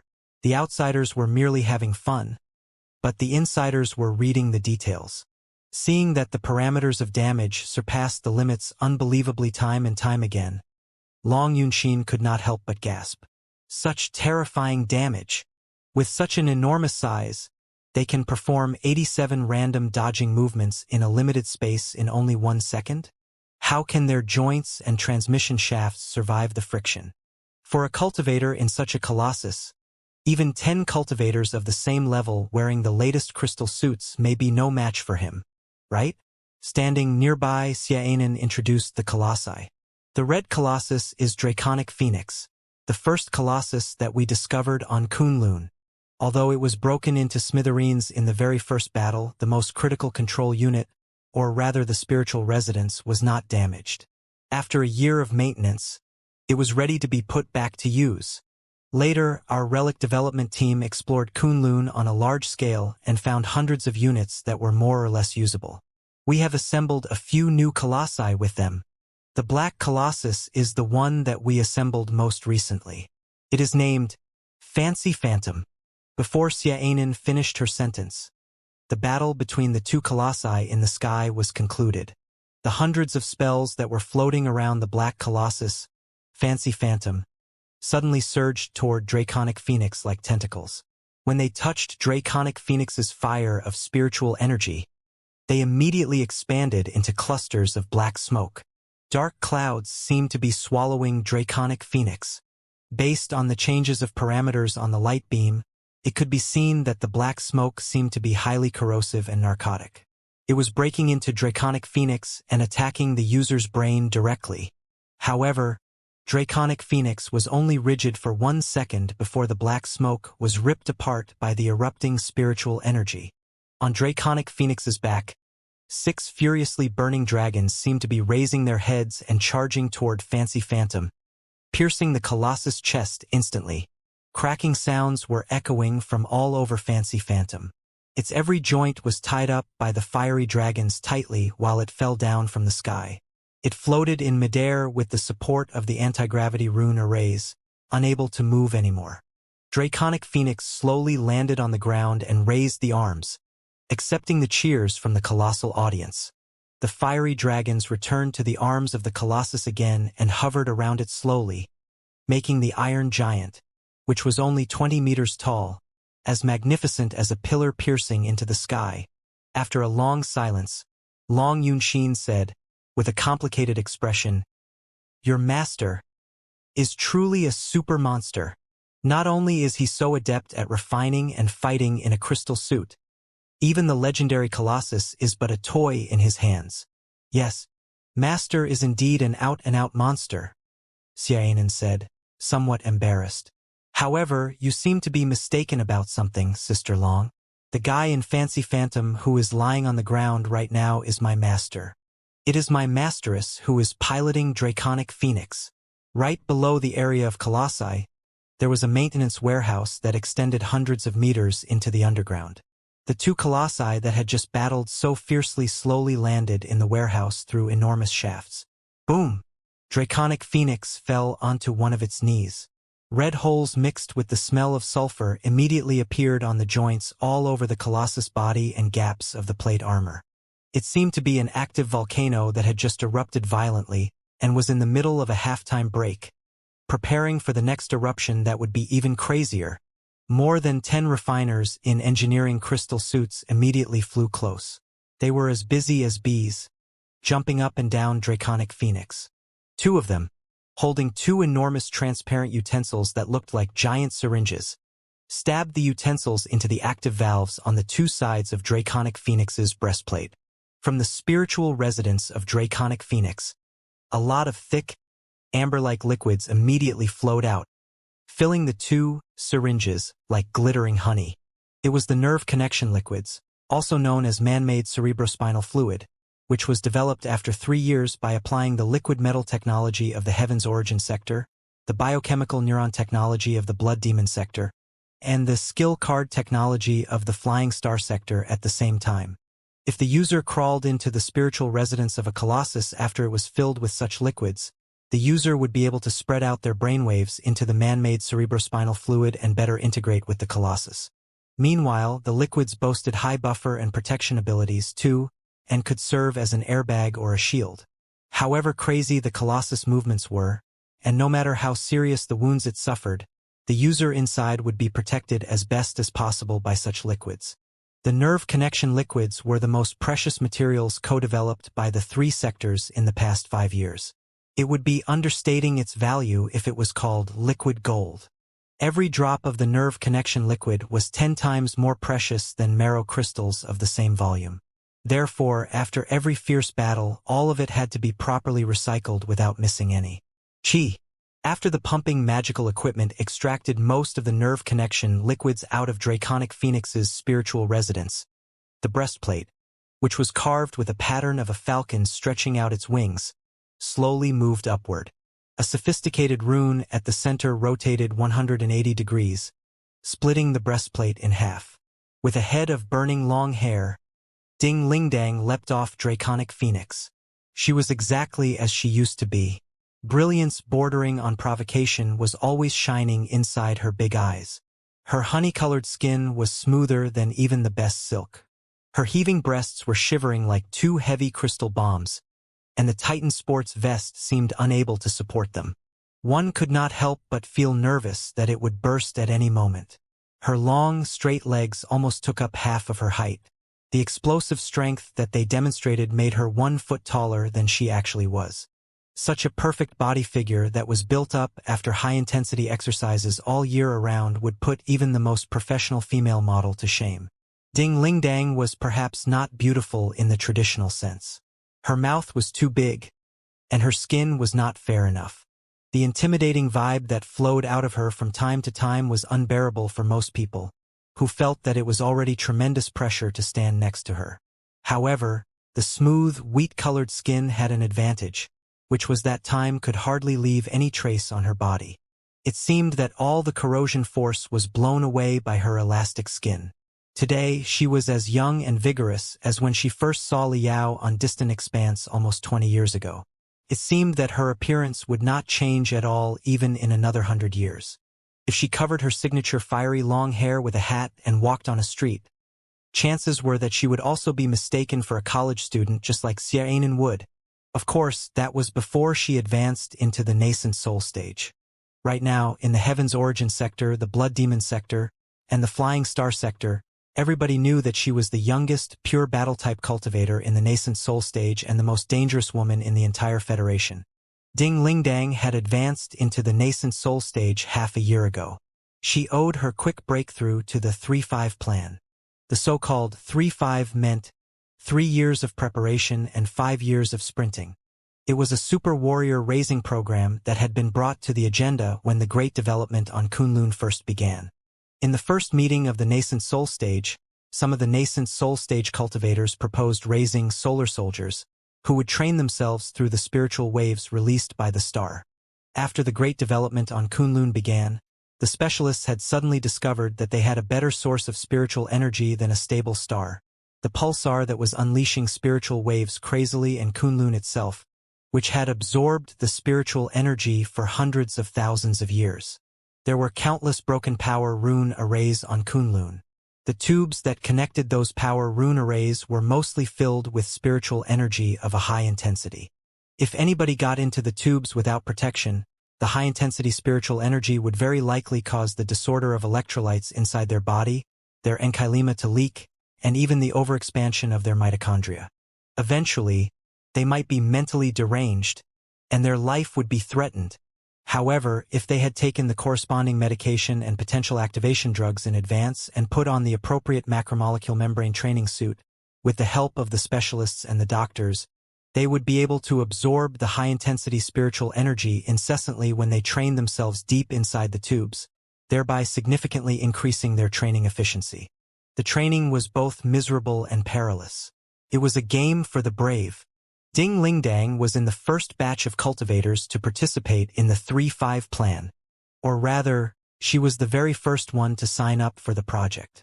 Many training subjects were actually developed by her along with the specialists and masters of spiritual energy together. Then, she would add burdens and more burdens to the subjects and train herself so crazily that everybody was shocked. To quote a specialist who had been involved in the 3-5 plan since the very beginning, Ding Lingdang had been training in the eternal flames of the inferno all the time. And that was only the training during the day. Every night, when her companions in the 3-5 plan were sound asleep, Ding Lingdang would go to Liao, who was also working on Kunlun. The two of them would find a place that was uninhabited but boasted intense spiritual energy and have the fiercest competition of beliefs. They had competitions of beliefs on the primeval battlefield that was scattered with the war debris from hundreds of thousands of years ago. They had competitions of beliefs deep inside the tubes where the spiritual energy was scorching. They had competitions of beliefs in the infinite metal torrents that Kunlun spurted out and in the turbulence that could rip apart the stars. They even had competitions of beliefs in the orbit of the pulsar right at the tipping point where they would be attracted by the pulsar and crushed into smithereens if they took one step further. 5 years. For 5 years. Just like that, Ding Lingdang trained crazily during the day and had competitions of beliefs at night even more crazily. Finally, at the most intense moment during one competition of beliefs, in the boundless universe, right at the center of the surging tides unleashed by the pulsar, she had a breakthrough and advanced into the nascent soul stage successfully. After she marched into the nascent soul stage, she immediately showed astonishing talent with colossi. Her body was born with fire, and her spiritual root seemed to be made of magma.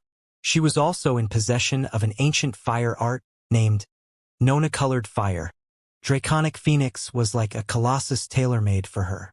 In the competition for the ownership of Draconic Phoenix, she emerged beyond everyone's expectation and defeated quite a few famous nascent soul stage cultivators in a row. Finally, she had been acknowledged as the first user of Draconic Phoenix. Ding Lingdang was realizing her vow in the past slowly but surely. It was destined that she would leave her mark in the sea of stars under the name of Ding Lingdang, instead of ending up being an unknown vase like Li Yao's wife. Perhaps it was the greatest momentum for her training. She was a woman supported by competitiveness, and she would not allow herself to be eclipsed by anybody. If Li Yao was a dazzling supernova, she had to be even more brilliant than Li Yao. Hiss, hiss, hiss, hiss. After cleaning the last drop of nerve connection liquids with a smaller sucker, Ding Lingdang walked to the black colossus Fancy Phantom. Her nose was raised high, and her lips were closed into a line tightly. She was obviously dissatisfied with her performance just now. Compared to the magnificent Draconic Phoenix, Fancy Phantom looked rather shabby. After the previous colossi were assembled, the well-preserved, best-quality units and components had already been used up. The only things left were the half-broken, barely usable ones. Fancy Phantom was jumbled with such ragged parts and components that the Federation managed to duplicate. It was a counterfeit product. Although it was the one most recently made, it was actually the weakest colossus and boasted the most unstable combat ability among all the colossi in the Federation. When it was flying in the high sky and fighting at a distance, one might not notice it, but now that it had been moved underground, if it was observed carefully from a close distance, anybody would be able to tell the crudeness from the rough connection points, the joints that were exposed to the air, and the highly uncoordinated hands and feet. Crack, crack. Fancy Phantom's breastplate, which had been twisted and deformed by Draconic Phoenix, managed to be opened after a while of ear-splitting noises. A cluster of black materials flowed out to the ground, and Liao struggled out of it. "You are truly awesome, honey." His face bruised and swollen, Liao cheered. "My wife is truly a super training genius, second to none in the world. After you entered the nascent soul stage, you have been progressing faster than light. What was your last move exactly just now? It pierced my internal organs and almost blew up my stomach. Cough, cough, cough, cough, cough, cough. I got a stomach ache now. It seems that we won't be able to have any competitions of beliefs tonight. Stop it. I know that I'm no match for you." Pouting her lips, Ding Lingdang glared at Liao angrily. "Draconic Phoenix is the first colossus that we discovered. When we repaired it, we used the best preserved and the most powerful units. More than 90% of the colossus is made of the primeval parts, which makes it essentially a remastered version of the original colossus in the primeval era. It has the highest combat ability among all the colossi. Fancy Phantom, on the other hand, is what we have jumbled up with the unusable leftovers, after we assembled the 4 colossi and with our own technology of enormous spiritual puppets. The primeval parts on Fancy Phantom only make up 35%. Also, the final debugging hasn't been completed yet. It is still in the experimental phase, with a low combat ability and an unstable performance. It's already a miracle that the Colossus can fly into the sky without breaking apart. However, when I was driving such a powerful Draconic Phoenix and you were driving such a vulnerable Fancy Phantom, it took me a whole minute to shoot you down. Besides, you weren't trying your best at all. If we had swapped Colossi, you would have blown up my Colossus completely in less than 3 seconds. Wouldn't you? You are wrong, sweetheart, Liao said solemnly. Who says that I wasn't trying my best? Under your incessant bombardment that felt like a raging flood, I was truly sparing no effort to resist you. Do you think I'm blind? Her arms akimbo, Ding Lingdang bulged her big eyes and bellowed. You didn't even put on a mustard seed combat suit, and you joined the battle in a t-shirt, shorts, and slippers. Is this your best? Hehe. I know that you are the strongest ace in the 3 sectors. Right now, the gap between you and me is still too wide. But don't you gloat. I'll catch up with you very soon and beat you in a fair and square competition. You're truly wronging me this time. How am I gloating? Liao scratched his nest-like hair innocently but failed to control himself after trying for a long time. He put on an evil smile of satisfaction. Little Black, resuming the appearance of a fat, round meatball, grew 2 short, silly wings on the 2 sides of its body, which were flapping hard while it hovered above Liao's head. It seemed to feel that Liao's messy, furry hair would be very comfortable and therefore simply seated itself on it. But it was a pity that Little Black was too obese. Liao's hair was entirely pressed down because its weight, as if Liao was holding a ball right above his head. In the past 5 years, the 3 sectors had undergone groundbreaking changes, and Ding Lingdang had advanced into the nascent soul stage after crazy training. Naturally, Liao had not been idle during that time. He had been working in the development team on Kunlun as a leader. He was mainly responsible for the collection, research, recovery, and assembly of the magical equipment related to the colossi. The so-called colossi were essentially crystal suits for nascent soul stage cultivators. They shared some similarities to the general crystal suits for other cultivators. As an expert of crystal suit modification, Liao happened to be adept at the ancient arts of refining 40,000 years ago, which gave him an advantage when studying the primeval spiritual stripes and rune arrays. He soon became the core of the team. When the colossi were assembled one after another, he picked up his old job willingly again and worked as the test pilot of the colossi. All the colossi were driven by Liao first in the experimental phase before they were slightly adjusted and improved according to his feedback. Only after he nodded in approval and declared it to be qualified would a colossus be considered completed and ready to be handed over to other nascent soul stage cultivators. In the past 5 years, Liao had been dwelling in the world of colossi and the primeval runes on Kunlun. Therefore, although his barehanded combat ability might not be in the top 3 among the super experts in the nascent soul stage, he definitely boasted the most abundant experience in operating and modifying colossi, leaving the second place so far behind that the guy would not even catch his exhaust flame. He was the true ace of the Federation. If he used Draconic Phoenix, the strongest colossus of all, perhaps the other 4 colossi would have to attack together in order to suppress him. Ding Lingdang understood the situation quite well. She naturally knew that her husband had gone easy on her. Of course, if she pursued any further, Liao would certainly blink his innocent eyes and drag his tone while he said, "It can't be helped. You have been operating colossi for less than half a year. You can't trigger my full fighting will." Ding Lingdang narrowed her eyes and sneered, "You are still chuckling? Fine. I'll teach you a lesson about chuckling tonight." She was no match for Liao in a colossus, and she could not defeat Liao in a dazzling war of magical equipment with a crystal suit. However, when the two of them engaged in a naked, close-distance battle barehanded, she, who was between a body practitioner and a body fundamentalist, had overwhelmed Liao again after she advanced into the nascent soul stage. Liao's delight was replaced by frustration, and his smile froze on his face. Had he seen it coming, he definitely would have refused the training match with his wife. On the lift leading to the warehouse of the colossi, the 100 students from the refining department of Flying Star University were all blushing in excitement. Some of them were almost crying. Even to this moment, they still found it hard to believe that everything was happening for real and that they were not in a dream. Good heavens! Are we really going to meet the legendary Master Liao? I'm so nervous. I can't seem to catch my breath. That is Master Liao. The Master Liao who defeated Xianxia, the best expert of the Flying Star Sector, rescued the Flying Star Sector, sabotaged the Eye of Blood Demon, facilitated the alliance of the Heaven's Origin Sector, the Flying Star Sector, and the Blood Demon Sector, and even discovered the Sanctuary Kunlun, Vulture, Fiend Star, Sand Scorpion. Every nickname represents a legend, and so many legends are concentrated on one person. Also, he is the well-deserved best colossi operator in the 3 sectors. The ace of aces. Even the nascent soul stage cultivators, who are 100 years older than him, have to drive the colossi according to the Colossi Operation Manual, composed by him.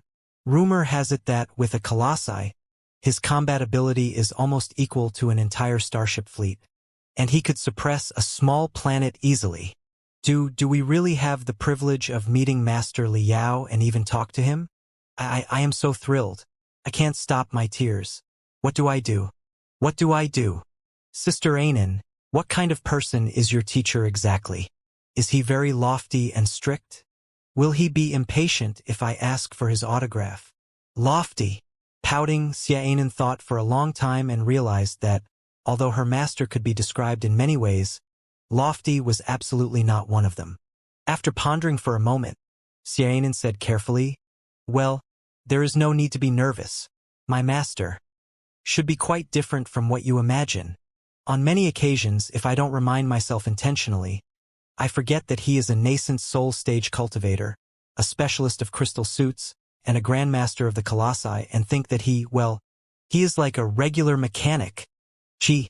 The lift slowly stopped in one corner of the warehouse where the colossi were being maintained.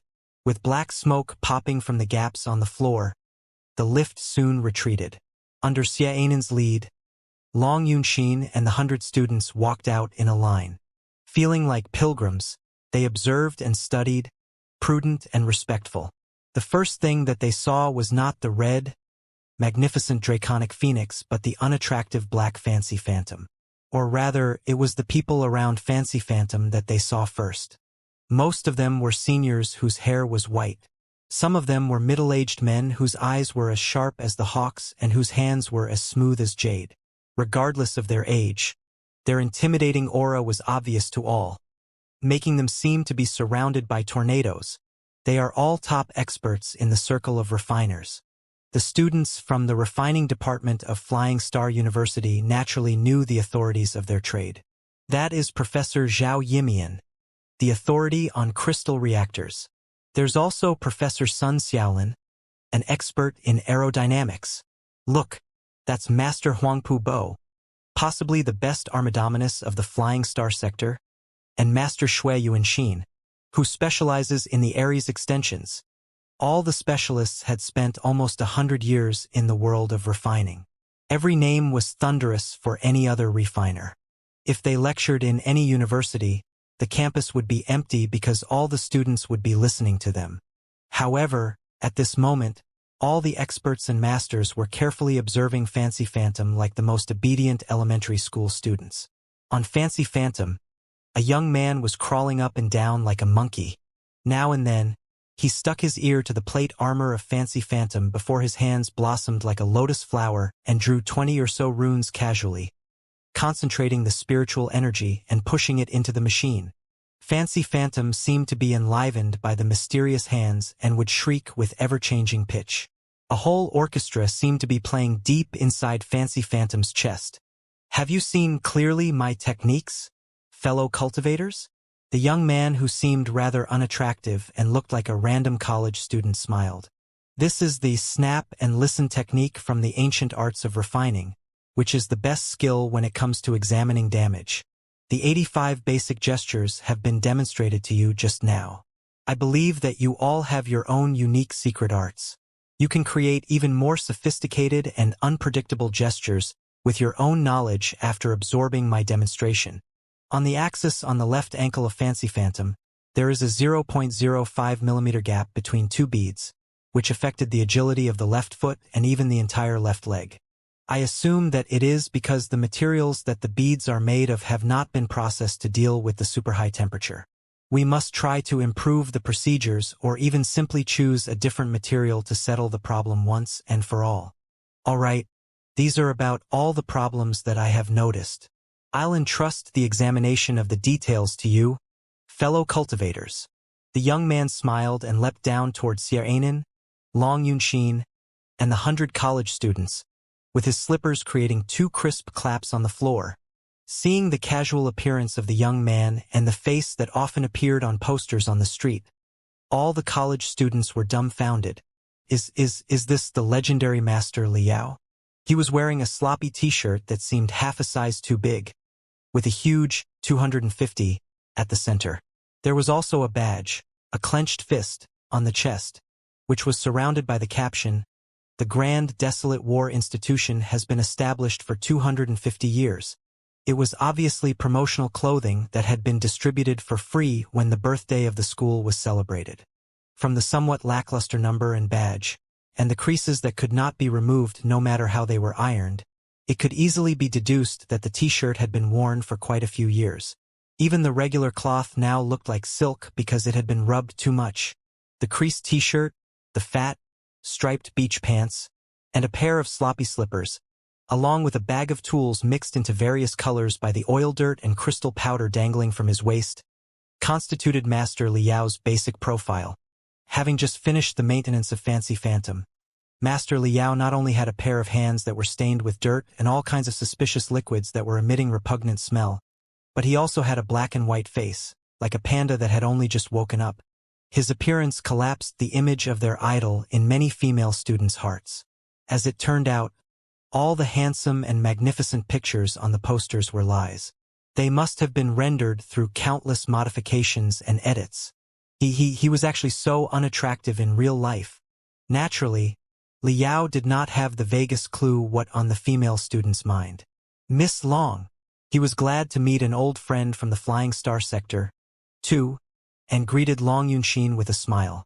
With mixed feelings, Long Yunxin was lost for words for a moment.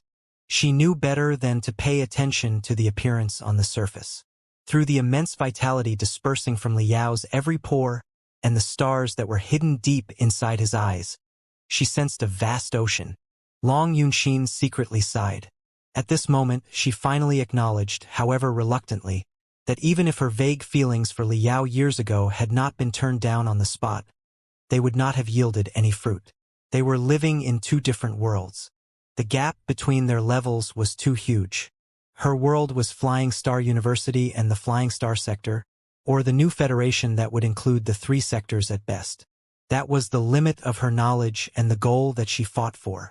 However, below Liao's seemingly casual posture and his somewhat slobby appearance, a boundless world that could almost include the entire universe was hidden. His own world was so vast, mysterious, and marvelous that he was too fascinated by it to care about his image in the mortal world.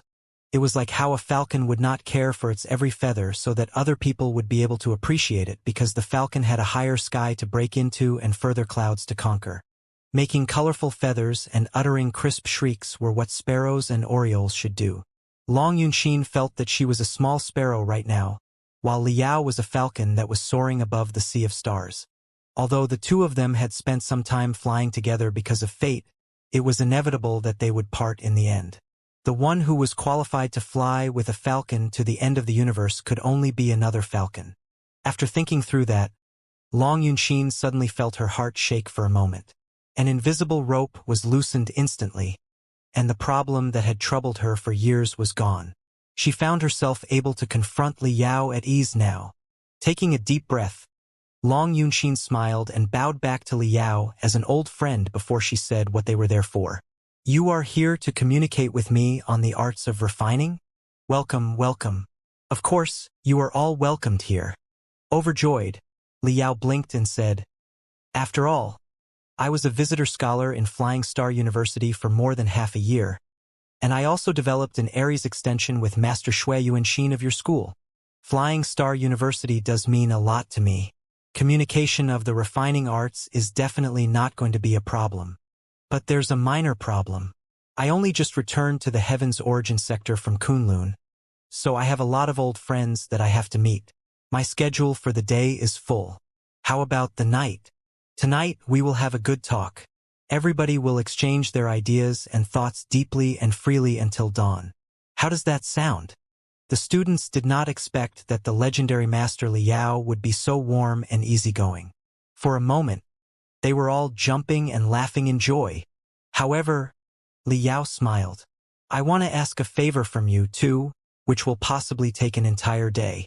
But don't worry, your time will not be wasted for nothing. In fact, I'm hoping that you can help test a piece of brand new magical equipment so that some experiment data can be collected." For the students of the refining department, it was their daily routine to work as a refiner's assistant or run magical equipment tests. Now that it was an offer proposed by the legendary Master Liao, the item to be tested was definitely not random magical equipment. There was absolutely no reason for them to refuse the offer. Therefore, all the students were encouraging Long Yunxin to accept the request. After all, Long Yunxin and her students were on a study trip. The opportunity to be enlightened by such an expert like Liao was too rarely seen to be missed out. Therefore, she promised Liao very quickly. However, she did say that some of the students that she had brought with her were less skilled than others. Some of them were only in their sophomore year or even freshman year. If the magical equipment to be tested was too sophisticated, they might not be able to complete the job well. Rest assured, everybody, the test does not have any difficulties. Not just college students, even middle school students can finish the job easily. Liao smiled. "In fact, it is not much of a test. I'm simply inviting you to play a game." "A game?" Long Yunxin was confused. "Yes."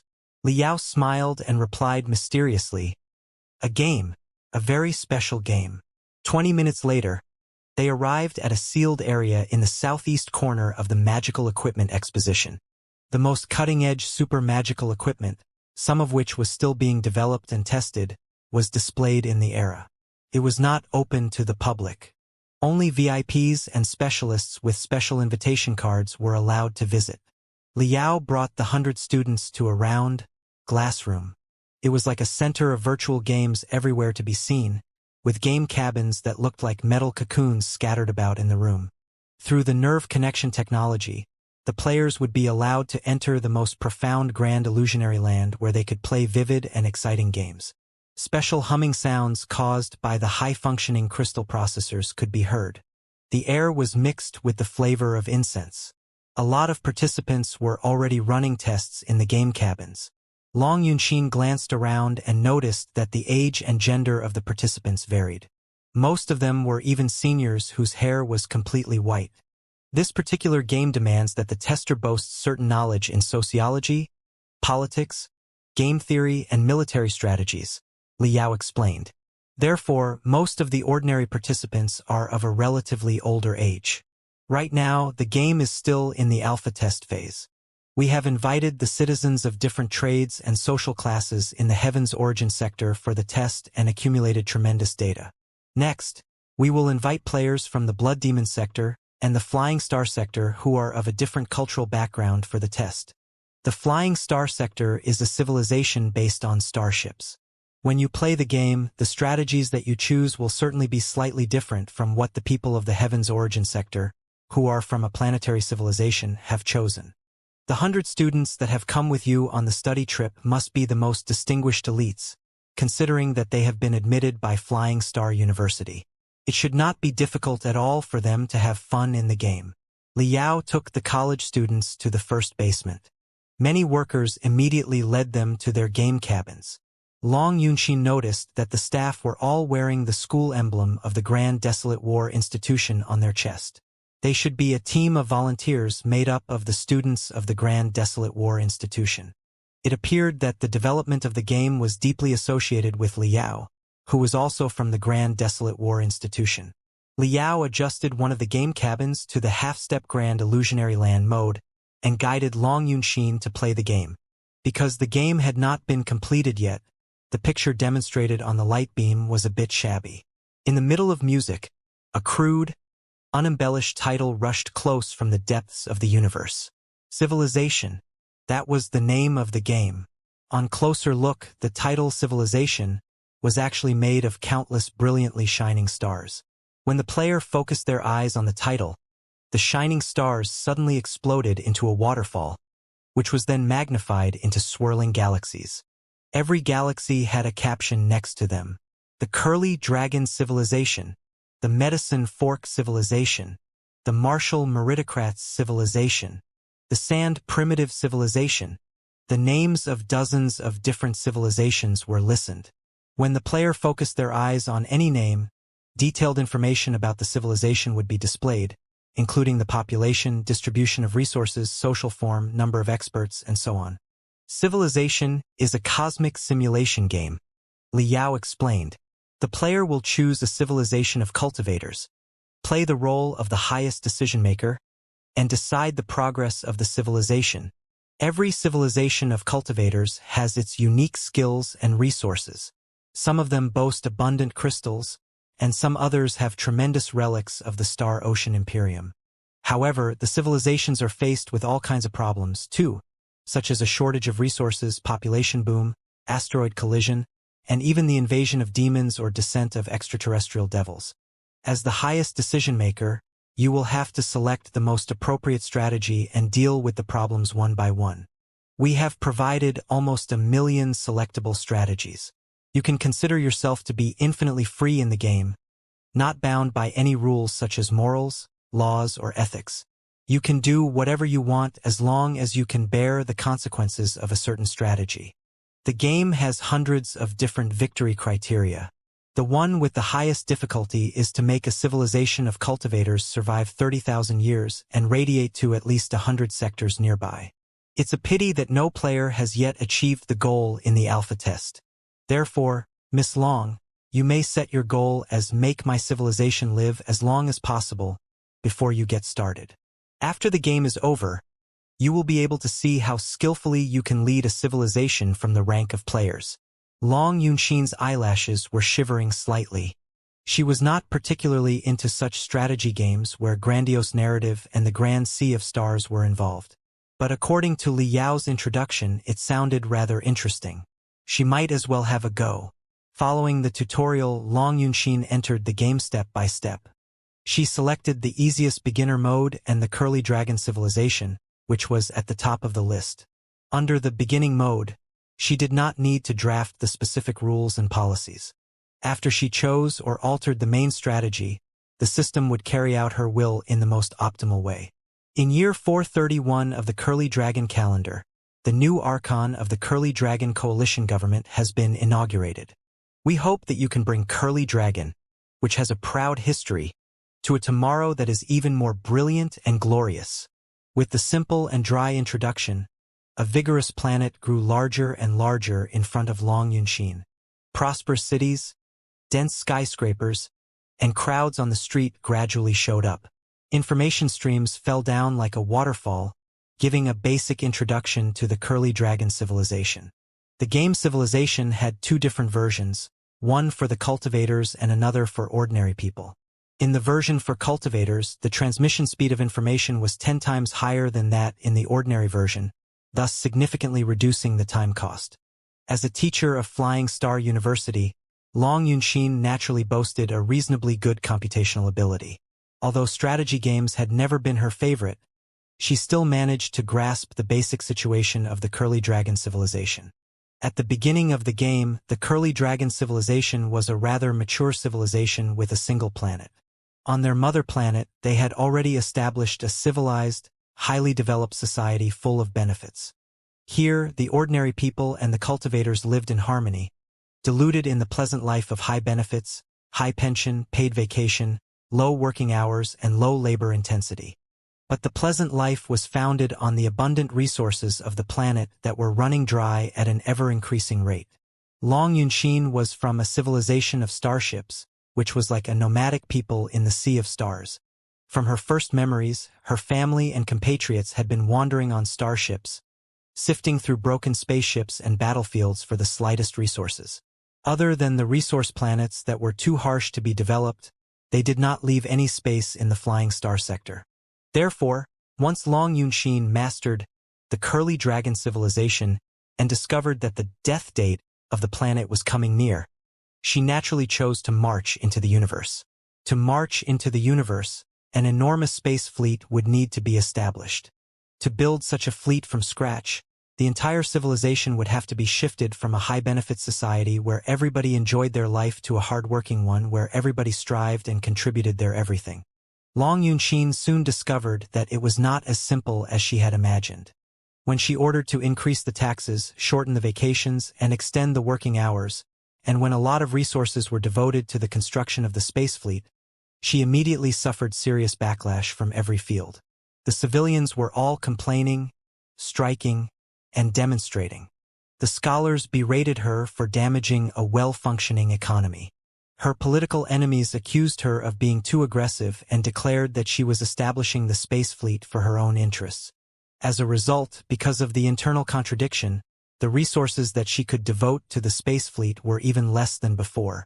Seeing that such a policy would lead to riots in the society, Long Yunxin had to make a minor concession. She thought that such concession would calm the people down. However, the greedy guys thought that she was weak and that they could take advantage of her. They proposed more and more outrageous demands. In the end, their demands of benefits and social security were even more ridiculous than the system at the beginning. There was no way that the national economy could shoulder the burden. This time, she fought back without giving in. But her weakness in the past had already made her lose the support of her allies and subordinates. The two parties wasted 100 years bickering with each other, while all the resources on the planet plummeted. Eventually, all the curves turned into a straight line that looked like the electrocardiogram of a dead person. The vital signs of the Curly Dragon civilization were disappearing fast. Soon, a series of cold words jumped out. In year 522 of the Curly Dragon calendar, the people of the Curly Dragon sector consumed the last gram of crystal during their protracted argument. They lost their ability of space jump. They were suppressed to the cage below 1% the speed of light and failed to break out the solid barrier when they perished in silence. Shwa, shwa, shwa, shwa. Her score and her rank popped up. Embarrassingly, Long Yunxin discovered that her previous performance was lower than 83% of all the players who had selected the beginner mode and the Curly Dragon civilization. Long Yunxin's face was aching, as if somebody had slapped her. She was a teacher of Flying Star University and a cultivator in the building foundation stage after all. How could her performance be so poor? After getting away from the grand illusionary land, she looked around, afraid of being found out, only to discover that Liao had already left some time ago. More or less relieved, she gritted her teeth and went back into the world of civilization. She selected the beginner-level Curly Dragon civilization again. This time, she made up her mind and persisted in her policies toughly in spite of the backlash of the people and the vilification of her political enemy. Like an iron lady, she pushed forward her plan of universal development. Large-scale riots immediately burst out everywhere on the planet. Fiery riots were bouncing inside Long Yunxin's beautiful eyes, biting her lips so hard that her teeth pierced into them. She chose to suppress the riots without any hesitation. As a result, the demonstrating crowd somehow boasted massive destructive magical equipment and attacked the military policers. The suppression turned into massacre. For a moment, blood was being spilled everywhere. Although the trend of strikes and demonstrations was stopped by force, the spirit of the civilization was entirely demolished. Everybody lost their enthusiasm. Long Yunxin felt like crying when she read the stagnating resource data. It was true that she could lengthen working hours, reduce benefits, and force everybody to go to work, but there was no way that she could stop people from being sluggish. The leadership of the military who were responsible for the construction of the space fleet took the chance to suggest that, with the peril right now, she should announce that the country would enter the general mobilization state. Large-scale curfews and military control should be implemented. Everybody should be included in a militarized system. Those who were lazy would be punished according to the military law. Having no choice, Long Yunxin accepted the suggestion. After the shot of special cardiotonic, the effect was rather obvious. The society was stable again, and the efficiency in resource collection and utilization was significantly improved. The space fleet grew larger and larger. Everything was back on track. When Long Yunxin took a deep breath of relief and thought that the Curly Dragon civilization had finally passed the test, a team of fully armed, aggressive soldiers suddenly popped up on the picture and strode toward her. Hey, hey, hey! Why did nobody tell me that there's also a military coup in the game? Somebody, help me! The poor Curly Dragon civilization was destroyed again by the crazy ambitions of the military this time. Unwilling to give in easily, Long Yunxin was patient enough to try a few more times. However hard she thought and weighed up different options, the Curly Dragon civilization fell into the abyss of destruction in the end helplessly. Of all her attempts, the furthest that she ever went was the one where she struggled to the year 600 of the Curly Dragon calendar and successfully developed almost 20 resource planets. Tremendous crystals were shipped to the mother planet incessantly. She established a crossworld, enormous space fleet again, ready to march into new sectors ambitiously. Right at this moment, 19 resource planets announced at the same time that they were done with the blatant exploitation of the mother planet and that they would be an independent outer space federation henceforth. They were even waging a war against the mother planet. Seeing the starships that were coming at her from various directions, Long Yunxin was so angry that she felt her head going dizzy. There's absolutely no answer to the development of the Curly Dragon civilization. This is an out-and-out unresolvable conundrum. Pissed off, Long Yunxin switched to a new civilization, the Martial Meritocrat civilization.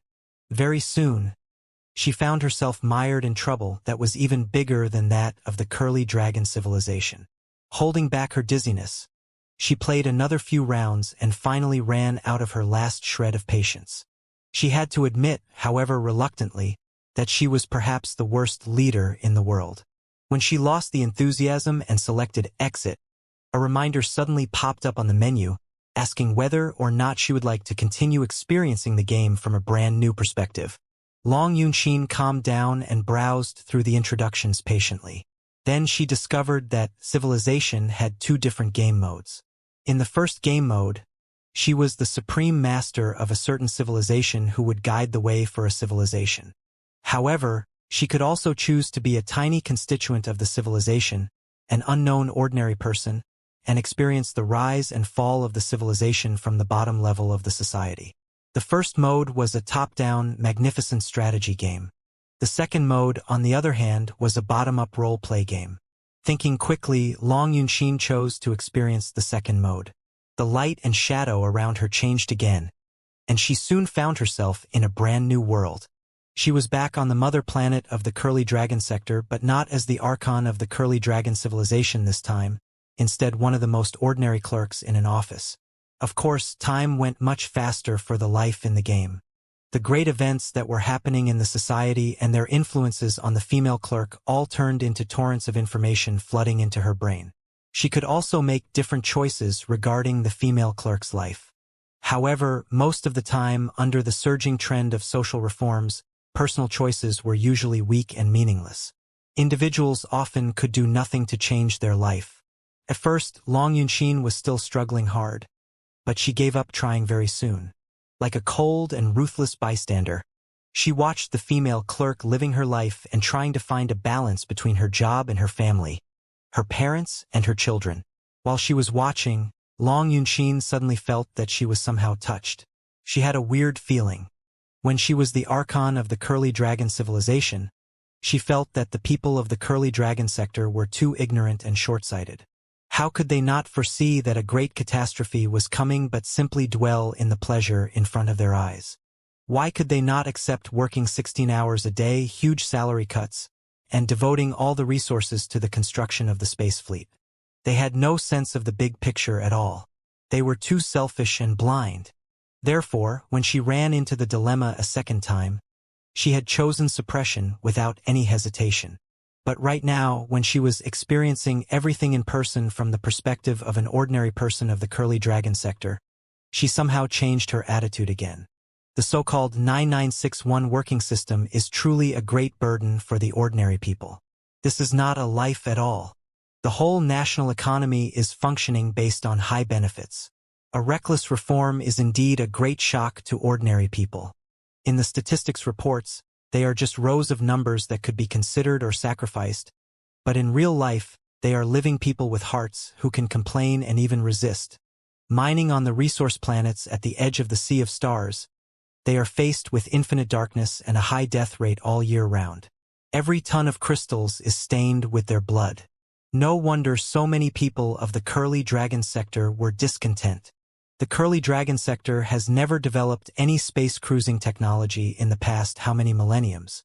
To build a space fleet from nothing is too difficult. For an ordinary person, they may not see any obvious progress at all after living a frugal life for 20 years. It's like a journey in a dark night where one can never see the direction of dawn. Nobody can take the suffering. When Long Yunxin saw that her character turned from a young and energetic girl into a dry, wrinkled woman who could barely catch her breath from the burden of life, her feelings changed. The girl had been born in the golden age, before the shortage of resources became a problem. Growing up in a honeypot, she was innocent and carefree, taking all the happiness in her life for granted. However, 3 days after she and her equally kind and innocent husband were married, the government announced that the Curly Dragon civilization had entered the era of glorious march. The benefits would be greatly reduced, working hours would be extended, and everybody would be forced to deposit their money and purchase national bonds to support the space fleet. When she watched this part, Long Yunxin had a feeling that she was a victim of her own doing. She had issued the very same policies many times when she was the Archon.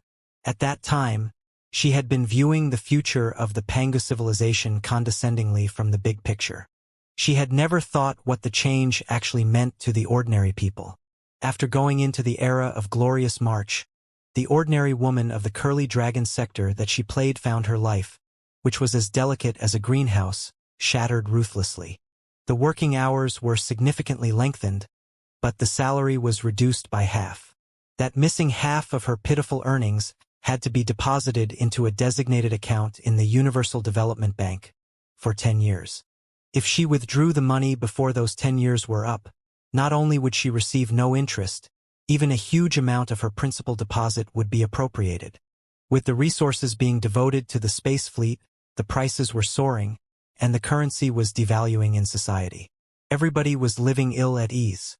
Currency inflation and economic crisis would break out every 2 to 3 years. Eventually, a strict ration system was implemented in order to stabilize the situation. The warmth between her and her husband was soon ripped into shreds by the cruel reality. Her husband, whose blood and sweat were exhausted in the factory during the day, became more and more taciturn, sensitive, and unapproachable. Their marriage and their relationships with their own family were all on the verge of collapse. Finally, bad news came over one day. The latest mining starship developed at tremendous cost proved to be another failure. In the Great Explosion, the resources that everybody contributed by cutting their own expenses were wasted. People could not hold their fury anymore. They went to the streets to demonstrate and protest, including Long Yunxin's husband. Long Yunxin knew that the company her husband was about to go bankrupt because of a shortage of raw materials. He had been in a terrible mood recently and would even mumble to the wall every once in a while. Too worried, Long Yunxin called her husband's name in the crowd on the street. A scorching airwave suddenly rose in front before a cluster of intense black smoke soared up. Along with the ear-splitting exclamations, Long Yunxin heard the shrieks when crystal bullets were tearing apart the air, which was the last sound that she heard in the game. Ah! Long Yunxin suddenly woke up from the game. She had somehow started living in it instead of watching as a bystander at some point. As if she had just escaped from a nightmare, she breathed for almost a whole minute before she finally calmed herself down. However, after reviewing the life of the ordinary person, her breath became hasty again because she discovered that it was exactly the episode where suppression turned into slaughter when she was playing the game for the second time. This explains a lot. Everything I'm experiencing as an ordinary person is caused by what I chose just now. Long Yunxin vaguely touched upon the true meaning of the game Civilization. She was not fond of simulations and strategies, but she had no objection to role-playing. Following that experience, she played another 10 roles in the Curly Dragon Civilization, all as relatively uninfluential ordinary people. She was once the president of the labor union who fought for better benefits for the members. She was also an ordinary soldier who participated in the suppression and slaughter.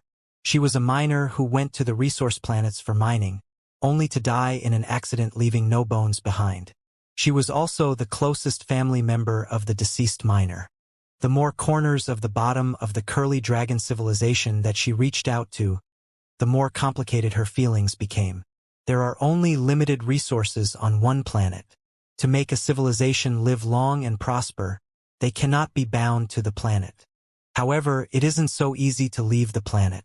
There's a good chance that, after decades and astronomical resources are wasted, and after countless tragedies take place in countless families, nothing is earned in the end. It's difficult, almost too difficult, for a civilization to develop, or rather to merely survive in the sea of stars. Long Yunxin did not know how to approach the conundrum. She was going to select more civilizations and try the life in the Medicine Fork sector, the Martial Meritocrat sector, and even the Sand Primitive sector, when a line of shining words at the bottom of the main menu caught her attention. It seemed that she had met certain requirements while she was playing the game just now. A brand new module of the game was now activated. The module was a DLC 2 of Civilization, named Rise of the Imperium. Above the 5 words that seemed to be forged out of iron and emitting the smell of smoke was an overwhelming flag of black lightning. A black shadow in full armor was standing right below the flag. Over the past few years, rumors about the Imperium of true human beings had been propagating in the 3 sectors. Stories about the rise of Blackstar the Great had even dozens of different versions. Long Yunxin immediately guessed that the DLC was about Wu Yingqi's rise after he arrived in the Star Ocean Republic, how he stole the supreme power, ascended to the throne, and established the Imperium of true human beings. As she expected, the introduction of the DLC specified that Rise of the Imperium was a whole new world generated with the enormous database and computational ability of civilization.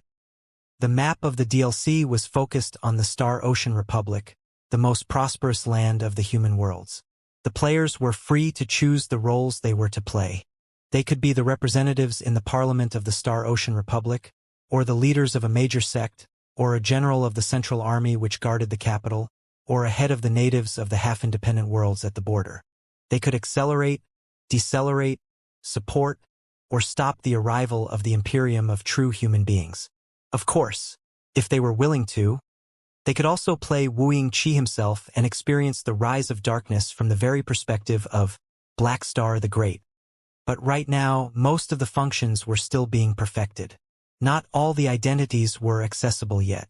There were few roles that the players could actually choose. Long Yunxin selected a random name from the list. Her eyes flashed as she appeared in a whole new world. Information was dumped into her brain. She was an ordinary citizen of the Star Ocean Republic, and her husband was an experienced expert of tunnel architecture. 10 years ago, she had followed her husband to settle down on the small resource planet. She worked in an elementary school which was affiliated to the mine. She also had 2 lovely kids, a boy and a girl. Her life was warm and peaceful. It would not be bad at all if such days could last forever. But their peaceful life was broken by war. The resource planet was occupied by the incoming enemy. The command center of their side that had been deployed there earlier had retreated in a hurry, leaving all the civilians including them behind. They did not give up resistance. Many remaining soldiers and the young people among the civilians crawled into the complicated tunnels and continued the battle, defending the dignity of the Star Ocean Republic in vain. Although her husband did not directly join the underground resistance force, he was providing help for the resistance force with his professional knowledge. He also offered his home to be a secret meeting place for the resistance force at the risk of his own life. A lot of computational ability and rendering ability had been devoted to the tale of the anonymous person. Building a world was unable to be differentiated from reality. She seemed to see that she was roaming in front of her house, holding her daughter and son, but in fact staying on alert for the members of the resistance force in her house. She could even feel her anxiety, worries, fury, hatred, and all the indescribable emotions. Will the enemy discover the resistance force? If it is discovered, how are they going to punish us? Will our army march back in the future? I don't matter, but can my son and daughter return to the motherland and grow up safely and healthily? Long Yunxin was consumed by worry, truly walking in the shoes of the character in the game. Right then, she suddenly felt the ground shiver slightly before she smelt the intense smell of something being burnt. Hundreds of deep blue electric arcs darted up from the horizon, as if 10,000 volcanoes that were filled up by lightning had erupted at the same time. She saw the enemy's starships taking off in a hurry, only to be caught up and ripped apart by the electric arcs before they broke out of the boundary of the gravity sphere. But before she had the chance to cheer at the result, the lightning turned into an overwhelming tsunami, sweeping across the entire planet and swallowing the enemies, the soldiers of the resistance force, and the civilians including herself and her children alike. Long Yunxin struggled out of the game again. Her body was so cold that she was almost a dead person, but her teeth were clattering hard in cracking noises. She knew who she had been playing now. She was one of the 8 million civilians that were sacrificed by Black Star the Great in the Battle of Karen. Long Yunxin had heard about the Battle of Karen before. It was the most crucial procedure on Wuxia's rise to the peak of power. All his accomplishments later were based on the event. In the battle, Wuxia sacrificed 8 million civilians and wounded soldiers on Karen, blew up the Supreme Command Center of the invaders from the Covenant Alliance, took over the military assets from Covenant Alliance, and seized more than 10 border worlds. Whether or not it was worthwhile to sacrifice 8 million to save 8 billion was a tricky question. It was also a heated topic that often appeared in the debate matches in Flying Star University. Long Yunxin had once given it some thought herself. But at that time, she had been sitting on a couch comfortably, enjoying the finest food, and chatting with several good friends. They had been viewing the event from the perspective of the representatives of the Star Ocean Republic, Black Star the Great Wuxia, or even the unbiased offspring beyond the leadership of the Star Ocean Republic and Wuxia. Their discussion had been pure empty talk. She had never tried observing the whole event from the perspective of an ordinary person that was living on Karen at that time. No, she was not observing the event. She was experiencing the event in person as a witness of history. Long Yunxin swallowed hard, feeling that her throat was both smelly and cold. Her soul seemed to have fallen into an icy cave, and her internal organs were entirely frozen. Her body, however, was scorching, and her skin was in excruciating pain, as if the scourge of the electric arcs in the virtual world was still lingering inside her bones. Her hands shivering, she selected characters of different identities. Those characters were either the miners who had been living on Karen and devoting their lives to the excavation of the raw crystals silently, or the teachers, doctors, nurses, and waiters who were the family of the miners and the refinement specialists, or even the soldiers and the battle heroes who had not been transferred yet because of the heavy wounds they suffered in the previous battles. Although they were all the most unremarkable cells in the civilization, there were still countless marvelous and extraordinary stories to them. The ordinary young people who were the bottom-level miners, after the invaders from the Covenant Alliance occupied Karen, picked up their spades and raw crystal shredders and became unpredictable guerrilla soldiers deep inside the interconnected tunnels. The doctors, nurses, and waiters who used to work in the living area, on the other hand, went behind the invaders' back, hid a lot of assets, and secretly brought the assets into the tunnels. The battle heroes who had suffered heavy wounds held each other's hand, supported each other, and charged at the overwhelming starships of the Covenant Alliance. What left the deepest impression on Long Yunxin was a young female teacher on Karen. After the tiny planet was scourged by the fire of war, she stood up and protected the 20-odd elementary school students in her class. She hid a flag of the Star Ocean Republic in secret and taught the children to sing the national anthem of the Star Ocean Republic time and time again. When the deafening fulminations of starships echoed outside, the young voices were the last wall of defense. When she was singing the national anthem, she would sometimes burst into tears and say, "Wherever we end up in the universe in the future, do not forget your hometown. Remember that we are from the Star Ocean Republic. We are from Karen. We are people of Karen." However, everything they did, the stubborn resistance of the guerrilla forces, the valiance of the disabled soldiers, the persistence of the civilians, the crisp sounds of the teacher and the kids, none of that mattered.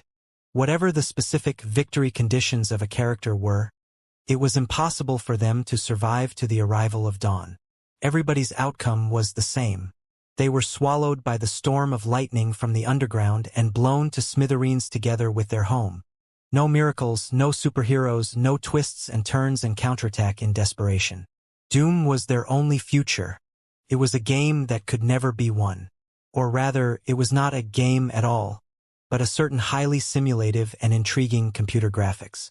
Yet, something uncanny about the game attracted Long Yunxin to play it time and time again, making her experience the last feelings of the residents on Karen, their hope and their desperation, before the final doom. The last CG was focused on the female teacher. When the crystal bombs that Wuxia planted deep inside Karen detonated all the purple thunder crystals on the planet, triggering an overwhelming hurricane of lightning on the horizon, the female teacher was the first one to discover it. She immediately jumped to her feet and opened her arms toward the tides of lightning, while she roared and asked all the children to stand behind her. It was like a chicken versus eagle game that they often played, where she was the hen protecting all the chicken behind him. In such a posture, the female teacher competed with Black Star the Great, who was to establish the imperium of true human beings soon. Although the dazzling light made her blind for a moment, glamorous fire was still raging inside her eyes. Against the thunderous tides, she was absolute and would not give in. She maintained the same posture when both she and the children were ripped into shreds and vaporized into smoke, as if she were a statue made of certain mysterious materials. Who? Long Yunxin covered her face hard, but her tears were flowing out of the gaps between her fingers. She quivered inside the game cabin for a long time before she was finally more or less back to herself. It was almost a poisonous game, but she could not wait to try more content about the game now. Even for a girl who was not interested in games where military strategies were involved, after experiencing everything on Karen, she was eager to play the full content of the game, hoping that she could stop Wuxia, Blackstar the Great, and the Imperium of true human beings with everything she could as a representative of Parliament in the Star Ocean Republic, a general of the Central Army, or a sector master in a border world. Taking a long breath, Long Yunxin felt that her brain was slightly aching. She knew that it was a sequela because her sense of time had been seriously twisted after spending too much time in the game time. I shouldn't play any longer. She glanced at the time and prepared to exit the game cabin. Huh? Half a day has passed. Long Yunxin's secret clicked her tongue. She was a woman of self-control, and it was her habit to be addicted to any game. However, the game Civilization indeed boasted indescribable charm that made anyone who started playing reluctant to leave. After she dizzily left the game cabin, she discovered that many students nearby had finished the test, too, but they were no longer as noisy and excited as when they first arrived. They were all crouching in the corner and thinking in silence. There was a mixture of deliberation, confusion, and enlightenment on their faces. Some of the emotional girls were also weeping like Long Yunxin did. Perhaps, they also played the DLC Rise of the Imperium, yet what they witnessed was not the rise of the Imperium, but the doom of the small folk. Miss Long. Seeing Long Yunxin walking up to them, the girls surrounded her as if she were a life-saving straw in the fierce currents. The game is too scary. Is the continuity of a civilization really so difficult? I really don't know what I should choose. When I played the martial meritocrat civilization, I felt that the sand primitive natives were all scoundrels while the people of the martial meritocrat sector were overly kind. But after my role was changed to a woman in the sand primitive sector who was born and raised in a burning desert, and my 10 children were either swallowed by demon beasts or killed by diseases, I began to feel that, as long as my children could live a life as the people of the martial meritocrat sector did, I was willing to pay any price, do anything, and worship any god. Karen. Is the destruction of Karen truly unavoidable? Before, I had no idea what 8 million people meant exactly, but now I do. Maybe. The girls were all sobbing. Usually, when they were sobbing, the passionate guys would have long come to the aid of the damsels in distress. They would have comforted the girls joyfully, probably hoping to win one of the girls' affection. But today, the guys who had just finished the test were sitting next to their game cabin, their eyes hollow and their mind absent, as they were pondering in silence. Long Yunxin felt that she was about to be inundated with questions. With the excuse that she needed to discuss something with Liao, she fled from the game center with the guidance of the staff. Liao was chit-chatting with an unworldly, elegant-looking senior in a fine cottage right behind the game center. Seeing Long Yunxin walk in, he immediately stood up to greet her. Why did you develop such an enticing game?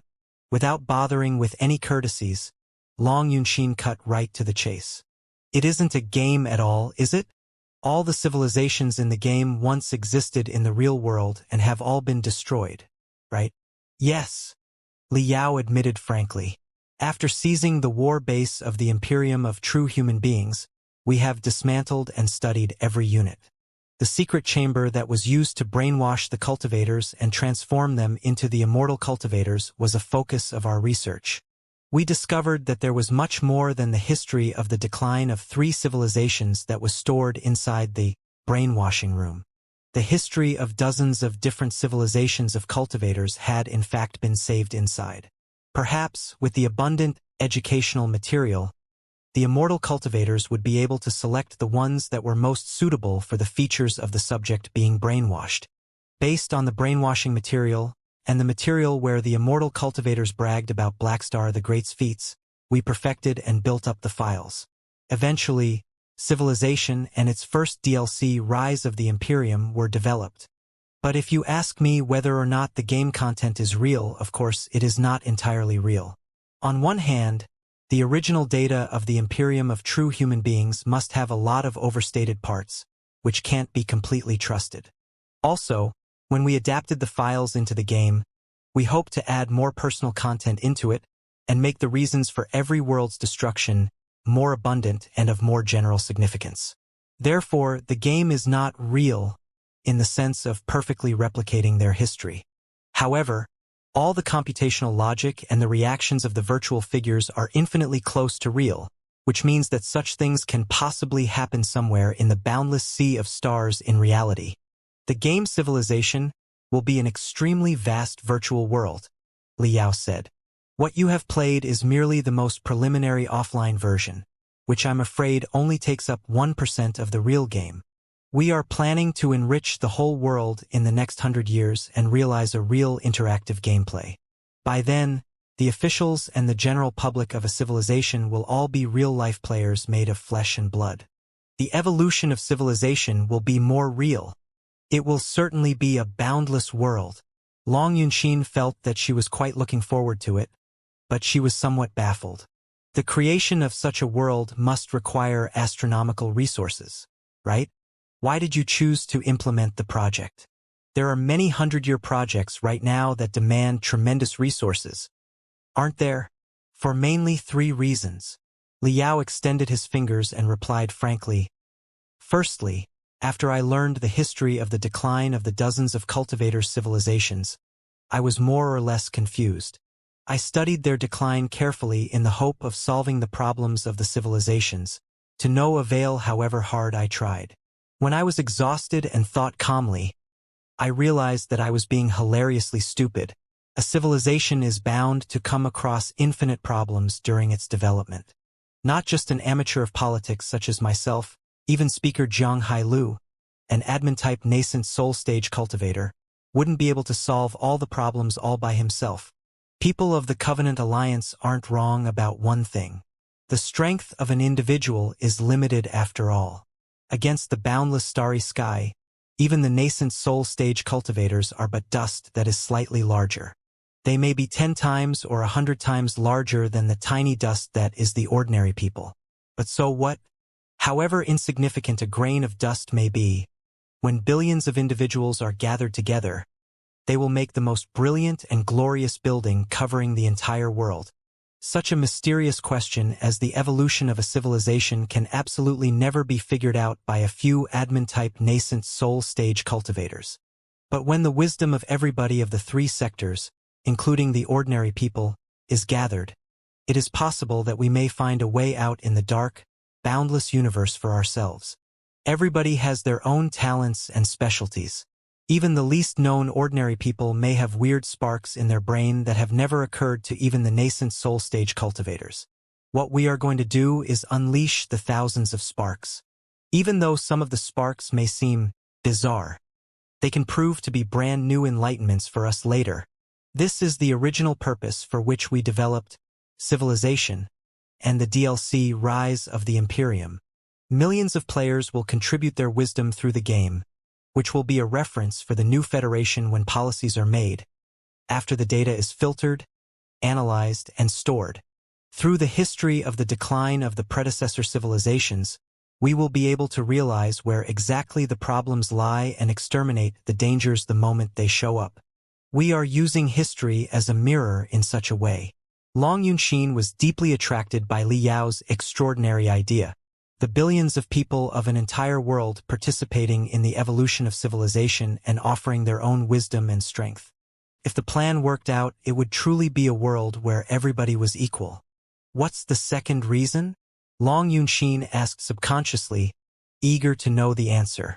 The second reason is sort of about the competition of beliefs between us and the immortal cultivators. Liao said, the immortal cultivators despise the power of the ordinary people and consider 99 of the human beings as hominoids, existences slightly more advanced than monkeys. They forbid the hominoids from getting involved in politics or controlling their own fate. The immortal cultivators' excuses sound right, correct, and justifiable. They said that hominoids have a low computational ability, are susceptible to addiction, are often swallowed by their own lust and feelings, and are lazy, greedy, and short-sighted. Therefore, the development of the civilization must be controlled by the immortal cultivators tightly. All the hominoids need to do is obey the commands and carry them out dutifully. That way, the interests of both parties will be maximized. Long Yunxin recalled her experience in the game. She had to painfully acknowledge that she seemed to have been somewhat bewildered by the immortal cultivators. Although not all ordinary people were like that, quite a large fraction of them were maybe unsuitable to control their own fate. Handing over their fate to themselves was like giving a sharp dagger to a 3-year-old, which would be a tragedy for both themselves and others. What's wrong with the excuse? Long Yunxin's voice was as feeble as a mumbling mosquito. It's very easy. Nobody is born to have a clear and sharp mind. Nobody is inherently omniscient and omnipotent. Even the easiest things such as walking or holding chopsticks must be learned. Mustn't they? How can you know anything without learning? Liao sneered. The immortal cultivators deprive the hominoids of the right to decide their own fate because they are too idiotic for politics. It is almost like cursing some teenagers for being illiterate when you didn't teach them how to read when they were children. For the cultivators, we believe that practice makes perfect. All skills are honed slowly when we grow from a rookie into a master, including how to take fate by the throat.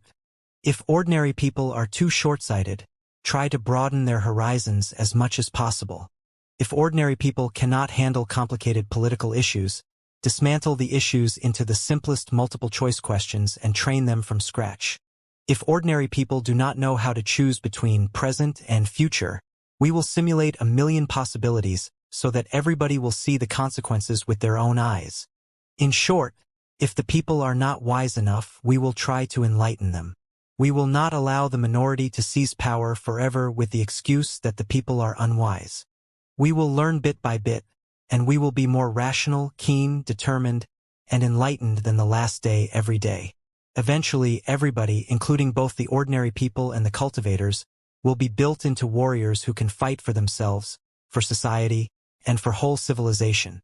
Therefore, the game Civilization is also some sort of tutorial. I believe that anybody can learn something from it. Long Yunxin nodded quickly.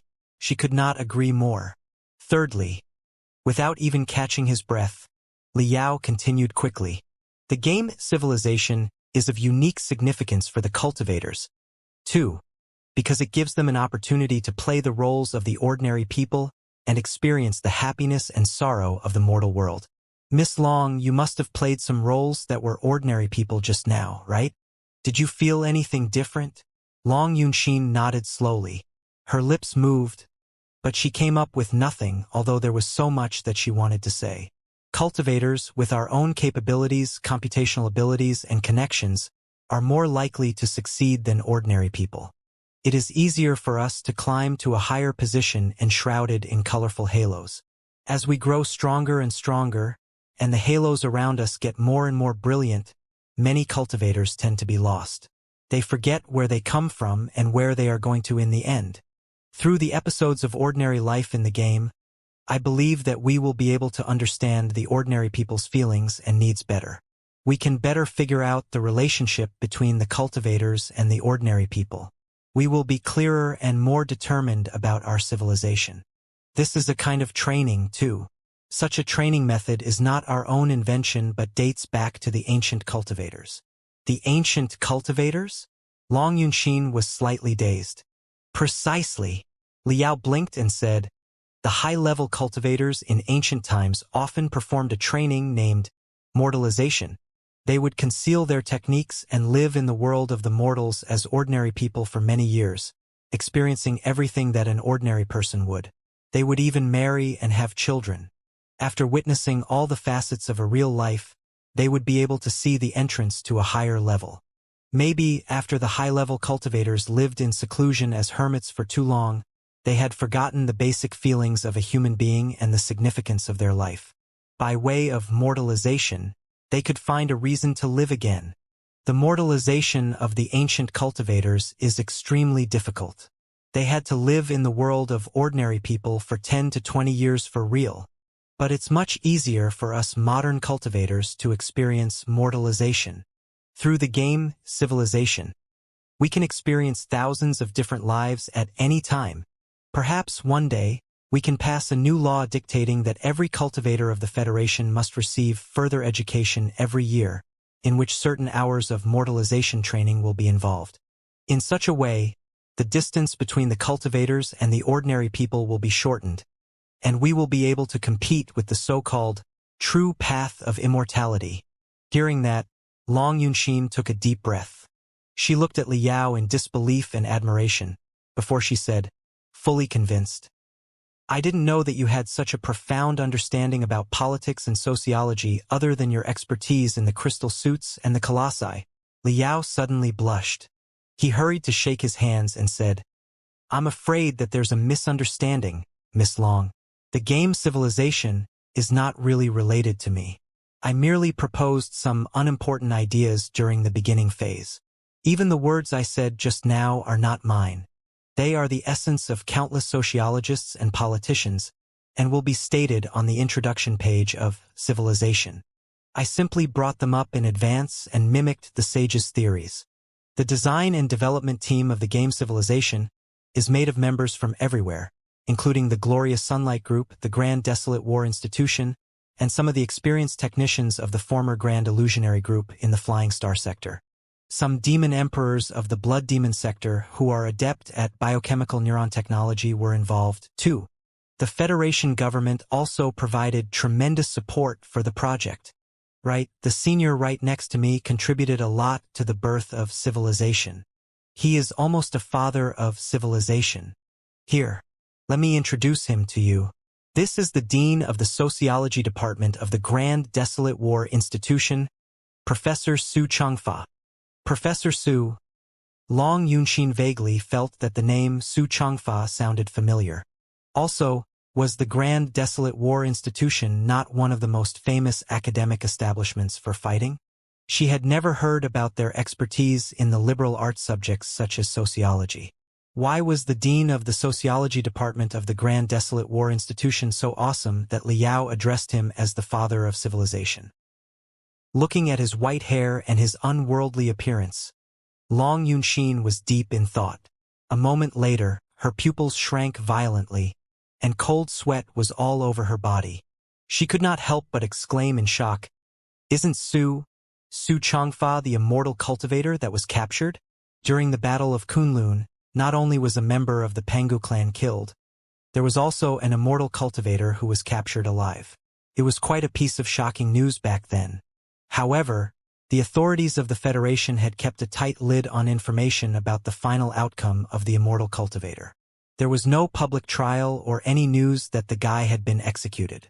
The immortal cultivator seemed to have just vanished into thin air. Long Yunxin had thought that the highly dangerous immortal cultivator must have been confined in the most heavily guarded prison of the Federation. She never expected that he would be walking in daylight freely, that he would be so familiar with Liao, or that he would be the dean of the sociology department of the Grand Desolate War Institution. What was that all about? Now that an immortal cultivator had been appointed as a dean of the Grand Desolate War Institution, which was one of the 9 elite universities in the Federation, were the authorities never afraid that he would brainwash the students? Also, he was to be credited for the birth of the super game Civilization, was he? For a moment, Long Yunxin was utterly confused. She could not help but take a step back and put on a defensive posture. Over the past 10,000 years, the Flying Star sector had never been at war with the demon race. Many of the people had never even seen a demon before. There was no grudge between the two parties. Therefore, the Flying Star sector could embrace the demons without complaint and work as the adhesive between the demons and the people of the Heavens Origin sector. But the immortal cultivators were a different case. Several years ago, the Flying Star sector had been turned upside down in the riot of the immortal cultivators. Almost doomed. The immortal cultivators, led by Xianxia and the Star Child who was even more sordid and hideous than Xianxia, had led the deepest impression of terror on the Flying Star sector. When she realized that she was so close to an immortal cultivator, Long Yunxin somehow felt that she was in the middle of a cold cave being stared at by a cobra. Senior Su is a model graduate of the Imperial Colonization University of the Imperium of True Human Beings. He has diplomas in sociology, history, psychology, and more than 10 other disciplines. Liao smiled. That is why he was sent to investigate the critical information about the alien worlds at the edge of the cosmos, such as the social structure and the development of the civilization. When the game Civilization was devised, Senior Su showed his profound professional knowledge, too. Asking him to manage the newly established sociology department of the Grand Desolate War Institution is almost a waste of his talents. That's not what I meant, Long Yunxin said in a hurry. Su Changfa's kind appearance overlapped with Xiao Xuance's hideous face in her memory, making her heart beat faster and faster. She did not know what she was saying anymore. I was only meaning to ask why. Miss Long, you want to know why an immortal cultivator is not watched over closely but allowed to walk freely and even work as a teacher in the college, right? With a smile, Su Changfa continued unhurriedly. Are they not scared that he will preach the immortal cultivator's theories to the students and brainwash the young fellows who haven't experienced the real world yet? It was indeed what was on Long Yunxin's mind. However, she was too embarrassed to admit it. After stammering for a long time, she failed to come up with anything and blushed. If only all the cultivators were as kind and innocent as Miss Long. Su Changfa sighed, not without regret, and mumbled. But it's a pity that there are shameless, cunning cultivators such as Li Yao among you. Ha! Long Yunxin widened her beautiful eyes and glanced at Li Yao and Su Changfa suspiciously. Were the two of them not friends? Miss Long, there's one thing that you have to understand. You can kill an immortal cultivator, but you can never destroy the immortal cultivator's thoughts, Su Changfa said casually. Now that you regard the Imperium of true human beings as a great enemy, it's unavoidable that you must study the immortal cultivator's theories deeply. How can you completely block and even seal the thoughts? Caging me or killing me is simply meaningless, because in 100 years more immortal cultivators, with more powerful magical equipment, more majestic troops, and more thorough theories, will invade from the depths of the Sea of Stars. Killing me right now and pretending that the true path of immortality does not exist is like an ostrich burying its head in the desert and pretending that the enemy is not out there. As the saying goes, when you know both yourself and your enemy well, you will never lose a battle. If you want to defeat the immortal cultivators, you will have to know what the immortal cultivators and the true path of immortality are exactly, right? This is the biggest reason for the formation of the sociology department of the Grand Desolate War Institution. We never intended to set the Federation as the research target. Our main focuses are the social forms of the Imperium and the Covenant Alliance, as well as the thoughts including the true path of immortality and the path of ultimate benevolence. Long Yunxin found it hard to close her mouth. She did not expect that Su Changfa would be so frank. Was the guy a phony, or had she misunderstood the immortal cultivators all the time? On the other hand, staring at Li Yao, Su Changfa tried to keep calm. If you want to undermine an idea, the best approach is not to block everyone's ears, mouth, and eyes.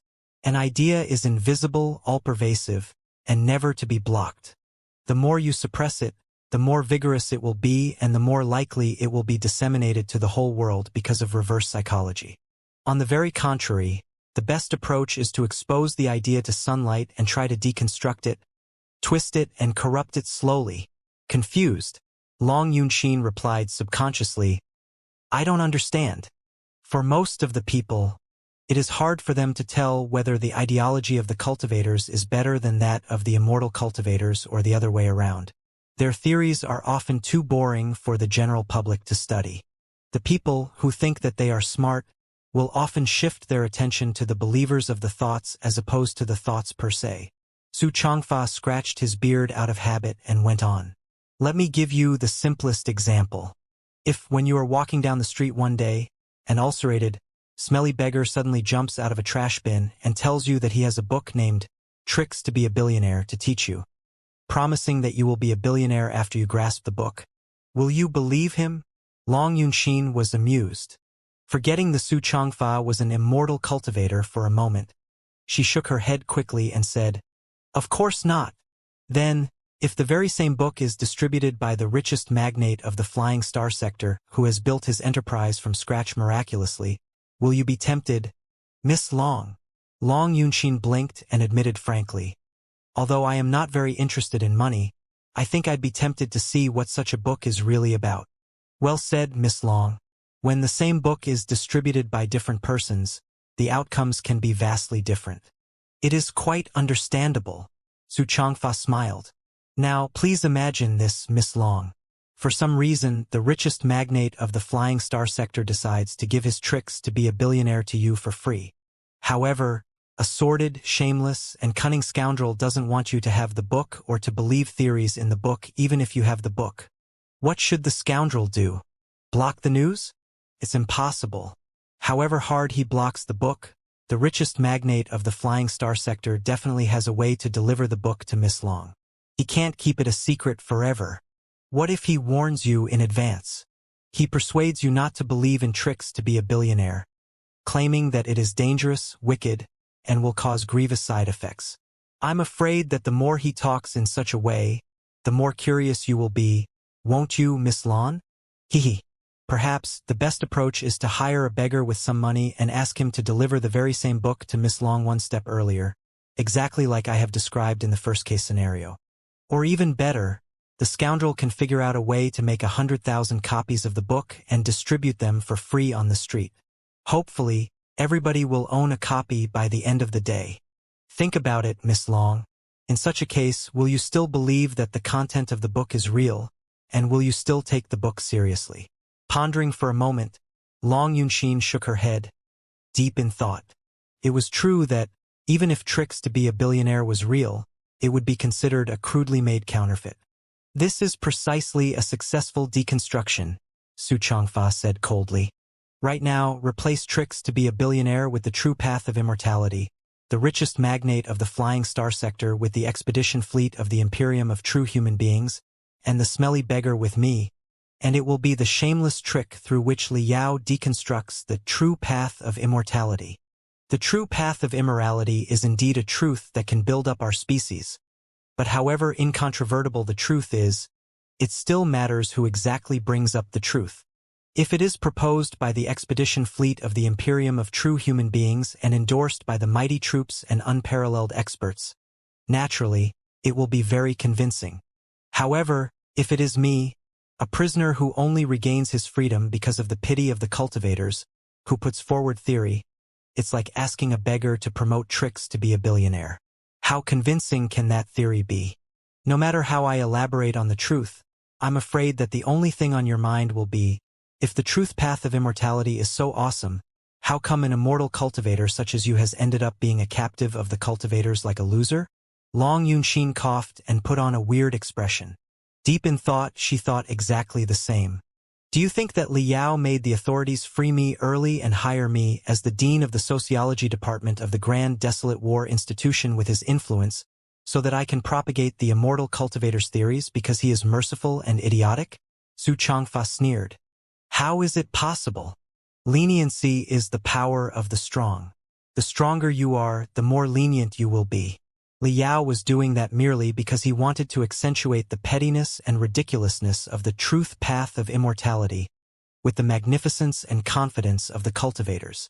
Once the unjustified opinion enters everyone's head, it is only natural that the true path of immortality will be despised. The immortal cultivators do not mind being loathed or feared because fear is itself a power that will make other people bend and believe. However, fear is one thing, disdain is another. If everyone's attitude toward the true path of immortality is contempt, it will be very difficult to shake your belief. This is exactly what Li Yao has been concocting. In the ancient battles, if a general of a hostile country was captured, it was often the case that he would not be directly executed but kept alive while being paraded through the streets, showing his most ragged and hilarious appearance to the public. The enemy's image would be sullied, and their morale would be reduced. Beheading him would only make the general a hero. Such living punishment harsher than death was the real way to dissolve the enemy's source of power. At this moment, I am like a general who has been captured alive and is being paraded in shame. You think that this is a privilege? No. This is the cruelest suffering that the scumbag Li Yao has come up with. Long Yunxin was quite shocked at Xianxia's suddenly profanity. She asked subconsciously, Are you not friends? Friends. Su Changfa widened his eyes, as if he had heard the greatest joke in the world. Why would you say that, Miss Long? How can Li Yao and I be friends? In my eyes, this shameless, ruthless fellow who knows no bounds may be the most terrible enemy for the Imperium one day. I only wish I could mince him into pieces and burn him into ash right now. Ha! Long Yunxin found the behavior of the nascent soul stage experts weirder and weirder. But you were having a nice talk just now, weren't you? Senior Su wants to kill me, but he is not able to do so, Li Yao said with a smile. Although we are both in the nascent soul stage, Senior Su is focused on liberal arts and mental control. Unless he has thousands of spiritual puppets under his control, he will be absolutely no match for me. If I'm determined to kill him, I can finish him with one hand. But, as you have heard just now, he is still of much value. What reason do I have to eliminate him? He wants to kill me, but he can't. I can kill him, but I don't want to. So, now that the two of us are in the same room, what can we do except have a nice talk?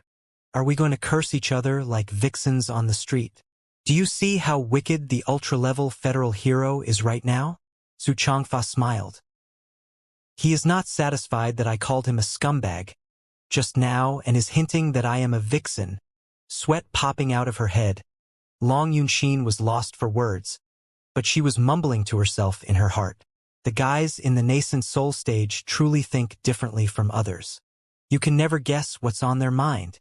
No wonder they are also called old monsters by other people and even accepted such an inelegant nickname willingly. They are truly a bunch of weirdos whose actions cannot be anticipated through common sense. Long Yunxin pondered for a moment. Although she had not figured out everything yet, she was no longer as intolerant of or frightened by Su Changfa as before. Senior Su, so to speak, you are very clear that Master Li Yao is taking advantage of you and parading you to ruin the image of the true path of immortality and the Imperium of true human beings, right? She asked respectfully. If so, why were you willing to be taken advantage of? Although you are an immortal cultivator, your spirit and resolution do not give me the feeling that you are someone scared of death. Few of the immortal cultivators, such as Xianxia, who raised disasters in the Flying Star sector, were soft. Now that you had seen through Master Li Yao's viciousness, why didn't you kill yourself when you realized that you wouldn't be rescued? At the very least, if you were unwilling to accept the pretentious job and develop the game civilization, there is absolutely nobody who could force you to. Why would I be unwilling to? His eyes glittering in the scorching brilliance of a vigorous teenager. He suddenly raised his voice and declared with unwavering confidence. What I said just now is only the plan that Li Yao concocted, but was it really so simple? Most importantly of all, I firmly believe in the correctness of the true path of immortality. However you vilify, twist, and lambaste it, you will eventually kneel down before the only truth. Li Yao wants to turn me into a vaccine. He wants to establish a department that focuses on the study of the true path of immortality so that you can know your enemy better. He wants to create a game to solve all the problems that can possibly occur when a civilization of cultivators is functioning. Then so be it. Because I believe that I am not a vaccine, but a life-saving drug, and that whatever the students had in mind before they come to my class, they will eventually realize the correctness, the advanced nature, and the absoluteness of the true path of immortality. There's no need to mention the game civilization. The more you play, the clearer it will be to you that regular methods can only solve the petty, superficial errors but can never cure the natural-born diseases of human beings. If you want to save our civilization from the bottom of it and make it continue burning for 10,000 years, 100,000 years, or even longer, the true path of immortality is the only path that you can follow. Li Yao thinks that he is taking advantage of me, but who can tell whether or not he is a victim of his own scheme and is actually being taken advantage of? In short, this is a competition of beliefs. Detour or retreat is not an option. You can only draw your sword and see who the winner is on the narrow road. Now that Li Yao dared to challenge the true path of immortality in such a way, I will gladly answer the challenge even if the cost may be my life. Let the next 100 years be the judge to determine which of us is right and credible. Su Changfa's determination deeply touched Long Yunxin. Her hatred and contempt for the immortal cultivator that she had just grown in the game civilization was suddenly slightly shaken. Those experts in the nascent soul stage were too dreadful. One would be unavoidably affected by their belief when they were too close to them. Right then, somebody knocked on the door softly. A young man in the school uniform of the Grand Desolate War Institution walked in with a tray of teacups. He greeted Su Changfa as master respectfully first before he changed the tea for the three of them. Long Yunxin was greatly surprised. The terms of address among cultivators could be quite sophisticated. Su Changfa, as an immortal cultivator who was permitted to open a lecture in the Grand Desolate War Institution, could be called teacher, professor, or dean by the students who went to his class. All those titles were perfectly normal. However, the students should be well aware of Su Changfa's background and identity. They should also know that they were studying the true path of immortality just to better deal with the enemy. Their bond with Su Changfa was the thinnest teacher-student relationship. It was more like a dealer-customer relationship where knowledge was the merchandise. But addressing someone as master was different from addressing him as teacher. One day a teacher, forever a master. It was a very solemn title that entailed tremendous obligations and rights. For example, Liao had once been a visiting scholar in Flying Star University. So, it would be appropriate for the students of Flying Star University to call him teacher. The title did not imply that Liao had any duty or responsibility about the students. In all three sectors, Wu Mayan, Xianxia, and Jin Xinyue were the only three who were entitled to address Liao as master. As Liao's true disciples, they were going to inherit Liao's knowledge one day. On many occasions, a cultivator's true disciples were more intimate to them than their family. The bond between them could be very deep. Every cultivator, especially those in the nascent soul stage, could not be more cautious when they recruited a true disciple. But the student of the Grand Desolate War Institution was a true disciple to Su Changfa, an immortal cultivator? Long Yunxin observed the young man with great curiosity. Her first impression was that he was outrageously young. Had there not been the school uniform, he might have been mistaken for a senior high school student, if not one from a junior high school. His skin was rather yellow, and his arms and legs were as thin as a skeleton. Somehow, his neck was supporting an extraordinarily huge head. The two big, round eyes took up almost half of his face. He gave Long Yunxin the feeling that he was a malnourished bean sprout. Sensing that Long Yunxin was observing him, the young man glanced at him casually. Despite his slimness and his young face, the young man's big eyes seemed to belong to an adult who had experienced too many vicissitudes of life. They seemed to boast soul-stirring charm, allowing him to see through someone else's deepest secrets with a glimpse. Long Yunxin shuddered coldly. She felt that the young man's eyes did not stop on her at all. After piercing through her heart, they darted toward the clouds in the sky. In the meantime, she sensed two opposing auras from the young man. One of them was the demeanor of a patient noble. His every action suggested that the young man had received the education of the upper society. However, hidden beneath the vague aura of a noble were toughness and indifference, which seemed to suggest that he was an orphan born and raised in the wilderness. The mysterious young man successfully attracted Long Yunxin's full attention. She was more curious about him than Liao and Su Changfa combined. Narrowing her eyes, Long Yunxin discovered two badges on the lapel of the young man's school uniform. The first badge was, naturally, the Fist of Fury badge, which was the famous emblem of the Grand Desolate War Institution. The second badge was a pattern of a fist, too, but it was one that was holding a double-edged sharp sword tightly. On the bleeding back of the hand, a shining eye was carved. The badge was not rare in the Flying Star sector recently either. Even some of the societies in Flying Star University were associated with the organization behind the badge. It was the symbol of the Patriots Front, an organization that had been rising quickly in the past few years. "Miss Long, what's wrong? Are you interested in my true disciple, Lu Qingchen?" Su Changfa was apparently very proud of his disciple. Scratching his long beard, he declared, Li Yao went through all the trouble of setting up such a scheme, but he doesn't understand the logic of man proposes, God disposes. However fabulous his thoughts are, there will be many unexpected changes when they are implemented. Lu Qingchen may be the first unexpected change, but I believe that he is definitely not going to be the last. Qingchen, there's something I must discuss with fellow cultivator Li. Please walk with Miss Long and introduce the development of our civilization. If she is interested in you, you may introduce yourself to her well, too. Understood, Master. The young immortal cultivator Lu Qingchen nodded and bowed to Long Yunxin courteously. Miss Long, this way, please. Long Yunxin knew that the two nascent soul stage experts were going to talk about some strange and mysterious topics again. The communication in the nascent soul stage was too weird for her to follow. She sometimes even found it hard to tell whether they were praising or cursing each other. The young man, on the other hand, seemed to be a better subject of communication. Who was he? Why did he become an immortal cultivator's true disciple?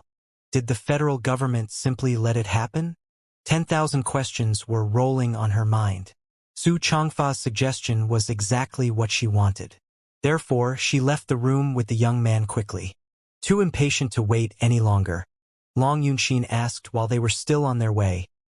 Mr. Lu, how did you become Senior Su's true disciple? Do you really believe in the true path of immortality?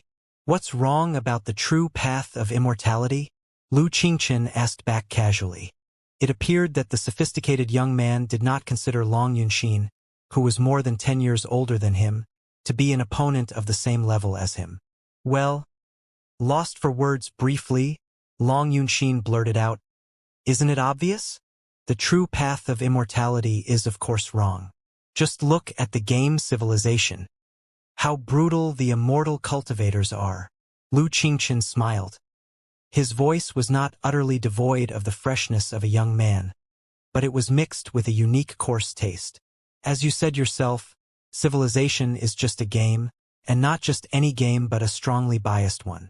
It is just a way of brainwashing for the cultivators. How can you decide whether the true path of immortality is right or wrong with that? Under my master's lead, I was partly involved in the development of Civilization as an assistant. When designing Civilization, and especially the DLC Rise of the Imperium, the designers intentionally chose pictures, scenes, and plots that were unfavorable for the immortal cultivators so that the players would despise and loathe immortal cultivators before they knew it. Such doing is no different from the brainwashing procedure the immortal cultivators performed on Master Li Yao in their warbase. They are simply selecting a certain facet, magnifying it and extremizing it, in order to achieve their purpose.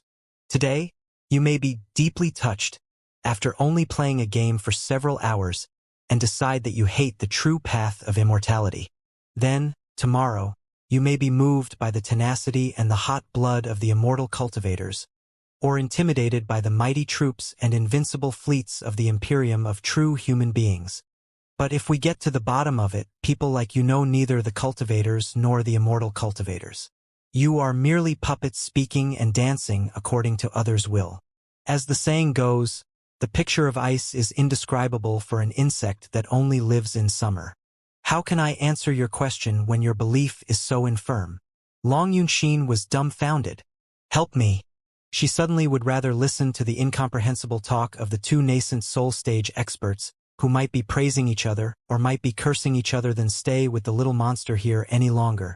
Therefore, before we discuss whether or not I believe in the true path of immortality, we must figure out what the true path of immortality is exactly. If it is good, where and how is it good? If it is bad, how specifically and to what extent is it bad? The young immortal cultivator paused for a moment and then said solemnly, "This is the only reason why I am learning from my master. I want to understand the true path of immortality and figure out what it is exactly before I decide whether or not to believe in it." There was finally something that Long Yunxin could understand. Greatly relieved, she said, "I understand now. You are just curious. You are not a real believer of the true path of immortality. So, you are still a cultivator, right?"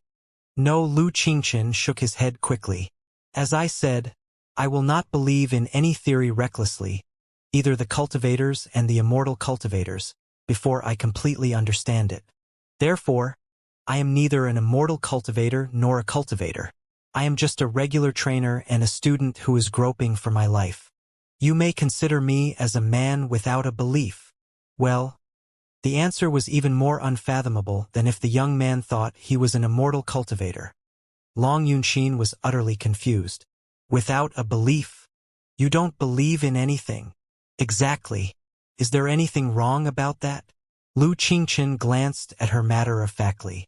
Thinking for a moment, he said, "When I was little, I believed in many things childishly like you and many other people. I was born in the Grand Desolate Plateau. I lost my parents in a demon beast outbreak. I was raised by my foster father, who was also a war orphan. I lived together with my foster father and my grandfather. At that time, I firmly believed that demons were living embodiments of evilness and our most ferocious sworn enemies. My foster father and my grandfather were great heroes and pillars to support the Federation. When the news of the Imperium of True Human Beings attack came over, the whole world was suddenly turned upside down. The ferocious demons suddenly turned into comrades whom you could unite with, and the heroes determined to fight to the end against the demons became dishonored traitors and schemers. The demon emperors, who used to be described as cruel and unpardonable, arrived on the land of the Federation openly. My foster father and my foster father's foster father, Lu Zue, became national enemies because of their Patriots partnership. My grandfather died without a sound in prison. My foster father was sentenced to 50 years in prison and sent to your Flying Star sector for mining. Fine. It took me a lot of time to convince myself, but I persuaded myself that they deserved their punishments and that the immortal cultivators were our most dreadful enemies. Faced with the threat of the Imperium of True Human Beings, the bloody grudge in the past could, and must, be put down, including the death of my own blood parents. I really figured everything through and let it go. I smashed my belief in the past and established a new belief that was even tougher, solider, and more unwavering. My hate toward the demon race was poured toward the Imperium of True Human Beings and the immortal cultivators. However, when I just found my new belief, another piece of stunning news came over. As it turned out, the immortal cultivators were not the evilest enemies in the enemies, either. There were still existences that were even more wicked than the immortal cultivators, which were the people of the Covenant Alliance. Hehe. Since the news of the minor apocalypse, the Federation had been exaggerating the terror of the immortal cultivators, exactly like they exaggerated the terror of the demons in the past. How ugly and vicious they were. But this time, everything changed again, and the immortal cultivators became understandable and communicable. Under extreme circumstances, we might even have to join hands with the immortal cultivators to resist the Covenant Alliance. Isn't it ridiculous? If sworn enemies could become the most intimate allies, and great heroes could turn into ambitious traitors, and the immortal cultivators could vacillate between the role of enemy and the role of friend. Who could say for sure that we wouldn't be fighting side by side with the Covenant Alliance when an existence more evil than the Covenant Alliance popped up? With a thin smile, the young man said, "Tell me about it. Faced with such abrupt changes, what should I believe in when I am unused to the world? I fear that the unpredictable reality will jump out and smash my new belief into pieces the moment I choose it." Long Yunxin was rendered speechless.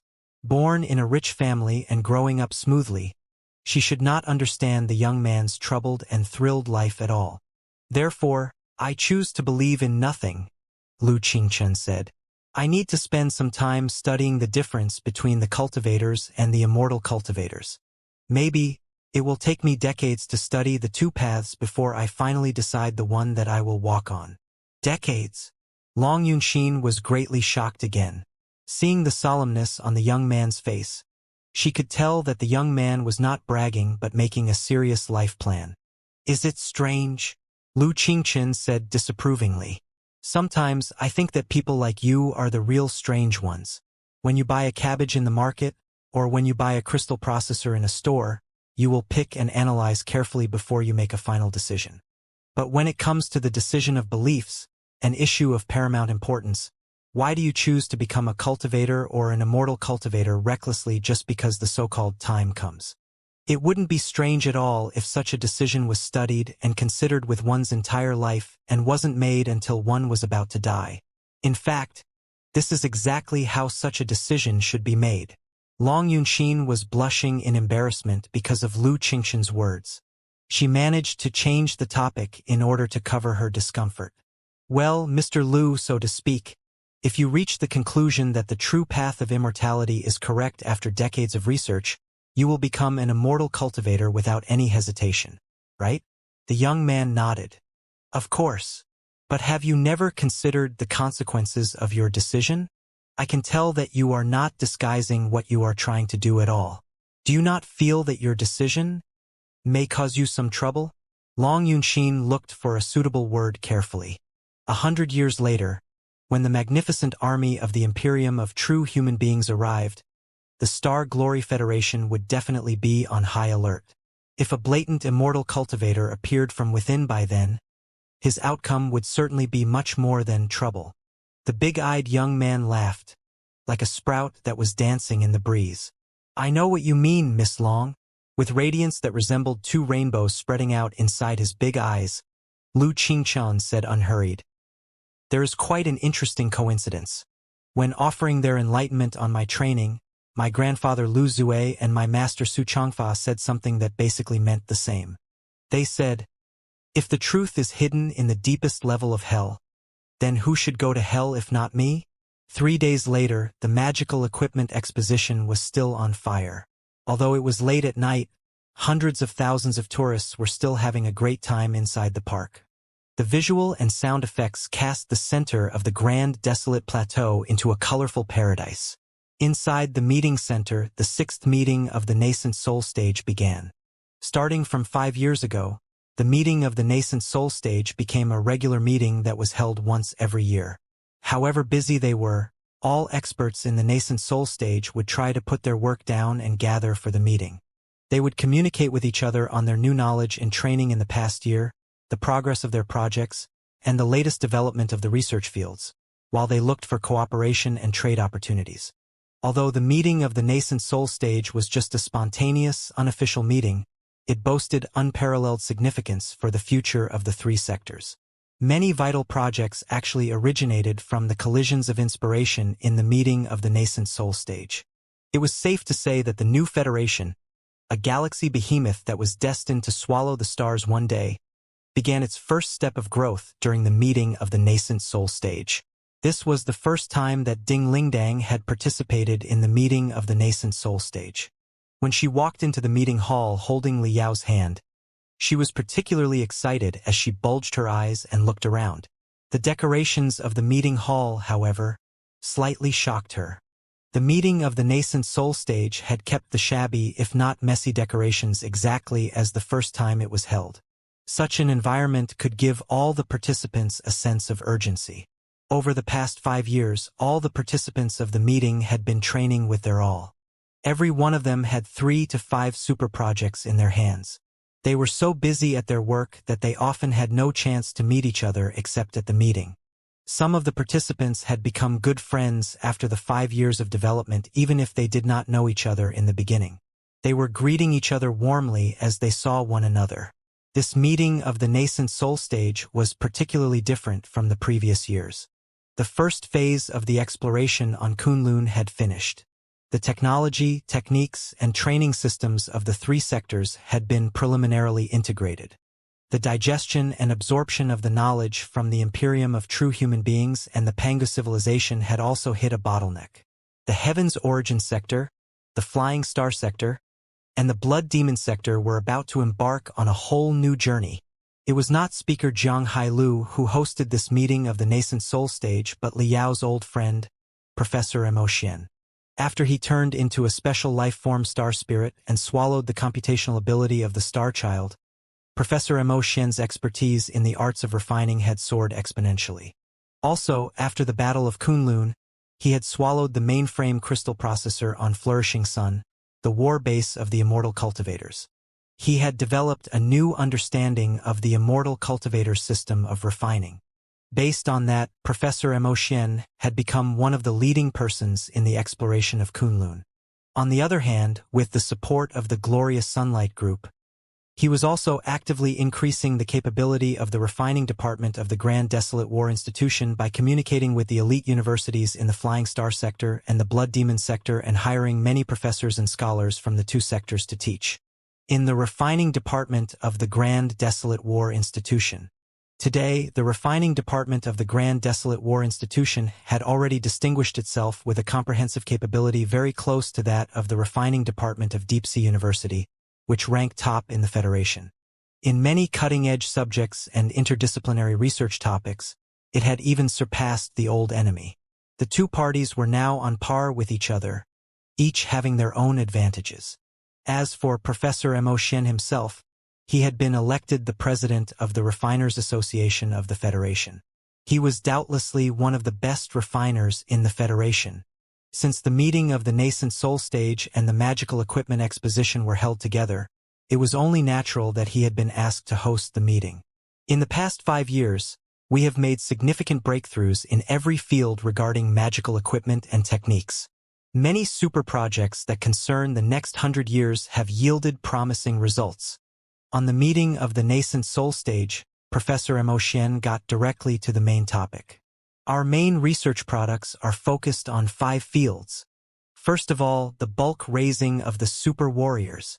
With the spiritual energy generated incessantly on Kunlun by transforming the radiation from the pulsar, we have implemented the 3-5 plan, allowing many training prodigies to improve their level at the speed of light. Fellow cultivator Ding Lingdang, who is sitting with us right now, is the greatest success of the plan so far. Secondly, the super-long human hibernation and unfreezing. We have received the help of fellow cultivator Gue Suesho, the oldest individual in the 3 sectors. We have also retrieved much valuable technology from the debris of the Pangu civilization's escape capsules. Substantial breakthroughs have been made. Right now, we have realized long-term hibernation, with a success rate close to 100% and an energy cost meeting the actual demand. A cultivator's body and level will not be affected at all even if they hibernate for 500 years. Thirdly, the Starship technologies, especially the cross-world starships that can perform dozens of space jumps in a row. The Starship specialists from the Flying Star sector are to credit for the remarkable achievement.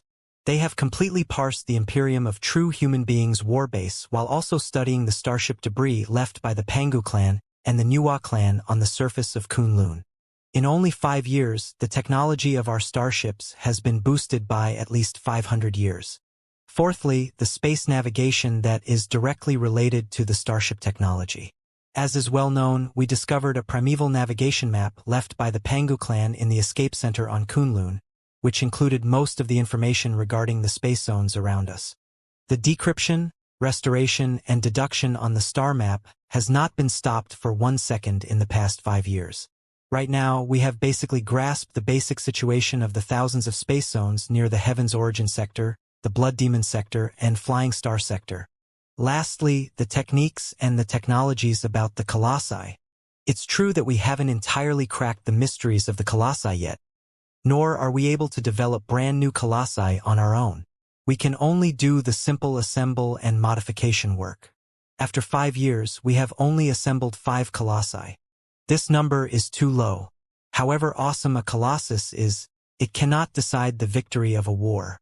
However, the techniques, technologies, spells, and runes retrieved from the broken parts and units of the colossi can generally be applied to all kinds of aggressive magical equipment, especially crystal suits.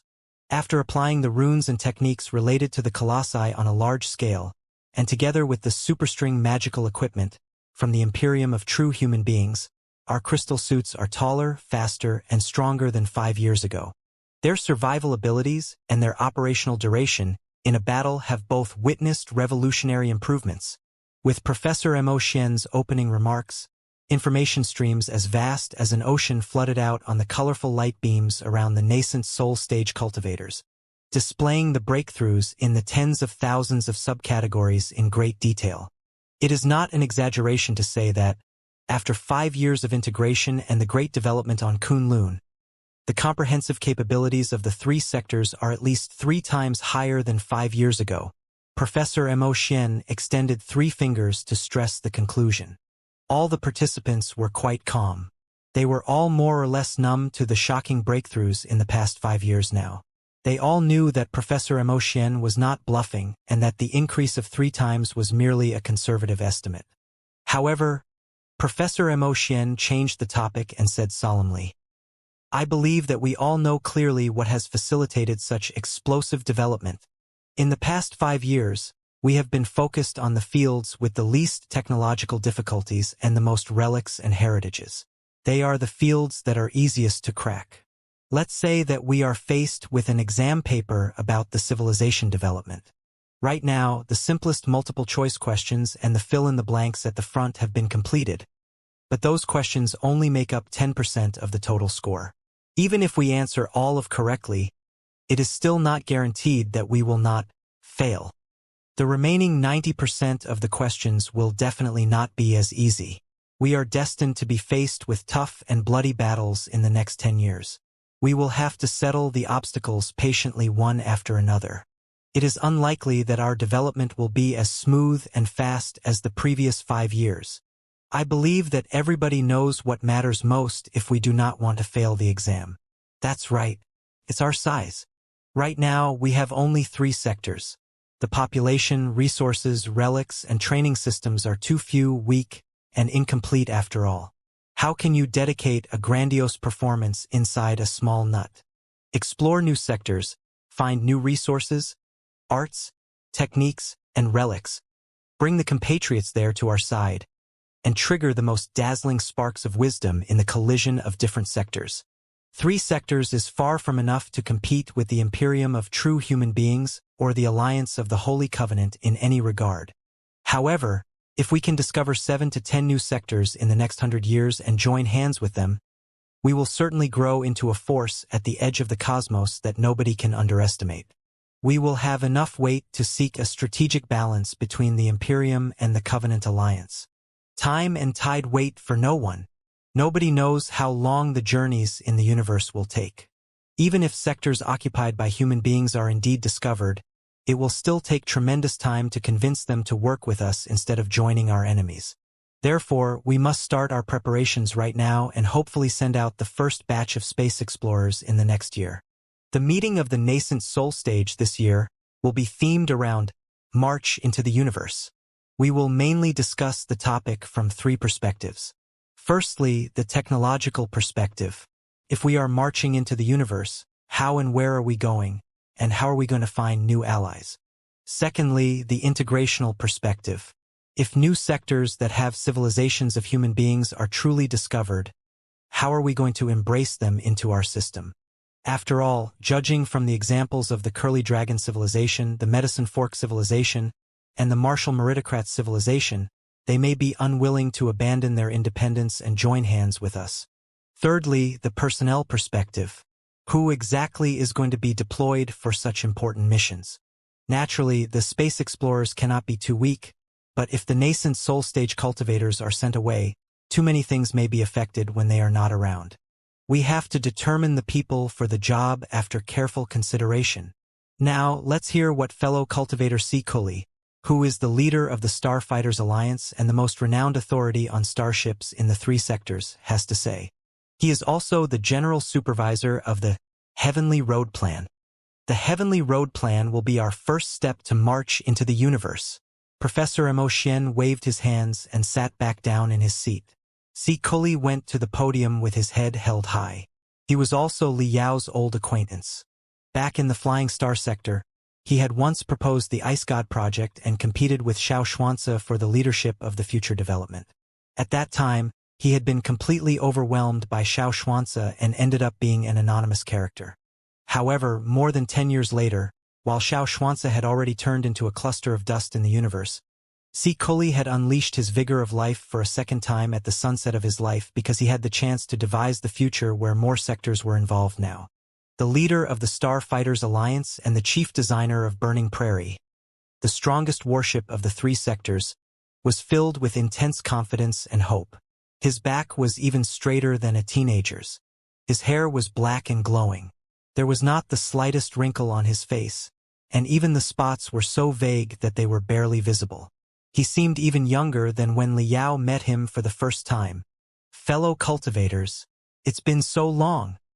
Kuli's voice was as loud as a tolling bell, brimming with unquestionable decisiveness and soul-stirring passion. He did not say anything useless other than the courtesy at the beginning.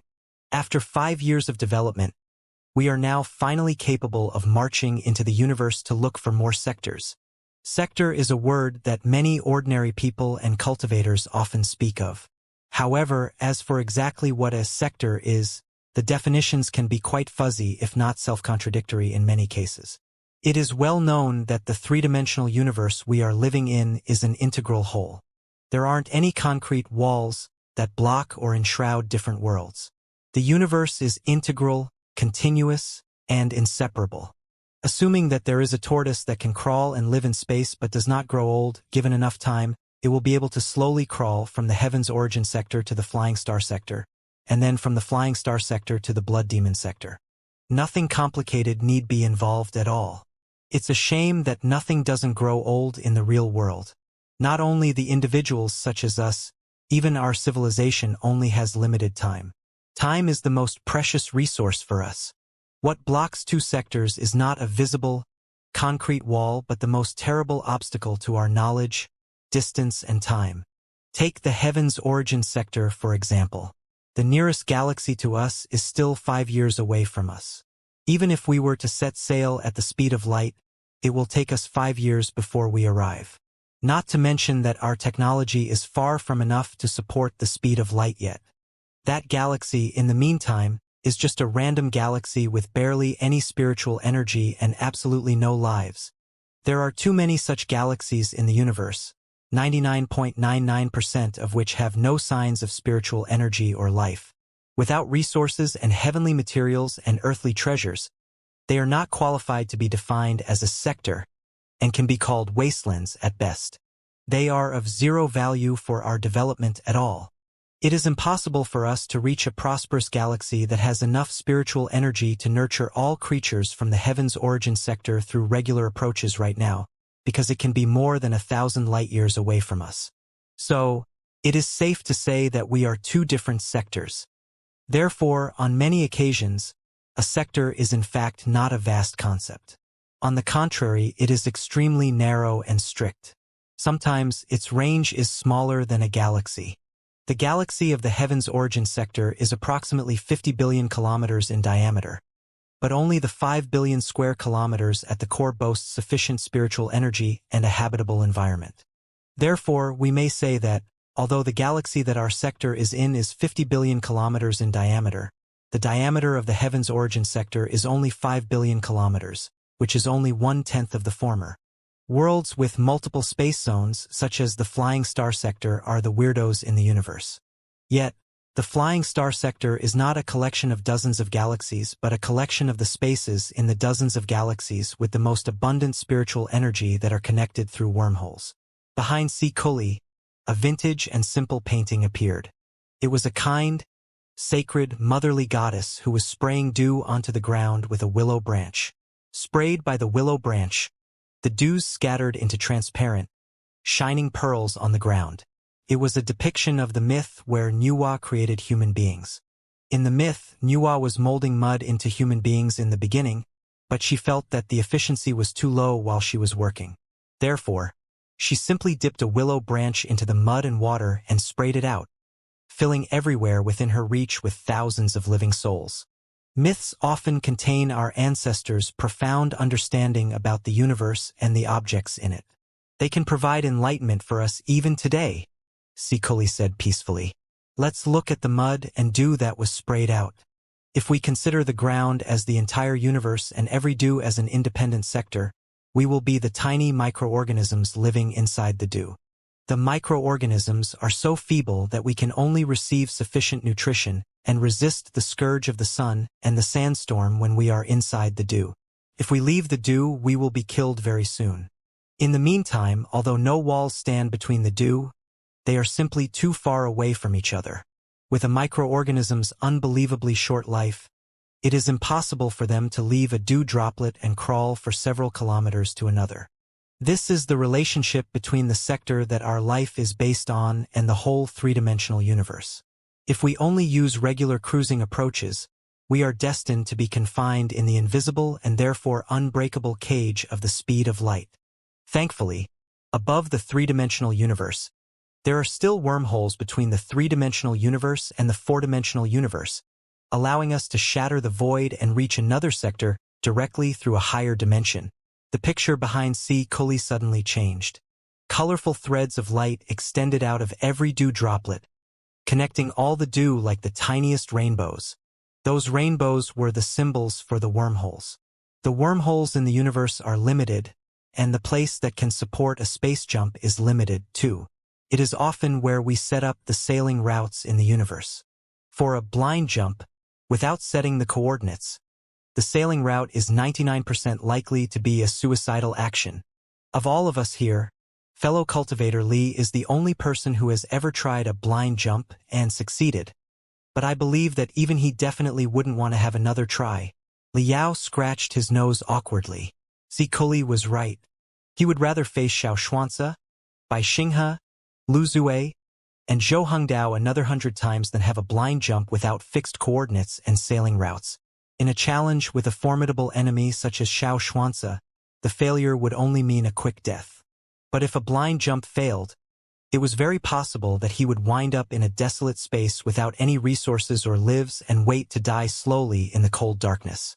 There might not be a second soul in the billions of light years around him. Such a lonely and desperate way of death would crumble even the firmest belief. To march into the universe, Cultivation went on. The most important thing is to find out and dredge the sailing routes before we deploy powerful lighthouses, or rather the star beacons, on the two ends of a sailing route. We can even assemble countless star beacons into a space gate so that the large-scale fleets will be able to transport more easily. Fortunately, human beings are not the first civilization to explore the Sea of Stars. Before us, the Pangu civilization developed and mapped the 3,000 sectors on a large scale. Most of the usable wormholes have been discovered and built into sailing routes. A rather perfect teleportation network based on star beacons was set up, too, connecting the 3,000 sectors into a congruent whole. The space network still played an important role in the age of the ancient cultivators 40,000 years ago, allowing the ancient people to transport easily among different sectors through the Sea of Stars despite their underdeveloped technology. But unfortunately, after the civil war at the end of the age of the ancient cultivators, the war between mankind and the demon race, and the rise and decline of the Star Ocean Imperium, the space transportation network has mostly been ruined. If you want to be rich, pave your road first. It is a common sense that even the village-level governments known. Ignoring the ancient cultivators in the 30,000 years while demons reigned the Sea of Stars, and in the 1,000 years when the universe was governed by the Star Ocean Imperium, endeavors were both made to recover and increase the star beacons and the sailing sails. Although the wars rendered the endeavors futile in the end, a lot of debris and relics have still been left behind. Quite a few star beacons are even not broken but just in the hibernation state because they have run out of spiritual energy.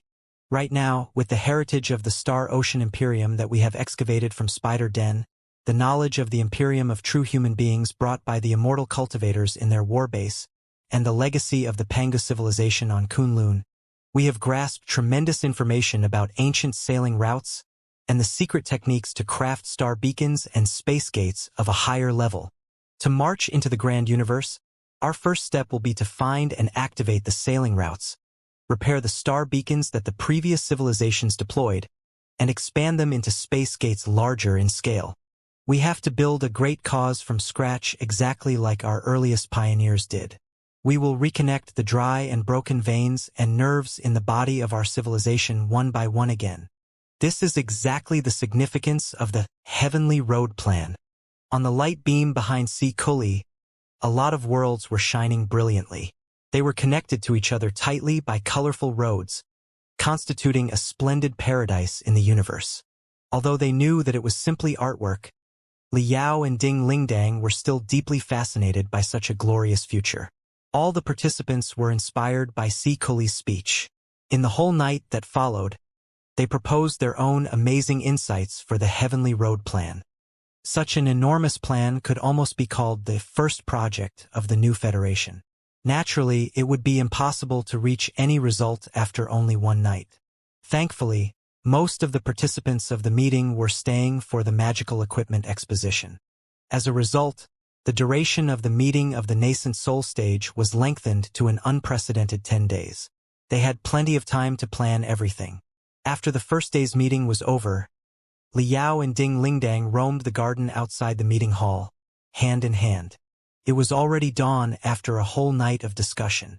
On the horizon in the east, the morning glow was swallowing the entire night sky like a surging tide.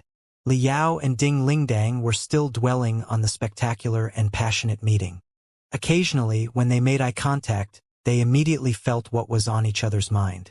Ding Lingdang smiled and jabbed Liao with her elbow. You want to join the Heavenly Road plan and explore more sectors in the Sea of Stars, right? Yes. Liao licked his lips, with eagerness beaming out of his eyes. He looked at his fists and said, We've spent 5 peaceful years on Kunlun. Although it was quite a lot of fun to study the colossi all day, I felt that my life was short of something. My spirit couldn't be entirely activated, and my level stagnated, too.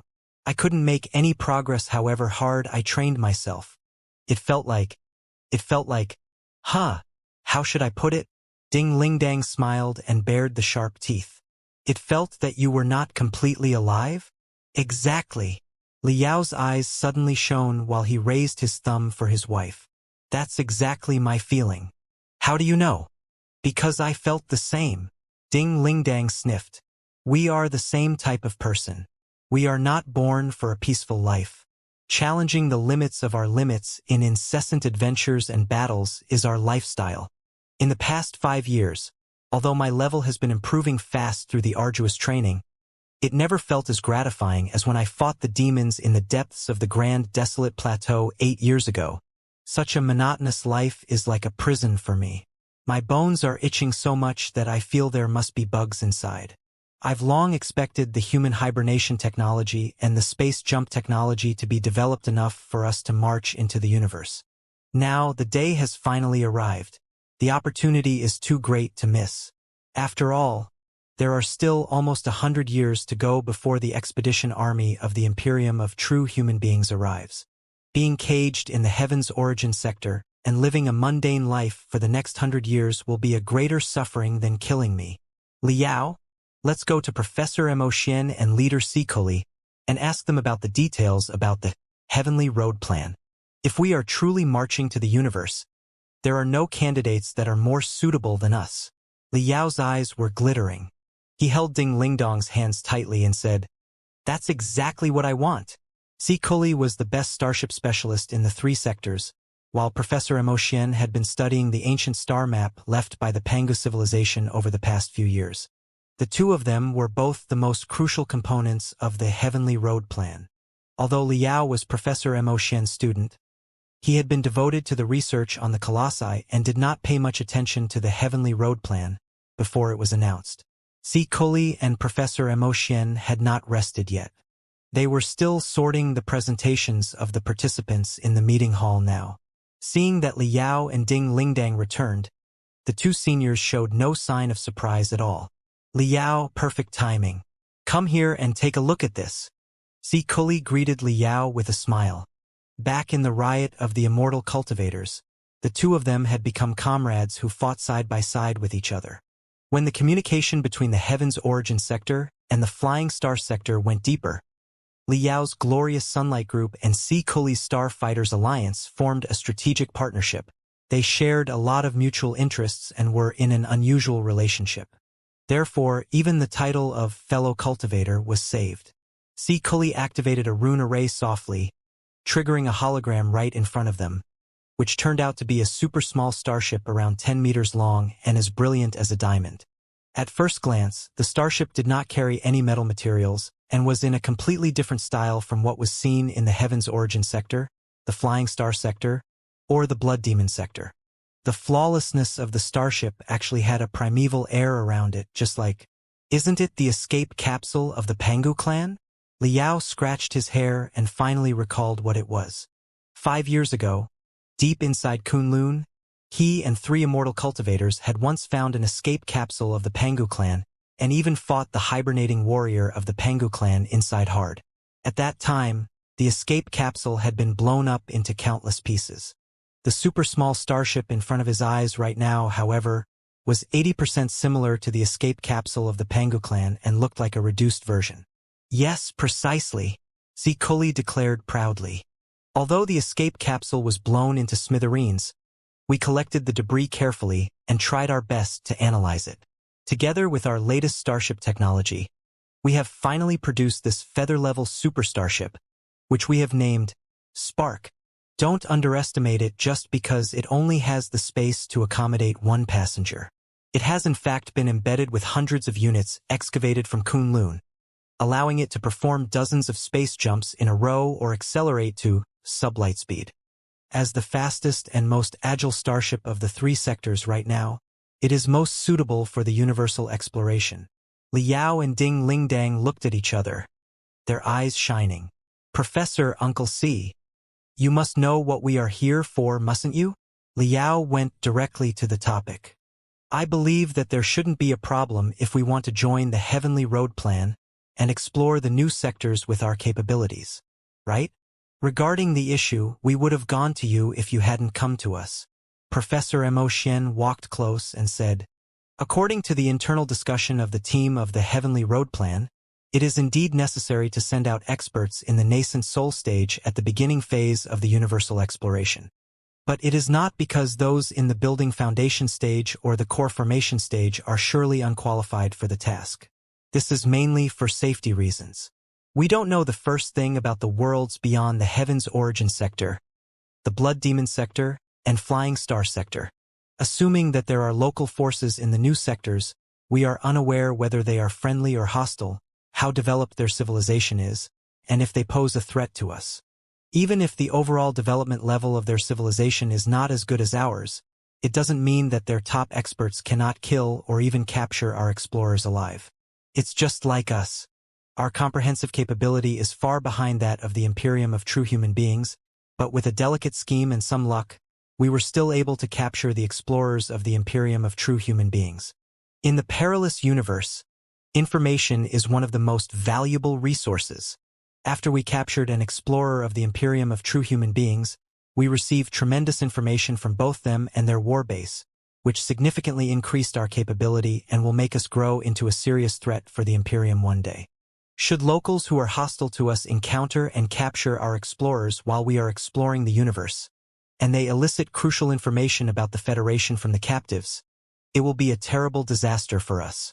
Therefore, the first echelon of explorers must boast high self-protection abilities. In the worst-case scenario, they must be capable of destroying all the information about us before terminating their own life when they are caught in a desperate situation. Liao and Ding Lingdang looked at each other, not very surprised.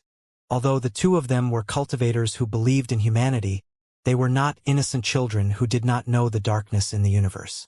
Danger lurked everywhere in the sea of stars.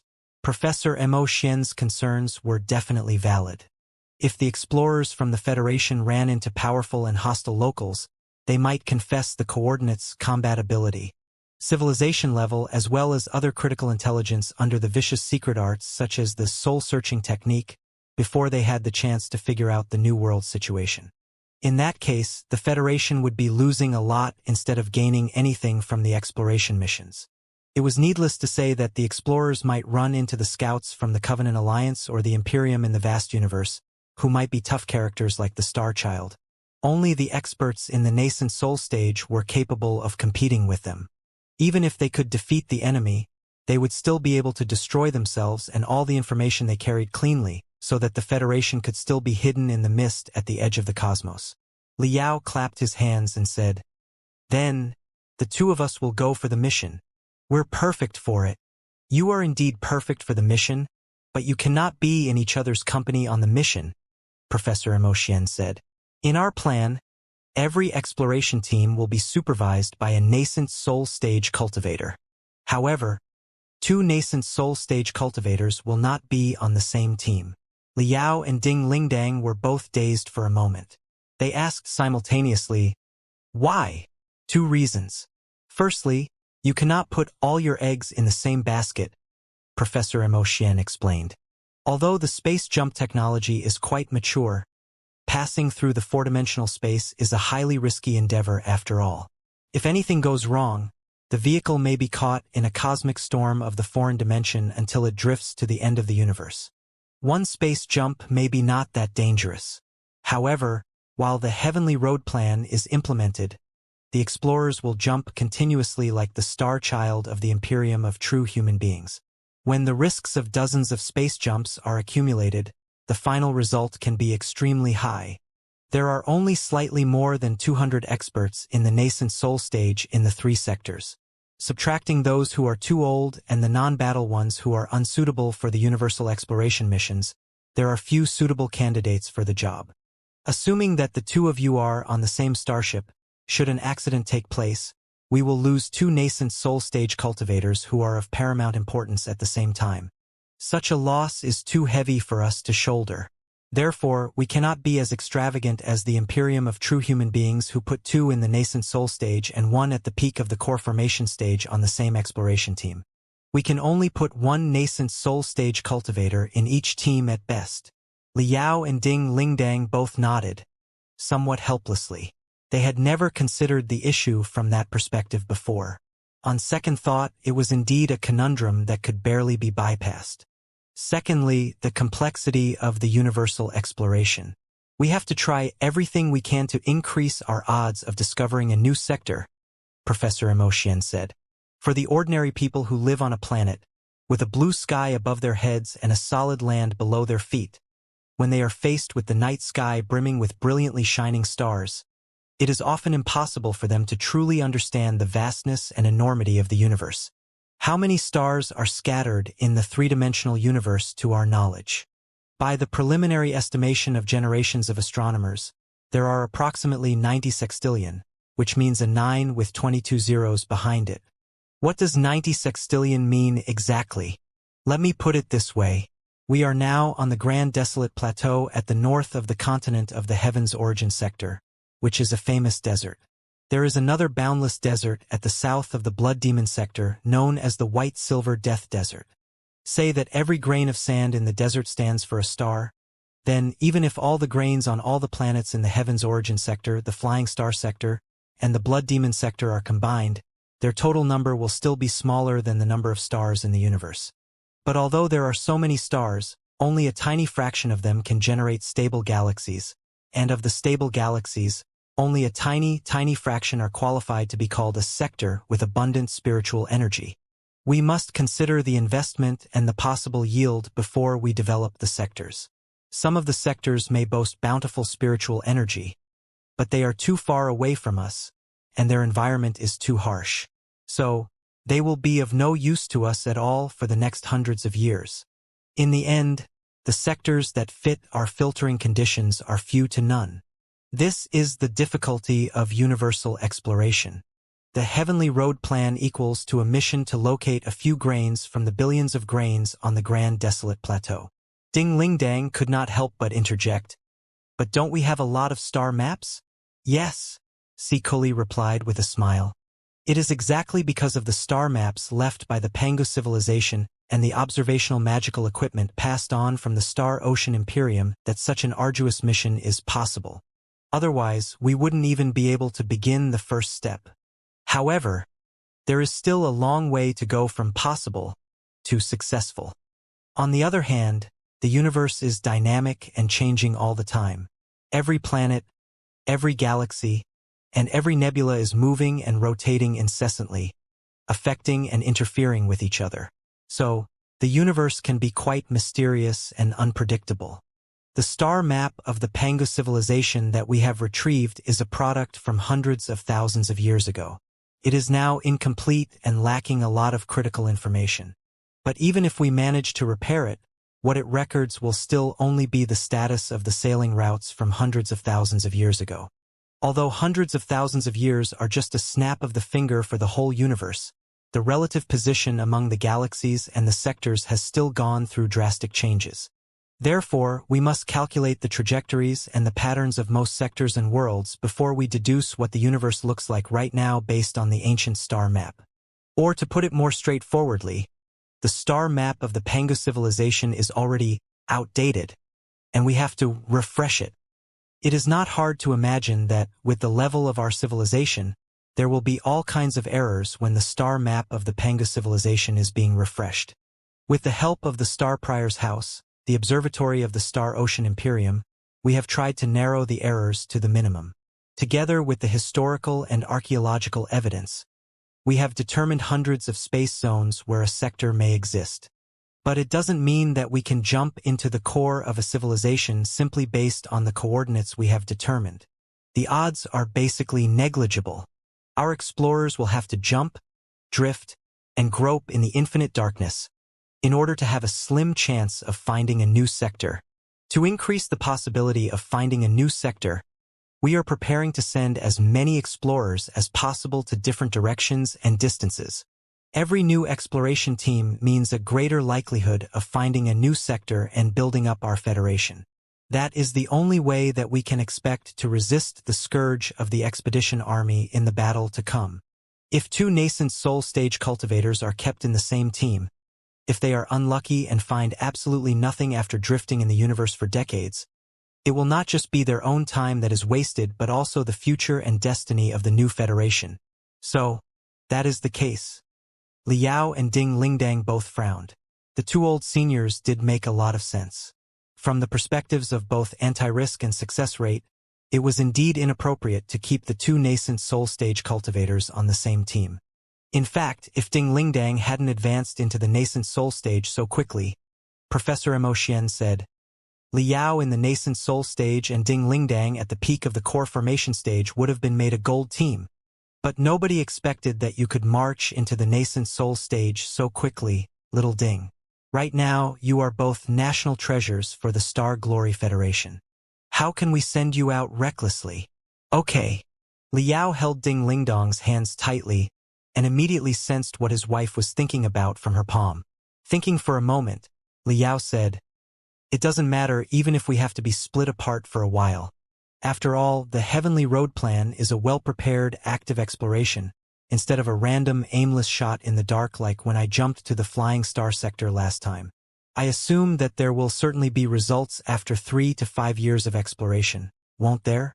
Or maybe, can you arrange 2 space zones that are close to each other for me and Ding Lingdang to explore, so that we may be able to take care of each other?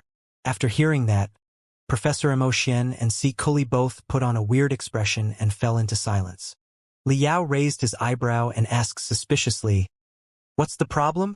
Even that isn't an option. It is. Professor Mo Xian coughed and said, Liao, there's a top secret that we were planning to officially publicize on the meeting of the nascent soul stage in a few days. But now that you've mentioned it in advance, we can tell you the secret first. But for the record, we are only informing you of such a mission right now. The nature of the mission is very special, and we are definitely not imploring you to do anything. After you hear the introduction, it will be up to you whether or not you should accept the mission. Although you, Liao, are the best candidate in our mind, it doesn't mean that you are irreplaceable. Do you understand? Now that Professor Mo Xian was speaking in such a serious way, Liao's curiosity was aroused. Looking at Ding Lingdang for a moment, he smiled. Isn't it just a mission to explore a new sector? That's my thing. Do you have to be so serious, Professor? Wait until you hear the introduction. Professor Mo Xian and Si Kuli communicated in a low voice for a moment. Then, Si Kuli retrieved a bizarre-shaped mini-crystal processor from his Cosmos ring and triggered a colorful, complicated star map. It was a repaired and abridged version of the star map of the Pangu civilization inside the escape center. Countless shining stars immediately enveloped the 4 of them, building a mysterious vibe. Professor Mo Xian seemed to be hiding behind a fuzzy nebula. His voice was moving up and down unpredictably as he said, Liao, you should know that, although the universe seems to be cold and empty, radiation, cosmic storms, and space-time ripples can take place anywhere and anytime. As long as we monitor the vacuum with suitable magical equipment, we will be able to hear chaotic, messy sounds, which are collectively called universe noises. However, the so-called universe noises might not necessarily be meaningless noises. It is very possible that extremely precious information is contained inside some of the noises, except that we can never understand the information. On Kunlun, the escape capsule of the Pangu clan had been sending out distress signals that were highly penetrative to the outside world all the time, but the signals were considered by the immortal cultivators as universe noises. Tang Qianhe, the spy of the Covenant Alliance lurking among the immortal cultivators, was the only one who was able to understand it. When we were developing Kunlun profoundly, we got in touch with some magical equipment with which the Pangu clan transmitted information in the universe. We partly figured out the Pangu clan's methods to send out information to the universe and are now able to distinguish their information from the universe noises. Liao nodded slowly. Up to now, he still had not realized what Professor Emotian was getting at yet. Long story short, 5 months ago, the Universal Surveillance Center that we deployed in the Star Prior's house suddenly picked up some universe noise from the depths of the Sea of Stars. After analysis and restoration, we found certain patterns from it that are quite similar to the Pangu clan's methods of universal communication. Professor Emotian made a gesture. Liao and Ding Lingdang immediately heard the sound as if drops of water were hitting a rock. Tick, tick, tick, tick, tick, tick, tick, tick, tick, tick, tick, tick, tick, tick, tick. In front of their eyes, sound waves rather patterned, if not graceful, slowly blossomed like a flower of ghosts in the depths of the universe. The technique through which the information was sent is extremely sophisticated and utterly incomprehensible for us. We only know that it may have something to do with gravitational wave communication. They basically teleported a ripple through the four-dimensional space to our world instantly, ignoring the distance in three-dimensional space. Professor Emotian's voice sounded like a cold wind blown over from somewhere deep in the universe. Soon after the Flying Star Sector received the message, the Heaven's Origin Sector received exactly the same message. Tick, tick, tick, tick, tick. It is almost like that a mysterious existence in the depths of the universe greeted the Heaven's Origin Sector and the Flying Star Sector in a way similar to the Pangu civilization's technology. A certain mysterious existence greeted the Heaven's Origin Sector and the Flying Star Sector at the same time in the Pangu civilization's way from the depths of the universe. The horror in the statement made a chill run down the spines of Liao and Ding Lingdang after considering carefully for a moment. They could not help but breathe heavily. Professor, are you saying that the Pangu clan still exists and has discovered us? Liao asked drily. Not necessarily the Pangu clan. Professor Emotian shook his head and said, according to our current research, the Nuwa clan, which is relatively friendly to human beings, belongs to the Pangu civilization, too. Their training systems and techniques were quite similar to the Pangu clans. Therefore, it is also possible that it was the Nuwa clan who said hello. On the other hand, the hello might not have been directly sent by the Pangu clan or the Nuwa clan at all. It is possible that a certain kind of communication magical equipment left in the relics after they perished was recently activated by accident from the dormancy and sent out a message through the preset network. In fact, we are more in favor of the last possibility right now. Pondering for a moment, Liao asked, why? Because the Blood Demon Sector did not receive the hello, Professor Emotian explained. By logic, since the Heaven's Origin Sector and the Blood Demon Sector are so close to each other that they have already begun melting, there is no reason why the Blood Demon Sector would not receive the greeting when the Heaven's Origin Sector and the Flying Star Sector did. Such a weird phenomenon baffled us. Eventually, we thought of a possibility. The integration of the Heaven's Origin Sector and the Blood Demon Sector only began hundreds of years ago. Before that, the two worlds were extremely far away from each other. Since the Blood Demon Sector never received the message, it suggests that the guy who sent the message was using a piece of communication magical equipment left a long time ago, when the Blood Demon Sector was still not on the contact list yet. Liao and Ding Lingdang were both slightly relieved by the explanation, but not entirely. Since the guy was able to send a message to the Heaven's Origin Sector and the Flying Star Sector, It was quite possible that he could measure the precise coordinates of the two sectors and even find them. Can we trace the source of the signal? Liao asked gravely. He was not really looking forward to a positive answer. After all, the universe was too vast a place. Who could say for sure from which unvisited corner the sound was sent out? But out of his expectation, Professor Emotion nodded and replied, "As a matter of fact, we basically can. You may feel that it is a big strange, right? By logic, their ability to send out a signal with the four-dimensional ripples as the vehicle suggests that their technology is much more advanced than ours. It is impossible for us to find them at all if they intend to hide themselves. However, they showed no intention of hiding themselves at all. The hello contained tremendous information about their own coordinates. It's almost like the purpose of the greeting is to connect us to each other. Let's make an example. The greeting is like sending a message to a public channel. Hey, I am A, and I am at place B. Are you there? See? Message me back ASAP if you are. That's basically what the greeting is for. So, Ding Ling Dang said, the sender of the message is not hostile? We don't know that yet, Liao said coldly. It may still be a trap with the hello as a bait.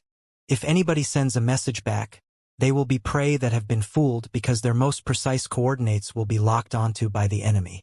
Liao is quite right, Professor Emotion said. After figuring out the information contained in the greeting, we have studied and discussed the findings, too. The possibility that it is a trap cannot be ruled out. As it happens, the star map of the Pangu civilization was basically recovered at the same time. So, we looked for the source of the signal implied in the greeting on the star map. In the end, we located the sender of the message. Professor Emotion pointed at the top left corner of the star map of the Pangu civilization and said, "Right over there."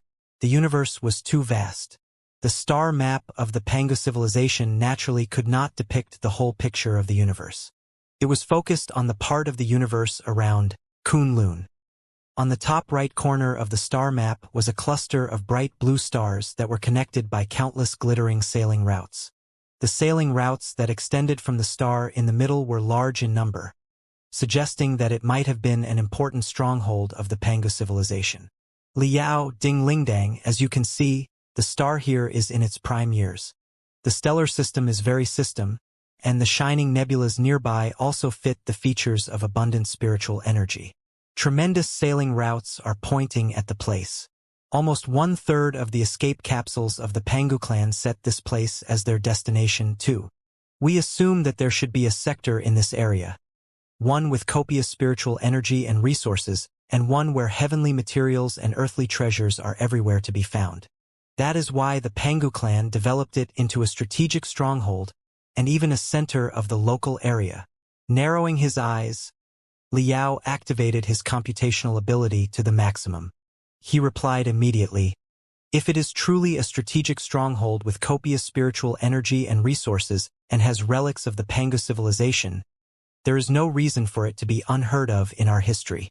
Its name must have been sung throughout the 3,000 sectors.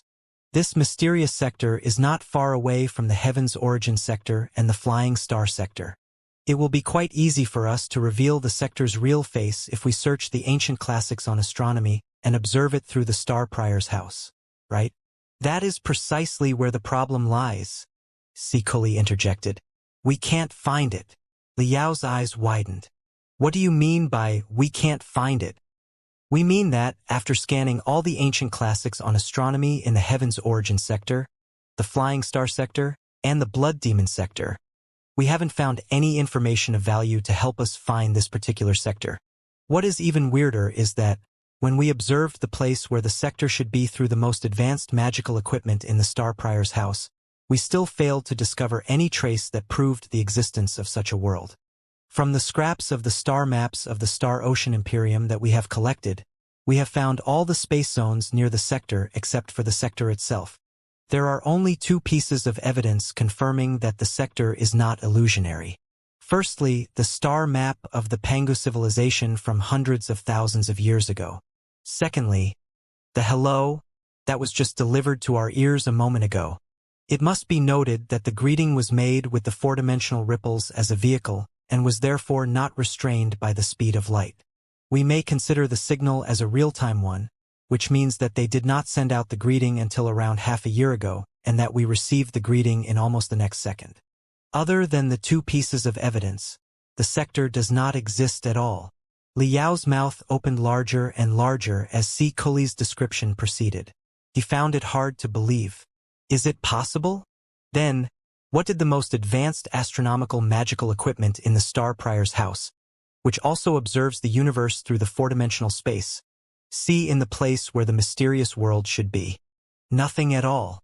Not even a random star, C. Kuli said. Compared to the star map of the Pangu civilization, at least dozens of stars have vanished. It's like there is an enormous black spot that swallows the space in the area in its entirety. Liao thought for a moment and concluded. So, a mysterious sector, which was an important place for the Pangu civilization in the primeval era hundreds of thousands of years ago, just vanished into thin air in the age of the ancient cultivators and remains non-existent to this day. But right now, from the missing world, someone has greeted us in the Pangu civilization's way, almost like the ghosts of the Pangu clan are still haunting the universe. Hearing haunting ghosts, Ding Lingdang jabbed him in the back and said in a low voice, "Stop being so creepy." Liao chuckled and scratched his head. "I was just kidding, but consider such a possibility. Since it was an important stronghold of the Pangu civilization, it must have been a gory battlefield in the God-Sealing War. So, is it possible that the world was blown up in the war between the Pangu clan and the Nuwa clan? That way, the world would naturally disappear." Hardly had he proposed the hypothesis when he realized that something was not right. If the mysterious world had indeed been destroyed in the God-Sealing War, how could a highly directional message have been sent from the place recently?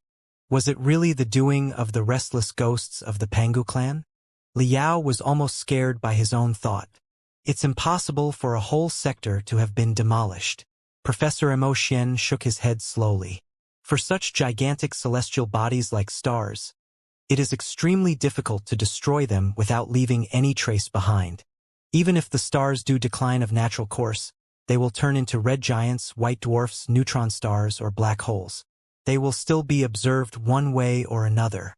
If the star was destroyed because all its energy was exploited instantly in an unbelievable cosmic war, it must have unleashed almost infinite radiation and storms, which would have been 100 times more violent than a supernova outbreak. So, it is impossible for the star to have left no traces in the space around. Moreover, it is not one star that we are talking about right now, but almost 100 of them. Even the Pangu civilization at their peak period couldn't have been able to wipe them out without a sound. Regarding the whole issue, I have another speculation.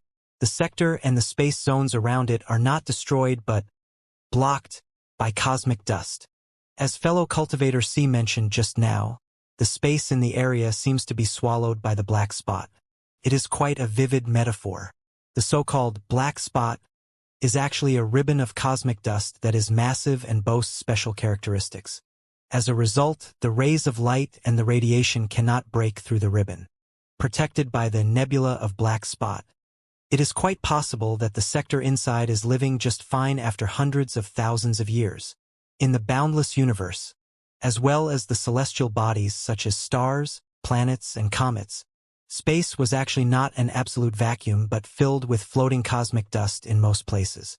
Their elements were fundamentally the same as the elements that constituted planets, which were all the powder of rocks and metals. Restrained by appropriate gravity and force fields, they often condensed into celestial bodies that looked like clouds. They were also known as nebulas. Kunlun, the relic of the Pangu civilization, was hidden inside a crab nebula. Right now, there was another nebula that seemed to be a black spot. It was also possible that the Pangu civilization had grasped a certain secret technique that allowed them to manipulate the nebulas.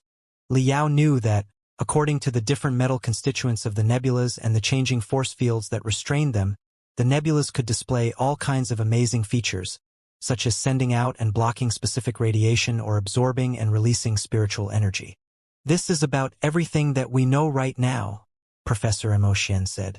Although we have discovered the sender's location, It is covered in a large black spot nebula. It is impossible for us to observe them directly from the heaven's origin sector, the flying star sector, or the blood demon sector with our current technology. However, from the perspective of the grand universe, the sender of the signal is not very far away from us, and it is hard to tell whether it's a blessing or a curse now that such a mysterious, unknown world has suddenly jumped out right next to us and even greeted us promptly. We cannot allow a stranger to sleep right next to our bed soundly, much less someone we know absolutely nothing about. There's something that's even more critical. Come here and take a look. This is an estimated trajectory based on the star map of the Pangu civilization and the diagram of apocalypses in the star prior's house. Have you noticed anything wrong? Professor Mo Xian pointed at the top of the picture and said, "The mysterious world is not far away from the route of the expedition army of the Imperium of true human beings. In 100 years, when the expedition army of the Imperium brushes past them, it is possible that they will discover this sector, like the immortal cultivators including Su Changfa who discovered Kunlun 5 years ago." Liao took a long breath. He could totally imagine the dire consequences if Su Changfa and the other immortal cultivators occupied Kunlun. Kunlun was just a weapons factory that the Pangu civilization established with the spiritual energy dispersing from the pulsar. However, since the mysterious sector was considered an evacuation destination by so many members of the Pangu clan, it was obvious that the place must have been an important stronghold for them or perhaps a local military center. If such a world was involved with the expedition army of the Imperium, it would definitely not be good for the Federation, which was trying the best to defend. Did the extremely mysterious sector still exist at all after hundreds of thousands of years? What kind of species or civilization was living in the world? The place was far away from the prosperous area at the center of the cosmos. Therefore, it was unlikely to be part of the Imperium or the Covenant Alliance. Then, who could the residents be? Were they demons or demonic cultivators? Were they the heirs of the Pangu clan or the Nuwa clan? Or were they beings that were even more bizarre? Also, why did they say hello to the Heaven's Origin sector and the Flying Star sector? Was it friendly or malicious? Did they really mean to communicate? Or did they set up a trap with ill intentions? I understand it now. Liao narrowed his eyes and said, "Now that we've discovered the stranger, we cannot sit by and do nothing about it. We can only resort to the most primitive method by sending out an exploration team to the mysterious sector in order to figure out the details of the unknown sector, including their stance, their civilization level, if they are a threat to us, if they will be manipulated or even conquered by the expedition army of the Imperium, and so on. Otherwise, it will be hilarious if formidable enemies from a mysterious world march to our door together with the expedition army of the Imperium when we think that we are certain winners after 100 years of construction. Your special mission must refer to this job, right? It's not a big deal. Just let me go. There's no one more suitable for the task than me." Professor Mo Xian and Si Kuli looked at each. The professor coughed and said, "Liao, don't rush into any decision. Let me finish first. The mysterious world deeply hidden in the Black Spot Nebula is vastly different from the other space zones that are going to be explored according to the Heavenly Road Plan. First of all, it is extremely far away. As you can see, the sector is almost at the edge on the star map of the Pangu civilization. It will be extremely difficult to directly jump over. Secondly, dozens of galaxies are around the mysterious world, all of which are covered in the hazy mist. We don't know what is inside at all. To search for a sector that has been hidden since hundreds of thousands of years ago from such an overwhelming black nebula is like fishing for a needle in an ocean. It is almost 100 times more difficult to find than other sectors. Therefore, the starship for the exploration mission must be capable of enduring hundreds of space jumps. It will also have to boast an extremely high regular cruise speed and preferably the ability to receive the signals released by the Pangu civilization. A hibernation system with full facilities is mandatory, too. In all 3 sectors, such an exploration starship is nowhere to be found. Our starship technology is still too underdeveloped. Even Sparkle, the multipurpose exploration ship of the Star Ocean Imperium, is still unqualified for the task. Only Spark, modified from the single escape capsule of the Pangu civilization and one size smaller than Sparkle, is good enough. As fellow Cultivator C said just now, Spark was transformed from the single escape capsule of the Pangu civilization. A lot of units from the Pangu civilization have been directly adopted, which means that the Starship is a unique one. It's unlikely that we can build a second one in the decades to come. Liao finally understood it now. He gasped, "Professor, are you saying that, with our technology right now, we can only send Spark to accommodate one explorer into the dark nebula to look for a long-lost, mysterious world?" "Yes." Professor Mo Xian nodded and said, "This will be a one-time deal. If the explorer is trapped deep inside the dark nebula, we will not even be able to rescue him. We can only abandon the mission completely and wait for him to come back one day by himself. That, however, is still not the most special part of the mission." "Huh?" Liao was dumbfounded. "This is still not special enough? What more problems can there possibly be?" "The problem is that Spark is too fast," Sikoli said, stepping in when it came to his field. "Not only is it the fastest starship in the 3 sectors, it is multiple times faster than the one in the second place. It is a real starship in the sublight speed. It can accelerate to the sublight speed state immediately after a space jump, which is also the biggest reason why we have chosen it for the exploration mission in the Dark Nebula." "Isn't that good?" Liao was puzzled. Since Spark can perform space jumps repetitively, cruise at the sublight speed, and has a good chance of receiving the stranger signals because it is modified from an escape capsule of the Pangu clan itself, it is almost a starship tailor-made for the exploration mission. What's wrong with a high speed? Have you ever heard of the time dilation effect and the length contraction effect? Sikoli smiled bitterly. To put it simply, when an object gradually approaches the speed of light, the time around the object will be slowed down, and the space will be narrowed. The closer the object's speed is to the speed of light, the more meaningless time and space will be. Once the object reaches the speed of light, time will stop, and the space will collapse into a singularity. The object will enter a state known as zero spacetime. Reaching and even surpassing the speed of light is something utterly unimaginable for us with our technology level. Therefore, the zero spacetime state is just our speculation. However, that time is relatively slowed when the speed approaches the speed of light is a fact that has been observed and verified. Our interstellar trips in the past often bypassed the barrier of light speed through space jumps in most cases. During normal cruising, it is hardly possible for our starships to be kept at a sublight state. We can only stay in the state for a few seconds at best. Therefore, even if the time dilation effect and the length contraction effect do exist, their influence on us is still little to none. But this mission in question is a different case. First of all, Spark, which is to perform the mission, is the fastest starship of the 3 sectors, and it can break into the sublight state and stay in that state for a long time.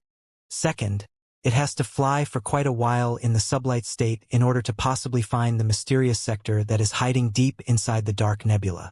With the 2 factors combined, the explorer on Spark will have a very different perception of time compared to the people in the Heaven's Origin sector, the Flying Star sector, and the Blood Demon sector. Perhaps, according to his senses, he has only conducted the exploration for a year and a half, while in the 3 sectors, decades of years have passed quickly. "Do you understand now, Liao?" Professor Mo Xian sighed and said, "If we are truly going to explore the mysterious sector, we can only send one explorer. But for him, even if he completes the exploration, topography, and localization tasks smoothly without any trouble, it will still be very likely that decades if not hundreds of years will have passed when he returns to the Heaven's Origin sector. This is the most special and the trickiest exploration mission in the Heavenly Road plan. The sailing routes of other sectors are all relatively clean, and their locations are clear. There isn't too much interference. It will be best if we can find them, but if we can't, we will still be able to immediately jump to the next space zone. If absolutely nothing is found at the end, we can still return to the Federation in a couple of years to reunite with our family or join other projects. But this mission here is too uncertain and can potentially take too long." Liao and Ding Lingdang both fell silent.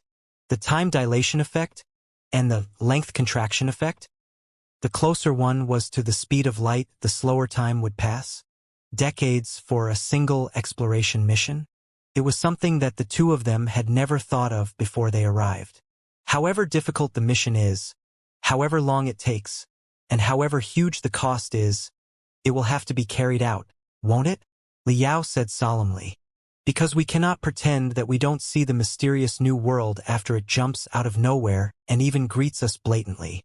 Right? Yes, Professor Emotian said. After discovering that the cost of the mission is so high, the whole team of the Heavenly Road Plan has evaluated whether or not it is necessary to carry out such a mission many times.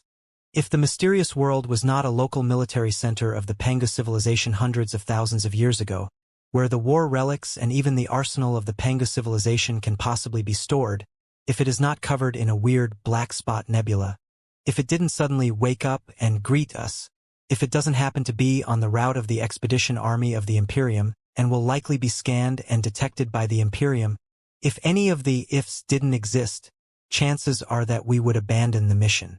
After all, it is too complicated, dangerous, and lengthy. Should anything go wrong, we will lose a precious nascent soul stage cultivator.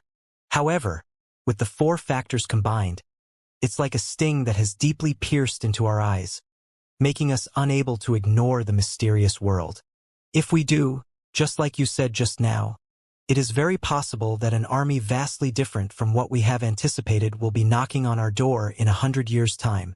Liao listened to the professor's introduction carefully while he measured the virtual star map, estimating the distance between the Heaven's Origin sector and the mysterious Black Spot Nebula, and the possible spiritual energy cost. After calculating in silence for a long time, Liao tapped between his eyebrows softly and said, "If we are indeed performing such an exploration, it will be the longest space jump in the history of the Heaven's Origin sector, the Flying Star sector, and the Blood Demon sector. No wonder we can only send a super tiny starship such as Spark, which is both light and fast. However, I do have a technological question. After receiving the space jump technology of the Pengu civilization and the Imperium of true human beings, our Heaven's Artillery, Eye of Blood Demon, and Cosmic Slingshot have all been upgraded into top-tier space jump platforms. After necessary modifications, it is indeed possible to launch Spark to the Black Spot Nebula millions of light-years away. But how is Spark coming back? Assuming that there is a vast and surging river between us and our destination, a strong, muscled man can definitely throw a pebble over the river. But the biggest issue is how to make the pebble fly back even though it is easy to be thrown away. However, our mission is exploration and topography. If we have indeed collected tremendous intelligence, we will have to bring it back one way or another. Won't it be a suicidal mission if we can only jump over but can't jump back? We all have considered the issue. Professor Emotian turned on a second light beam. This time, it was the complicated 3D designs that were displayed in the virtual space. The figures, spiritual stripes, and rune arrays were as small as the heads of flies, and they had taken up almost every corner. Normal refiners would feel dizzy when they read any of them. Liao, however, craned his head and studied with great interest. This is what we have in mind right now. Professor Emotian pointed at the design and said, "Look, this is Spark after being modified. There's a special supercompressed space in its rear. You may imagine it to be a cosmos ring with an extremely high capacity. We have stored the units that can be assembled into a star beacon in the space. After the explorer jumps to the Black Spot Nebula, the first thing he needs to do is collect the local astronomical parameters, measure the appearance of the universe nearby, and look for the world that probably still exists and has greeted us. After the explorer finds the sector, he will find a safe and stable space nearby, where he will assemble and unfold the star beacon. That way, the precise coordinates of the sector will be sent back to us." "Wait a moment." Liao raised his hands. As a professional, he immediately noticed something wrong. The Black Spot Nebula and the 3 sectors are so far away from each other. Only the specific coordinates information sent by the largest star beacons will be able to be successfully received by the 3 sectors, right? Even if the message is received, it will be like a flickering firefly in a dark night. Obscure and incomplete, it will be far from enough to navigate the space jump of a fleet. To guide a collective jump of an enormous space fleet, covering a distance of millions of light-years. Hundreds of star beacons are needed to be put together into a space gate. So many star beacons are definitely beyond the capacity of a tiny spark. Liao, your concerns are very reasonable. The cases are different. Let's talk about them separately, Professor Mo Xian explained unhurriedly. After discovering the new sector, the explorer will need to enter deep into the mysterious sector. Without exposing his own identity, he will need to figure out their ethnography, their civilization level, the distribution of their Pangu relics, their attitude toward us, whether or not they are related to the Imperium, the Covenant Alliance, the Demon Race, the extraterrestrial devils, the Pangu clan, the Nuwa clan, or any other alien species. But most importantly of all, find out why exactly they greeted us. The explorer will collect all the intelligence of value and run a preliminary analysis on the ground. In the best-case scenario, the creatures of this sector boast a very developed civilization and are quite friendly to us. They are glad to communicate or even ally with us, like the relationship between the Flying Star sector and the Heaven's Origin sector. Then, the explorer will send the result back through the star beacon. At that time, the Federation will send more units of star beacons toward the coordinates where the explorer is at. You see, although the flickering light millions of light-years away may not be enough to guide an enormous fleet, it should be more than enough to guide a few lifeless units of star beacons. After the units are teleported over, the explorer will collect and assemble the units on Spark into a second, a third, and even a 100th star beacon, until an intact space gate is established so that our main force will be able to jump over to establish deeper communications with the stranger. After the main force arrives, they will bring larger carriers that accommodate magical equipment to dredge the space sailing routes. So, it will no longer be a problem to go home for the explorer. If the kindness of the creatures of this unknown world is unquestionable, it is very possible that they will have their own highly developed space jump techniques. Maybe the explorer can go home with their method. After all, the situation right now is utterly different from when we were wandering in the Flying Star sector. At that time, we didn't know the specific coordinates of the Heaven's Origin sector at all. Naturally, it was extremely troublesome for us to return home. But right now, we know everything about the specific coordinates and the astronomical parameters of the Heaven's Origin sector, the Blood Demon sector, and the Flying Star sector. With a platform on the level of the Heaven's Artillery, it will be very easy for the explorer to return. Grinding his teeth for a long time, Liao shook his head slowly. I'm afraid that we cannot be so optimistic. A friendly, highly developed civilization? It doesn't sound very hopeful to me. Then, it will be the second-case scenario, which is relatively worse, Professor Mo Xian said.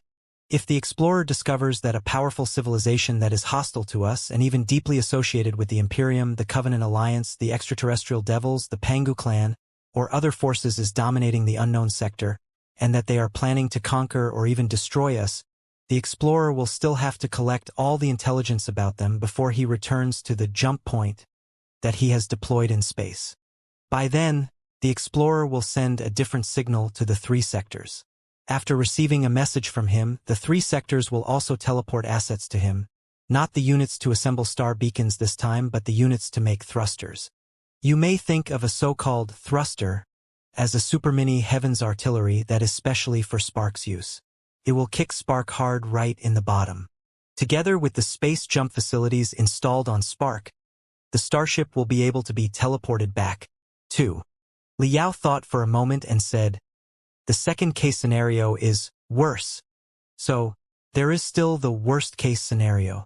In the worst-case scenario, Professor Mo Xian said calmly, the explorer will fall into the hands of the locals. It is a possibility that we can't ignore. After all, the fact that they greeted us from millions of light-years away is indicative enough of their civilization level. Now that our explorer is entering the dangerous land without knowing the first thing about them, we have to consider the possibility of the explorer being captured and studied by them. If that's the case, the explorer must be able to terminate his own life before he confesses any crucial intelligence about the three sectors, especially our war potential and our specific coordinates. The cruel possibility cast both Liao and Ding Lingdang into silence for a moment. Professor, allow me to summarize your requirements. Liao rubbed his face hard. Sorting through his messy mind, he said slowly, "In order to explore the mysterious world, the explorer you are looking for must have abilities in two aspects. Firstly, the abilities to fight on his own deep behind enemy lines, to assume other identities, and to collect and analyze intelligence. Secondly, the abilities to assemble and maintain magical equipment independently. It is very possible that the explorer will have to establish a space gate purely on his own. Although all the assets will be teleported from the three sectors, it will still be an extremely difficult task to assemble tens of thousands of units, debug them, and make sure that they function normally.